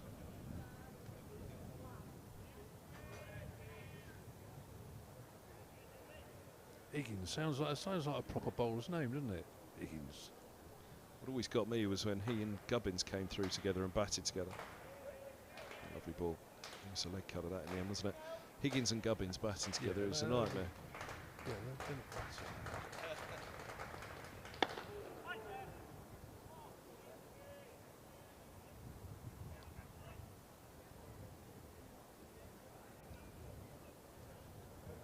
Higgins, proper bowlers, mate. Bold Higgins.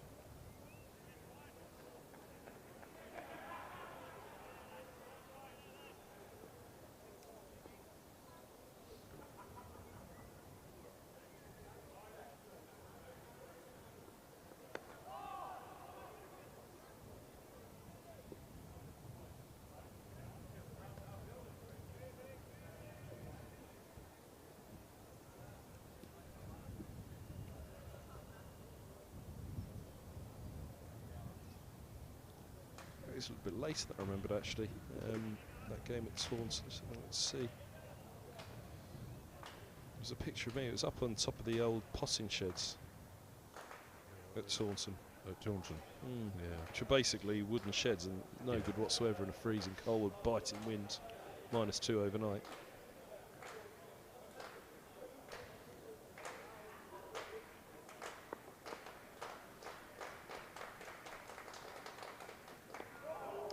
Good from Higgins again, isn't it? Yeah. I think broadcasting boxes were almost, but often were colder and more open than the press boxes.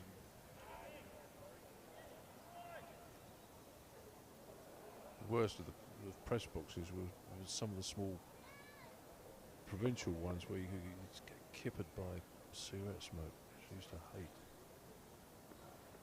Oh, leg stump's out of the ground. Big step across from James. And Higgins darts it towards that leg stump. Well, you could almost see it happening in slow motion. so far across, and Higgins takes leg stump, takes Nottinghamshire's 5th second innings wicket. Yeah, just eyeing up the leg side, I suppose, there, thinking there's easy runs to be had on the leg side. Offside, not so readily available to him. Stepping across too far, and out goes the leg stump.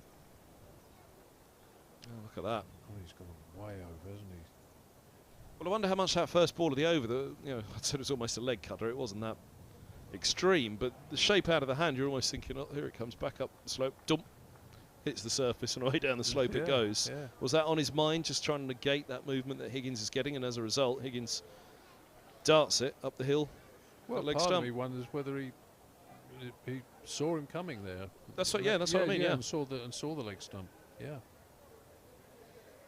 He's a skilled cricketer, Ryan Higgins, as we've seen with the third 50 of the season, contributing massively back in the Middlesex fold. And the over rate suddenly darted up to +1. How does that work? It's the magician, Don Shelley, Middlesex's player of the year for so many years. He's gained more points for Middlesex over the years. Only just.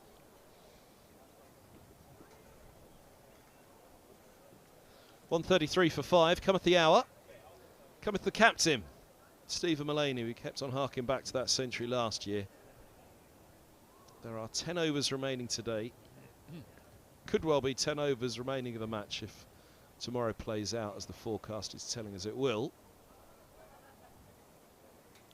Cricket does have a habit. There was a game at Trent Bridge, actually, my time doing this, where final day of the game's as dead as anything. There's never going to be anything that happens in the forecast. The final day's terrible.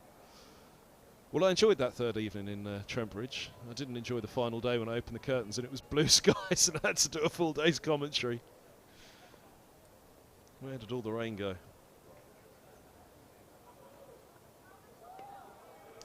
End of the over.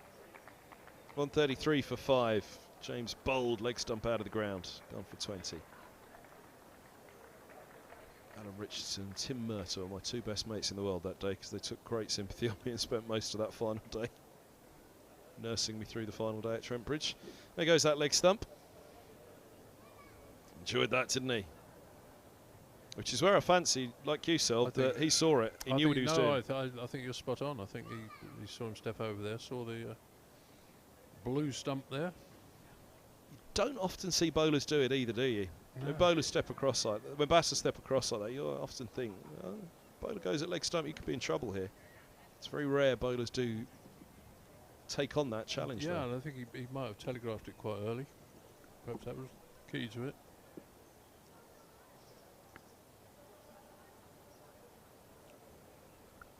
One 1-3-3 for 5, a lead of 223. Very healthy match position for Nottinghamshire.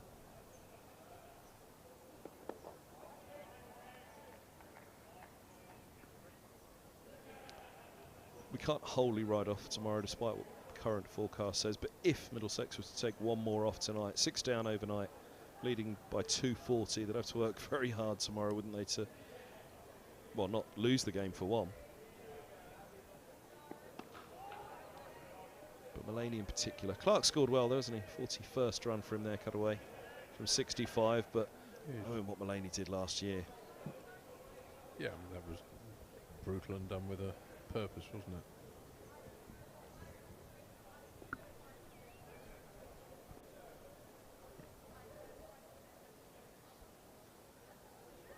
Feel rough about his LBW in the first innings, Mullaney.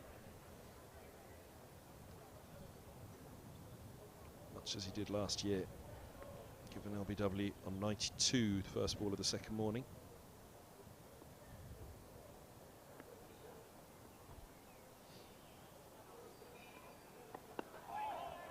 Could take the not skipper now though. And the forecast changes tomorrow. And just makes it that little bit more interesting again. But Not's in a very strong position.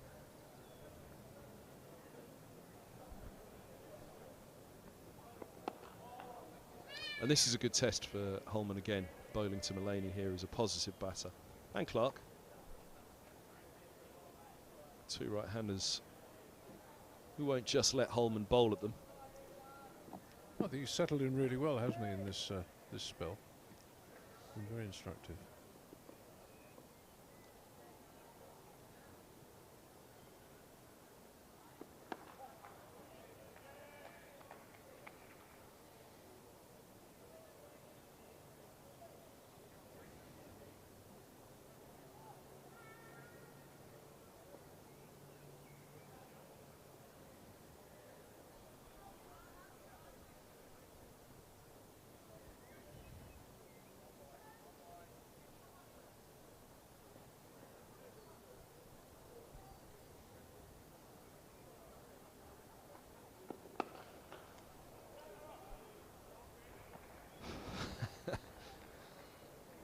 Mark Stoneman now.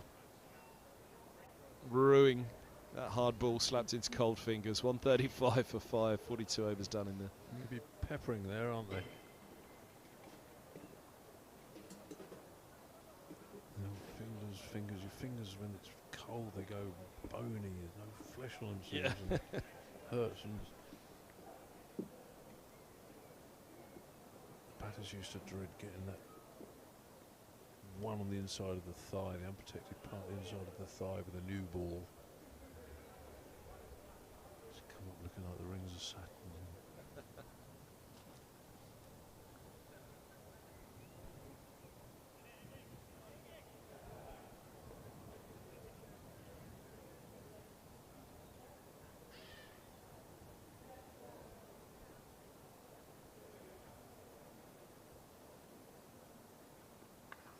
Aye, not far away at all.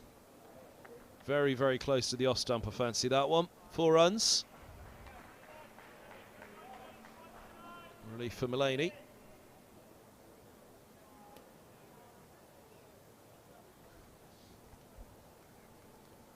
Different bat hanging shot. Get away with that.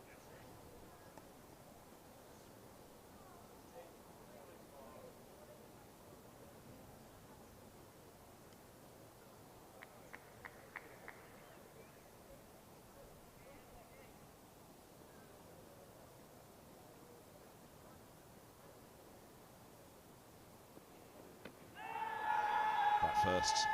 Bat pad together, but clearly bat first, I'd say.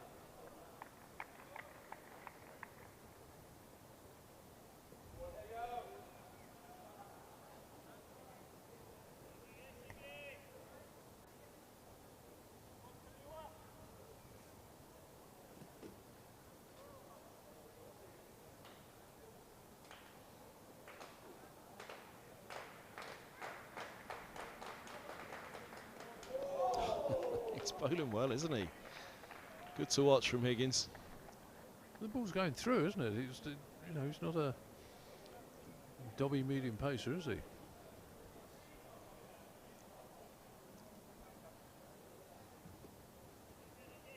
He's got a good robust, proper body action.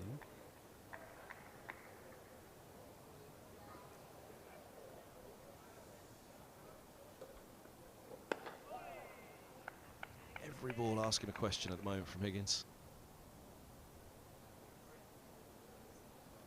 Question of both edges as well.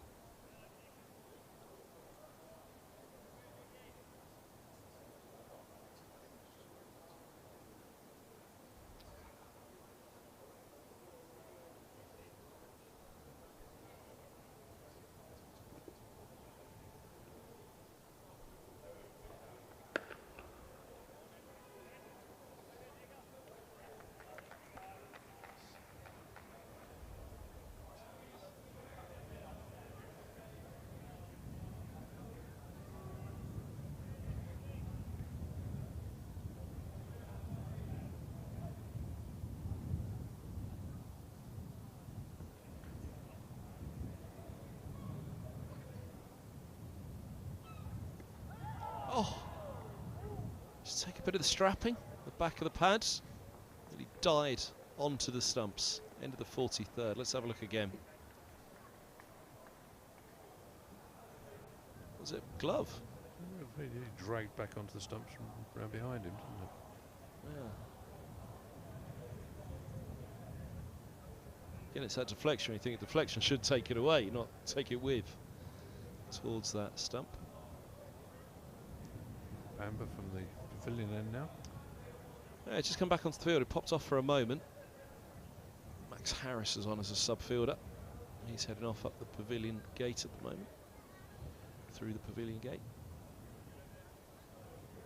And Ethan Bamber, pick of the Middlesex bowlers.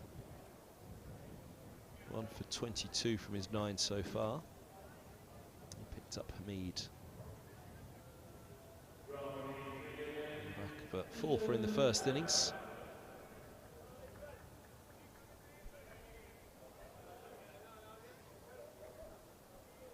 Hamid the first to go in this innings, and then picked up Montgomery. Caught Simpson, same mode of dismissal, gone for 9.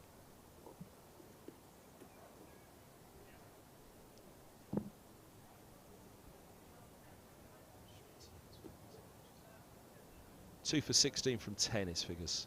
Ethan Bamber. 5 maidens. I think I was reading Higgins's figures still on the screen.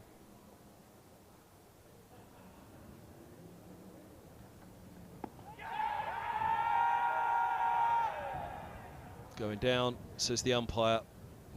Bamber disagrees. Let's have a look. Certainly moved, didn't it?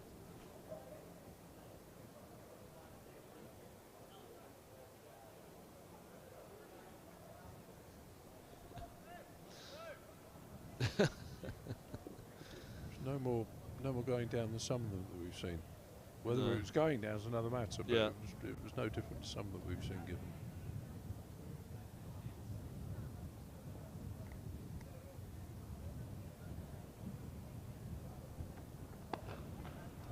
Camera from the nursery ends more in line, or is in line indeed. Due to the positioning of the pitch at the pavilion end, just slightly off the straight. Hard to be definitive from this end, but it gives you a good idea of the line.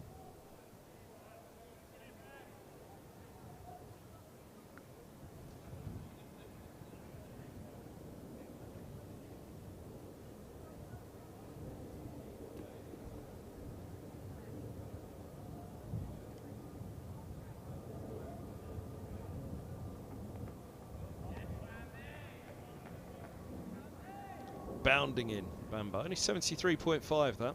The bouncer always comes through a little bit slower, doesn't it? Because the camera doesn't pick it up as well, and it's a longer delivery. The speed gun picks up a greater pace, but when it's banged in short, pace comes off the surface as well, of course, in itself.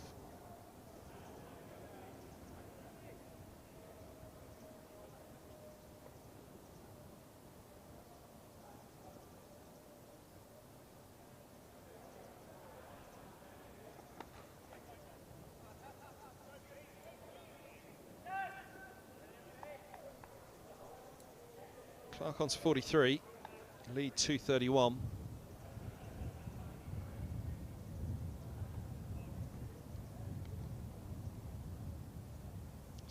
.2 overs to go this evening, so Bamber will have 4 from the pavilion ends.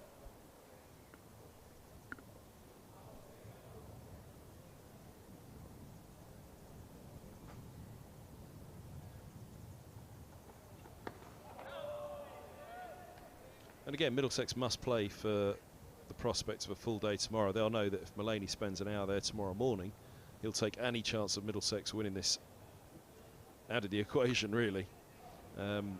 Which means you're batting for 2.5 sessions for a draw, which isn't easy to do against Broad & Co. So that's certainly on the mind of Middlesex in the field. They won't have, for a moment, switched off to this match.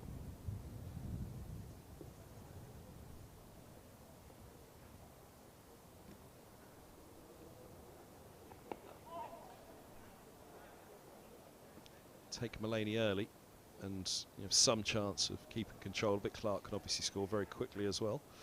End of the over. Clark will keep the strike. 142 for 5. 7 to go on day 3. I think Middlesex have had a commendable second innings here against Notts. I think they bowled a lot better. Pretty much had a commendable match since that first wicket stand of Hamid and Duckett. It's not been as one-sided as it might have appeared, that's for sure. And that you know, we hark back to it quite a lot, but that's going to be a huge frustration because Middlesex won the toss and elected to field, and all of a sudden the biggest difference in the match is the opening stand of the visitors. 117, of which one of them offering a chance on naught has hit 177. When you win the toss and insert, you don't think that the whole match is going to sway on that opening stand, and that's pretty much what it's done. Not sway on it, but hang on it.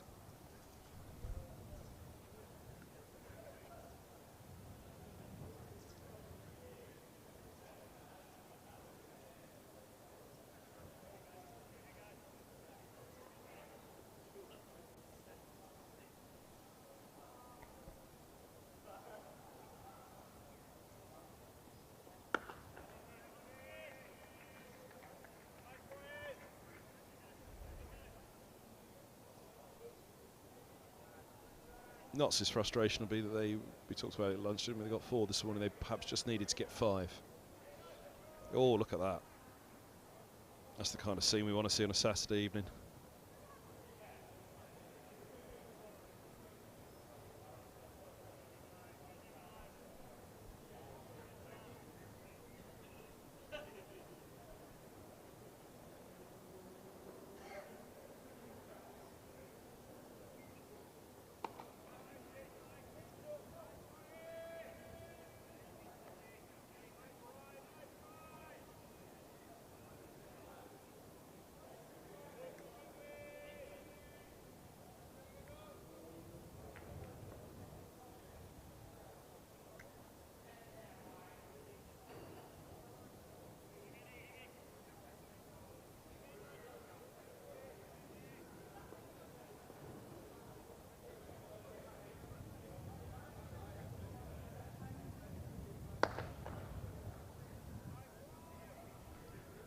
Forceful from Clark.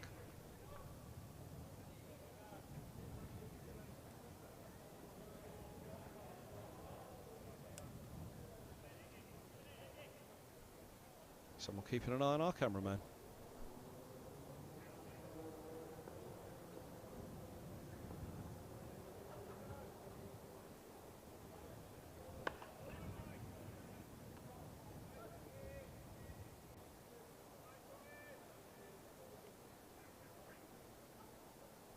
Little big brother, that, wasn't it?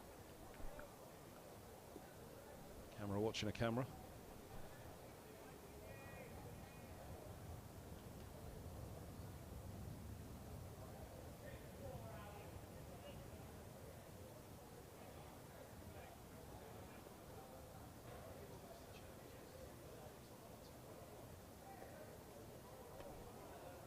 Bowled Higgins. Down the slope it goes. Beatty Mullaney. 145 for 5, 6 to go today.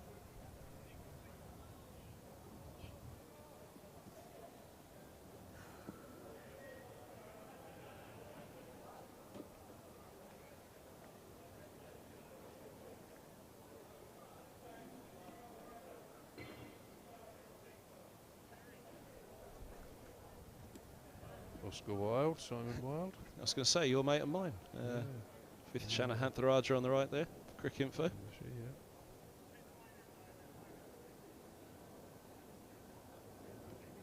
Press conferences were anathema to me, I'm afraid. When I retired, Vic Marks wrote a little sort of piece about it, and he said, I was never one to follow the herd, particularly if they were heading in the direction of a press conference. And I took that away as a great compliment.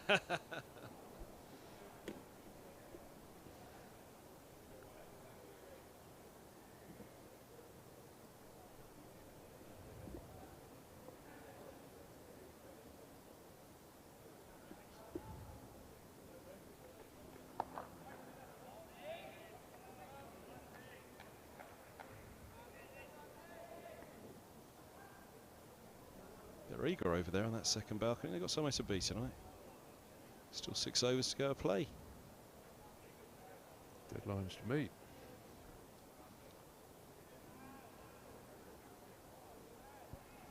Ah, there we go. Getting it early. Stuart Broads.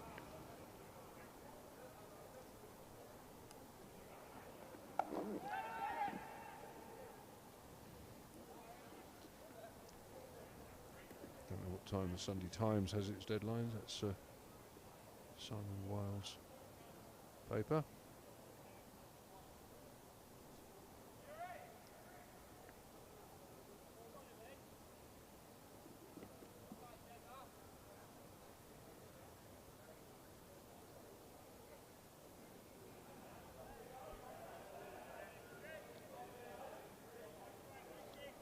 There was a time when this kind of finish would have been pushing the first edition headline, bad deadlines.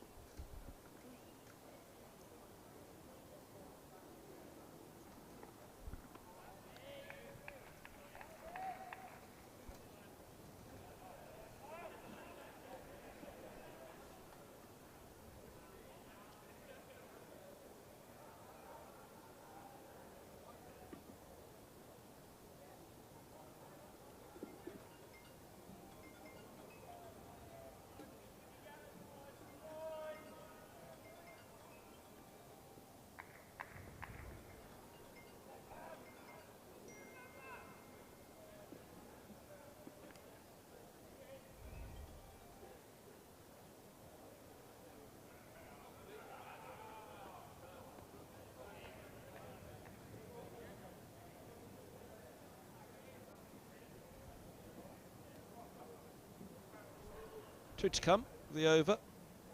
Then 5 to come of the day. Mulaney's stall is set for tomorrow. Play the game, not the weather. And surely he'll be thinking an hour in the morning if there's a full day to be had. And then 2.5 sessions at Middlesex.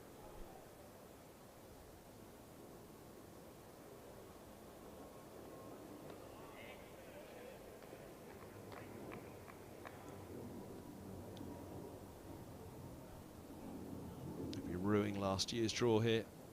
Unable to force the victory at Trent Bridge as well. Centuries for Robson and Stoneman saving that game for Middlesex.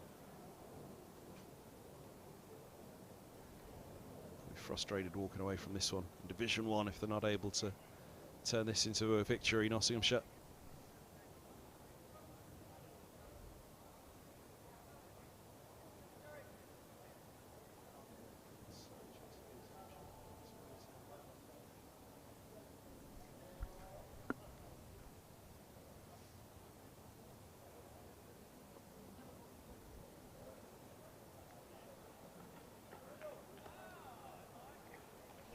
We worry though.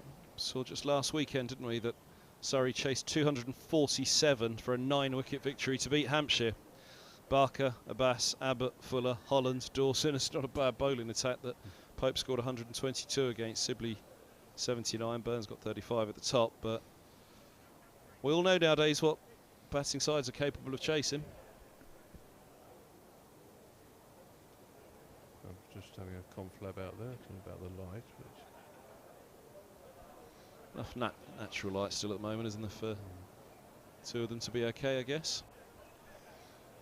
I was thinking about deadlines, you know, and certainly there was a time where to meet an early deadline, the correspondent would write copy and then leave a space at the bottom to be filled in for the desk with later. So in this game you might write Nottinghamshire closed on blank for blank, and there was a game. Famous story actually, but there was a game at Chelmsford one time between Essex and Surrey.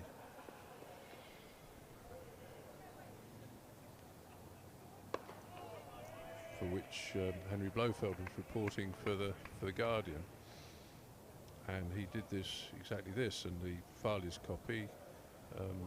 Later,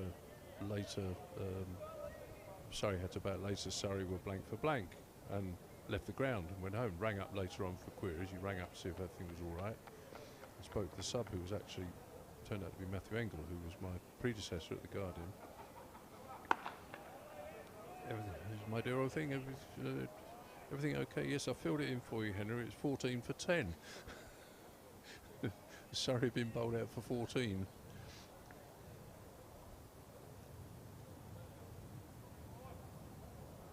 Where was it that Henry had to be that night? I thought it was the theatre, but was it you that told me before it wasn't? It was a dinner in Suffolk or somewhere that he was off to? I don't know where he's going, but I mean, it wouldn't have been unusual to leave early. Oh, maybe it was Gus actually. I think it might have been brought up. Might have been brought up last match, maybe. I think Gus was bringing it up, and maybe he told me. Or Pringle. No, it was Derek Pringle was here, and he was talking about it because, of course, it was an Essex game, wasn't it? Yeah, I don't think it would have been before Derek playing. He and Lever were injured for that match. We're on the balcony watching it. JK not playing. And Pringle says that he and Lever were sat there on the balcony watching the destruction. And it was only 14 because Sylvester Clark got out of the ice bath to come and hit 4, batting at 11 for Surrey. That bit I didn't know either. The other sort of cliche was you file a copy early, and then the subs would write in or have to write in later. Higgins did the hat trick. There's an add-on in there. He missed the hat trick, and I waited all my career to do that. And then the World Cup in Australia, the first game, England-Australia game, right at the very end, Stephen Finn got the worst hat trick of all time. Caught long off, long on, and Going down.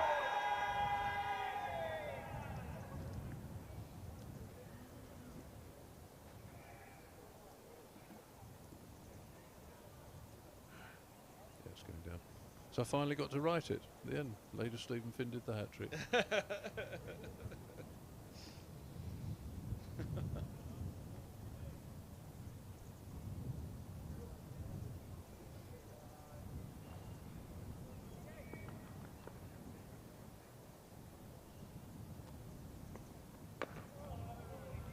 Well, 48 for 5, 4 to go today.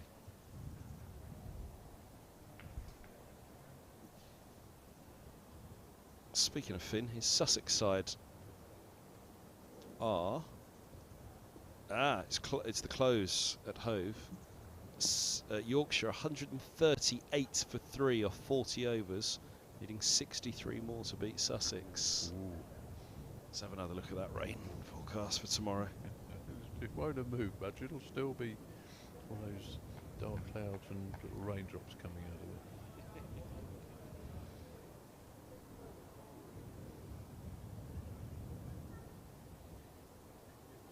Yep. Come forward slightly to 3 AM from 4 AM now that it's going to start hosing down in the morning.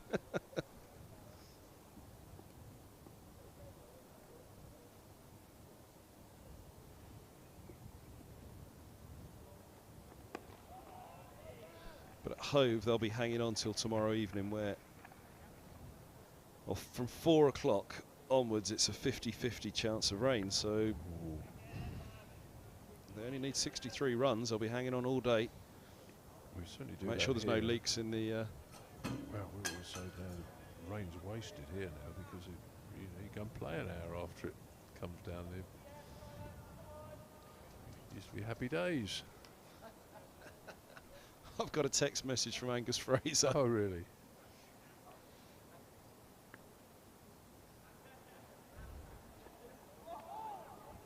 Still playing. Fired a couple. But I'd expect nothing less. Oh, and he's followed up.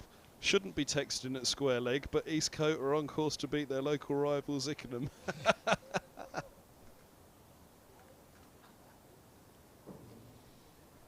Umpire texting at square leg.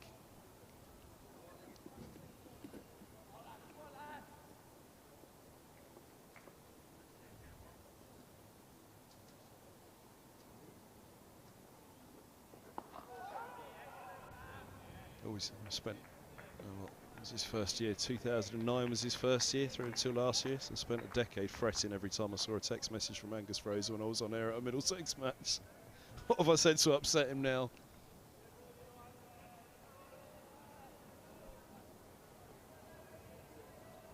He lived every second of that job, didn't he? It wore him down at the end. It is.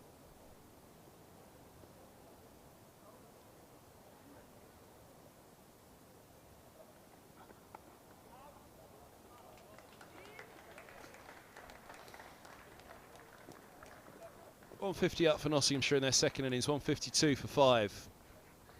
Lead 242, Mulaney into double figures.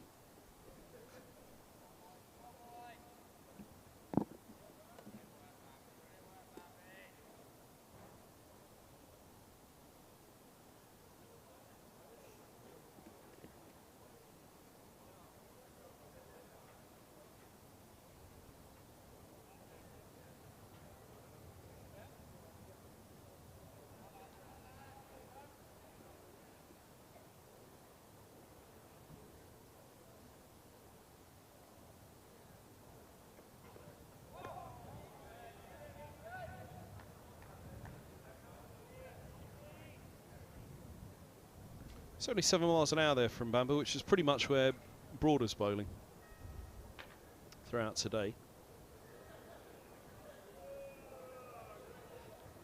Hindsight's wonderful, isn't it? But you look back on that Essex match, first game of the season, and the way Bamber's bowling, but also what he does. Skiddier bowler, not that tall, but decent pace. Slow puddingy pitches, you actually want the skiddy bowlers, the ones who kiss the surface rather than the bang it in bowlers. Or at least the shorter bowlers. I think the one thing that impressed me about the Essex bowlers, Cook and Porter in that game, were the fact they hit the deck hard. They bowled a good full length, but they hit the deck hard.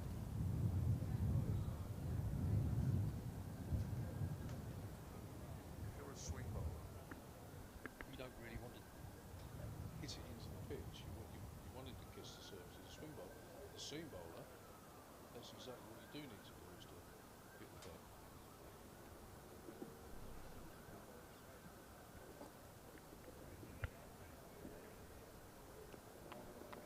Out bowled in that first game, Middlesex. Even with a 7-fer for the skipper, Roland-Jones, in the first innings.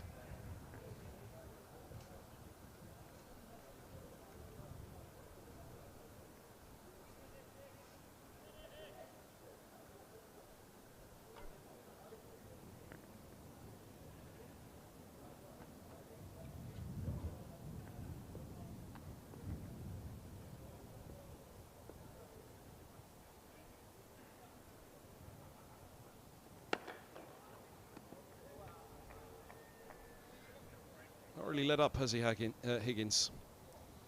He's hugged the stumps. He was an irritant, isn't he? Yeah, he's hugged that off stump. All the time. Great for a captain, that man in the foregrounds. I'm sure he's very pleased to have him in his ranks. Very useful man to throw the ball to, especially in a situation like this. It's been drifting this evening's session for both sides to some extent. Again, tomorrow's forecasts hangs over all of us, doesn't it? Hangs over the match for sure, but Higgins, despite that, has just been relentless at that off stump still. Bamber with that economy as well, 2 for 24 from 13 at the other end.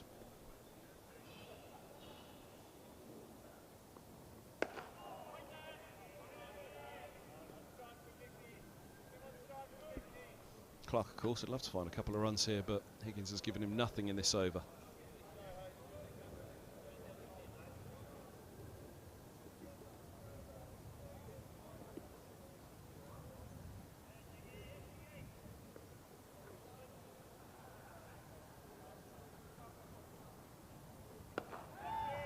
Ooh. Danger of chipping it to Robson there, Clark. Held his shot back there, didn't he?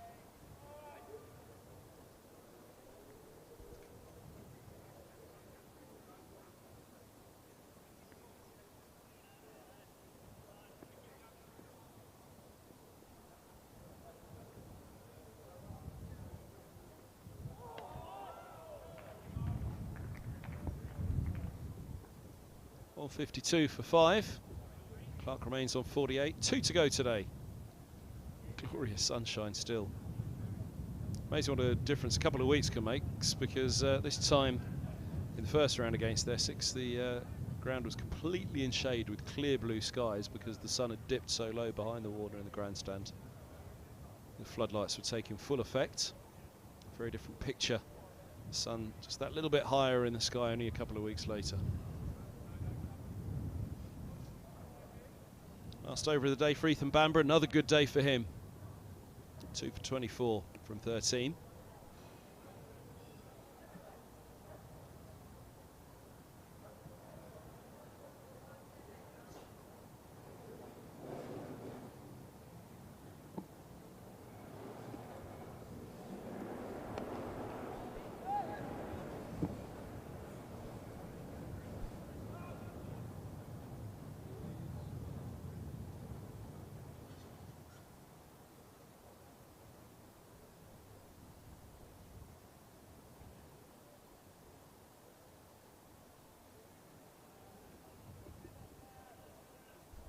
Last game standing in the Championship this third evening. I'm sure across the country all those games will be looking at that forecast for tomorrow.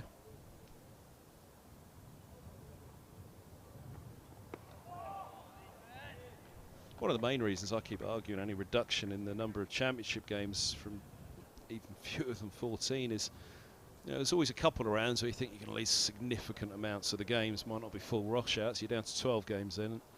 You know, you have a round like this where you've got a good chunk of cricket in, but you haven't got that finale, you haven't got that final day, because either rain took out a significant start of the match, or, you know, across the country tomorrow everybody set up nicely for the final day. They don't get that pressure pot playing in the final round because the weather's played its part again.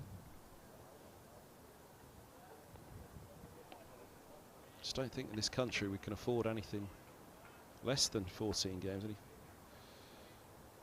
Weather intervenes far too often.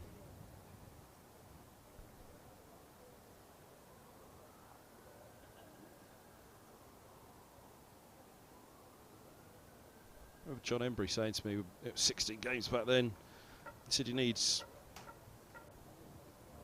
want your fast bowlers to play 12 games a season, so 16 across. Ideally, 12 games you're going to play, you're going to sit out for, which gives you that chance to rest, nurse a little niggle.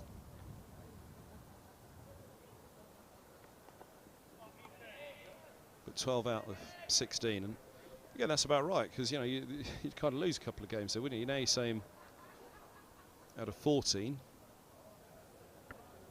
Well, the trouble is you can't, I don't think you can prescribe who's going to sit out when. I think when I first became president of the club, in 2019, I saw a chart that had exactly that on it, and thought, well, how do you do that? Supposing somebody's bowling really, really well. Well, I guess you've got to pick your best at all times, haven't you? But then, well, if there's I think so. Yeah. If there's then an opportunity that one of them's just carrying a slight knock, and you think, well, do I need to push them in this game because they're up against such and such? Or but what it seemed to me was that it was defined before the season started. You will play this game, and this game, and you'll miss out this game and this game. And it seemed to me that, you know, you might be bowling really well and want to carry on, but you might be bowling not really well and might get dropped. The inside edge onto it there. The first two rounds, it was pretty much worked out, wasn't it, that Murtagh was going to play the first game here against Essex, then Bamber would replace him at Wantage Road. The feeling being, clear inside edge there from Laney, the feeling being that Bamber would be more effective at Wantage Road than Murtagh, whereas Murtagh, first game of the season here, nursery end at Lord's. Well, that's making the assumption that Murtagh would have been more effective than Bamber here. It's an assumption you're making, isn't it?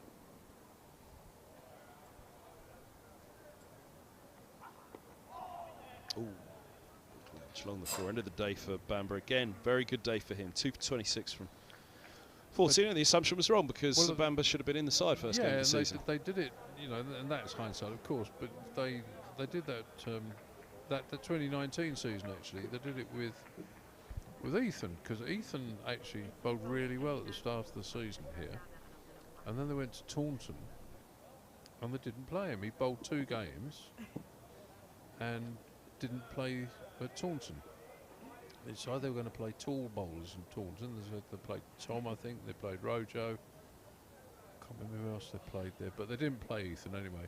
And then Ethan played the next game here, So he became like a Lord's bowler. But actually, he was the best bowler at that time.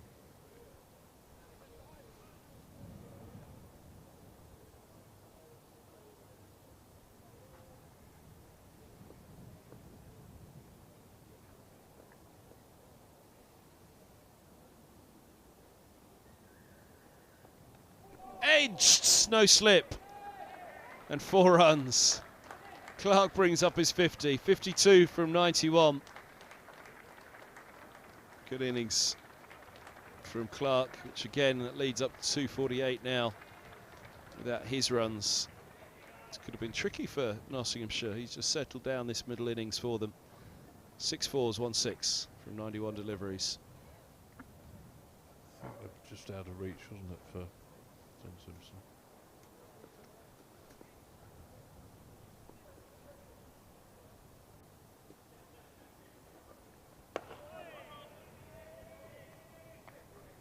Amazing he found the edge though, isn't it, from Higgins? Yeah. I mean, certainly would have carried to slip.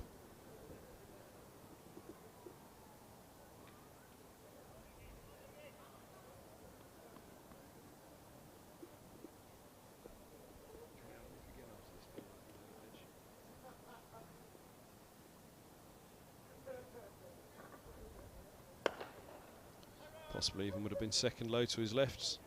Going, Simpson had gone so far. Let's have a look.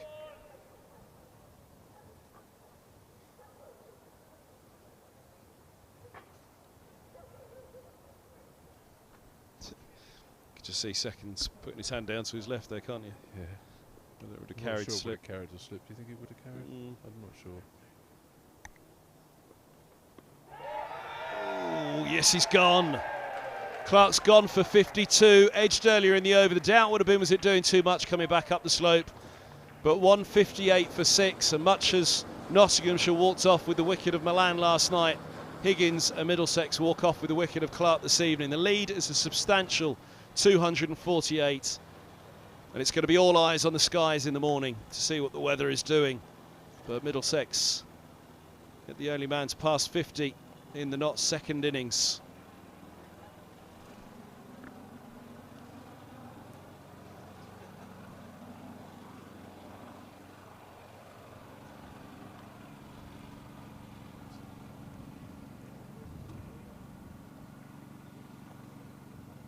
Clark didn't seem to like it very much, but well, again, it's it's a leg stumpish. Yeah, it's done a bit, hasn't it, up the slope?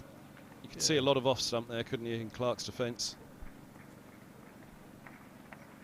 But then Middlesex felt they had him plumb quite early on. Yeah, and it's hit him on the roll, on the knee roll.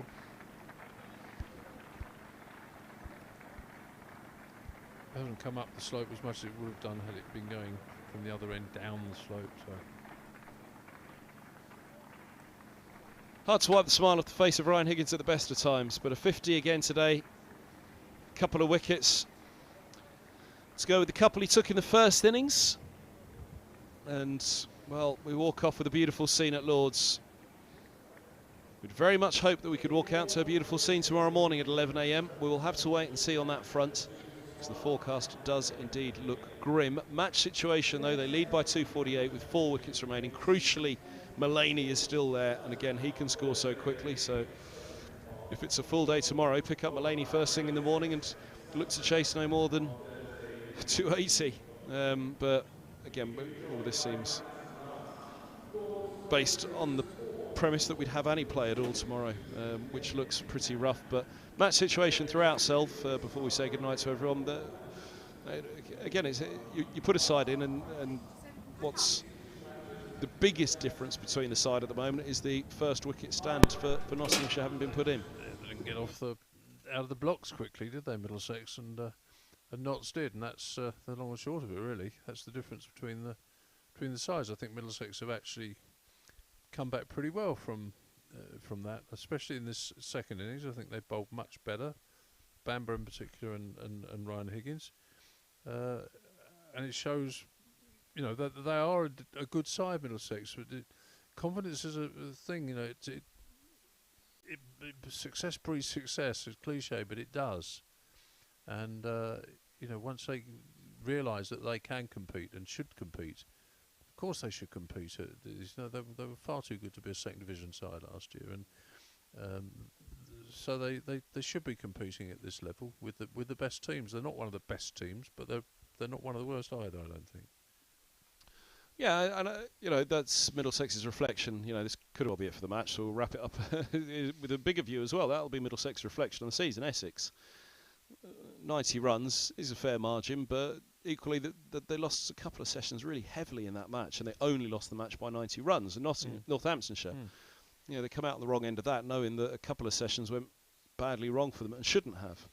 Well, that's the thing, isn't it? That's what we were saying about not being able to seize the big moments, or even the important moments. If you're going to survive at this level, you have to be doing that. You can't afford to let people off the hook. You can't afford to let people slip.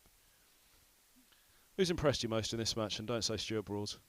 Do you mean for Middlesex? No, overall, but Middlesex as well, I guess. Well, I mean, there was after his let off, it was a very fine innings from Duckett. I thought he played a really proper innings. I didn't think there was any sort of fancy stuff from him particularly. A couple of ramp shots which he used to manoeuvre the field around, but that apart, everything was very orthodox. I thought it was a thoroughly good innings. And Middlesex, since that first wicket stand, have shown what a good bowling attack they are again. I think so, yeah. So he's done it against a very good bowling attack. He has, and I'm very impressed by how Ethan's come on. The consistency he's shown in this game in particular. I think that's a hangover from the work he's put in the winter. I'm sure that's a factor in it.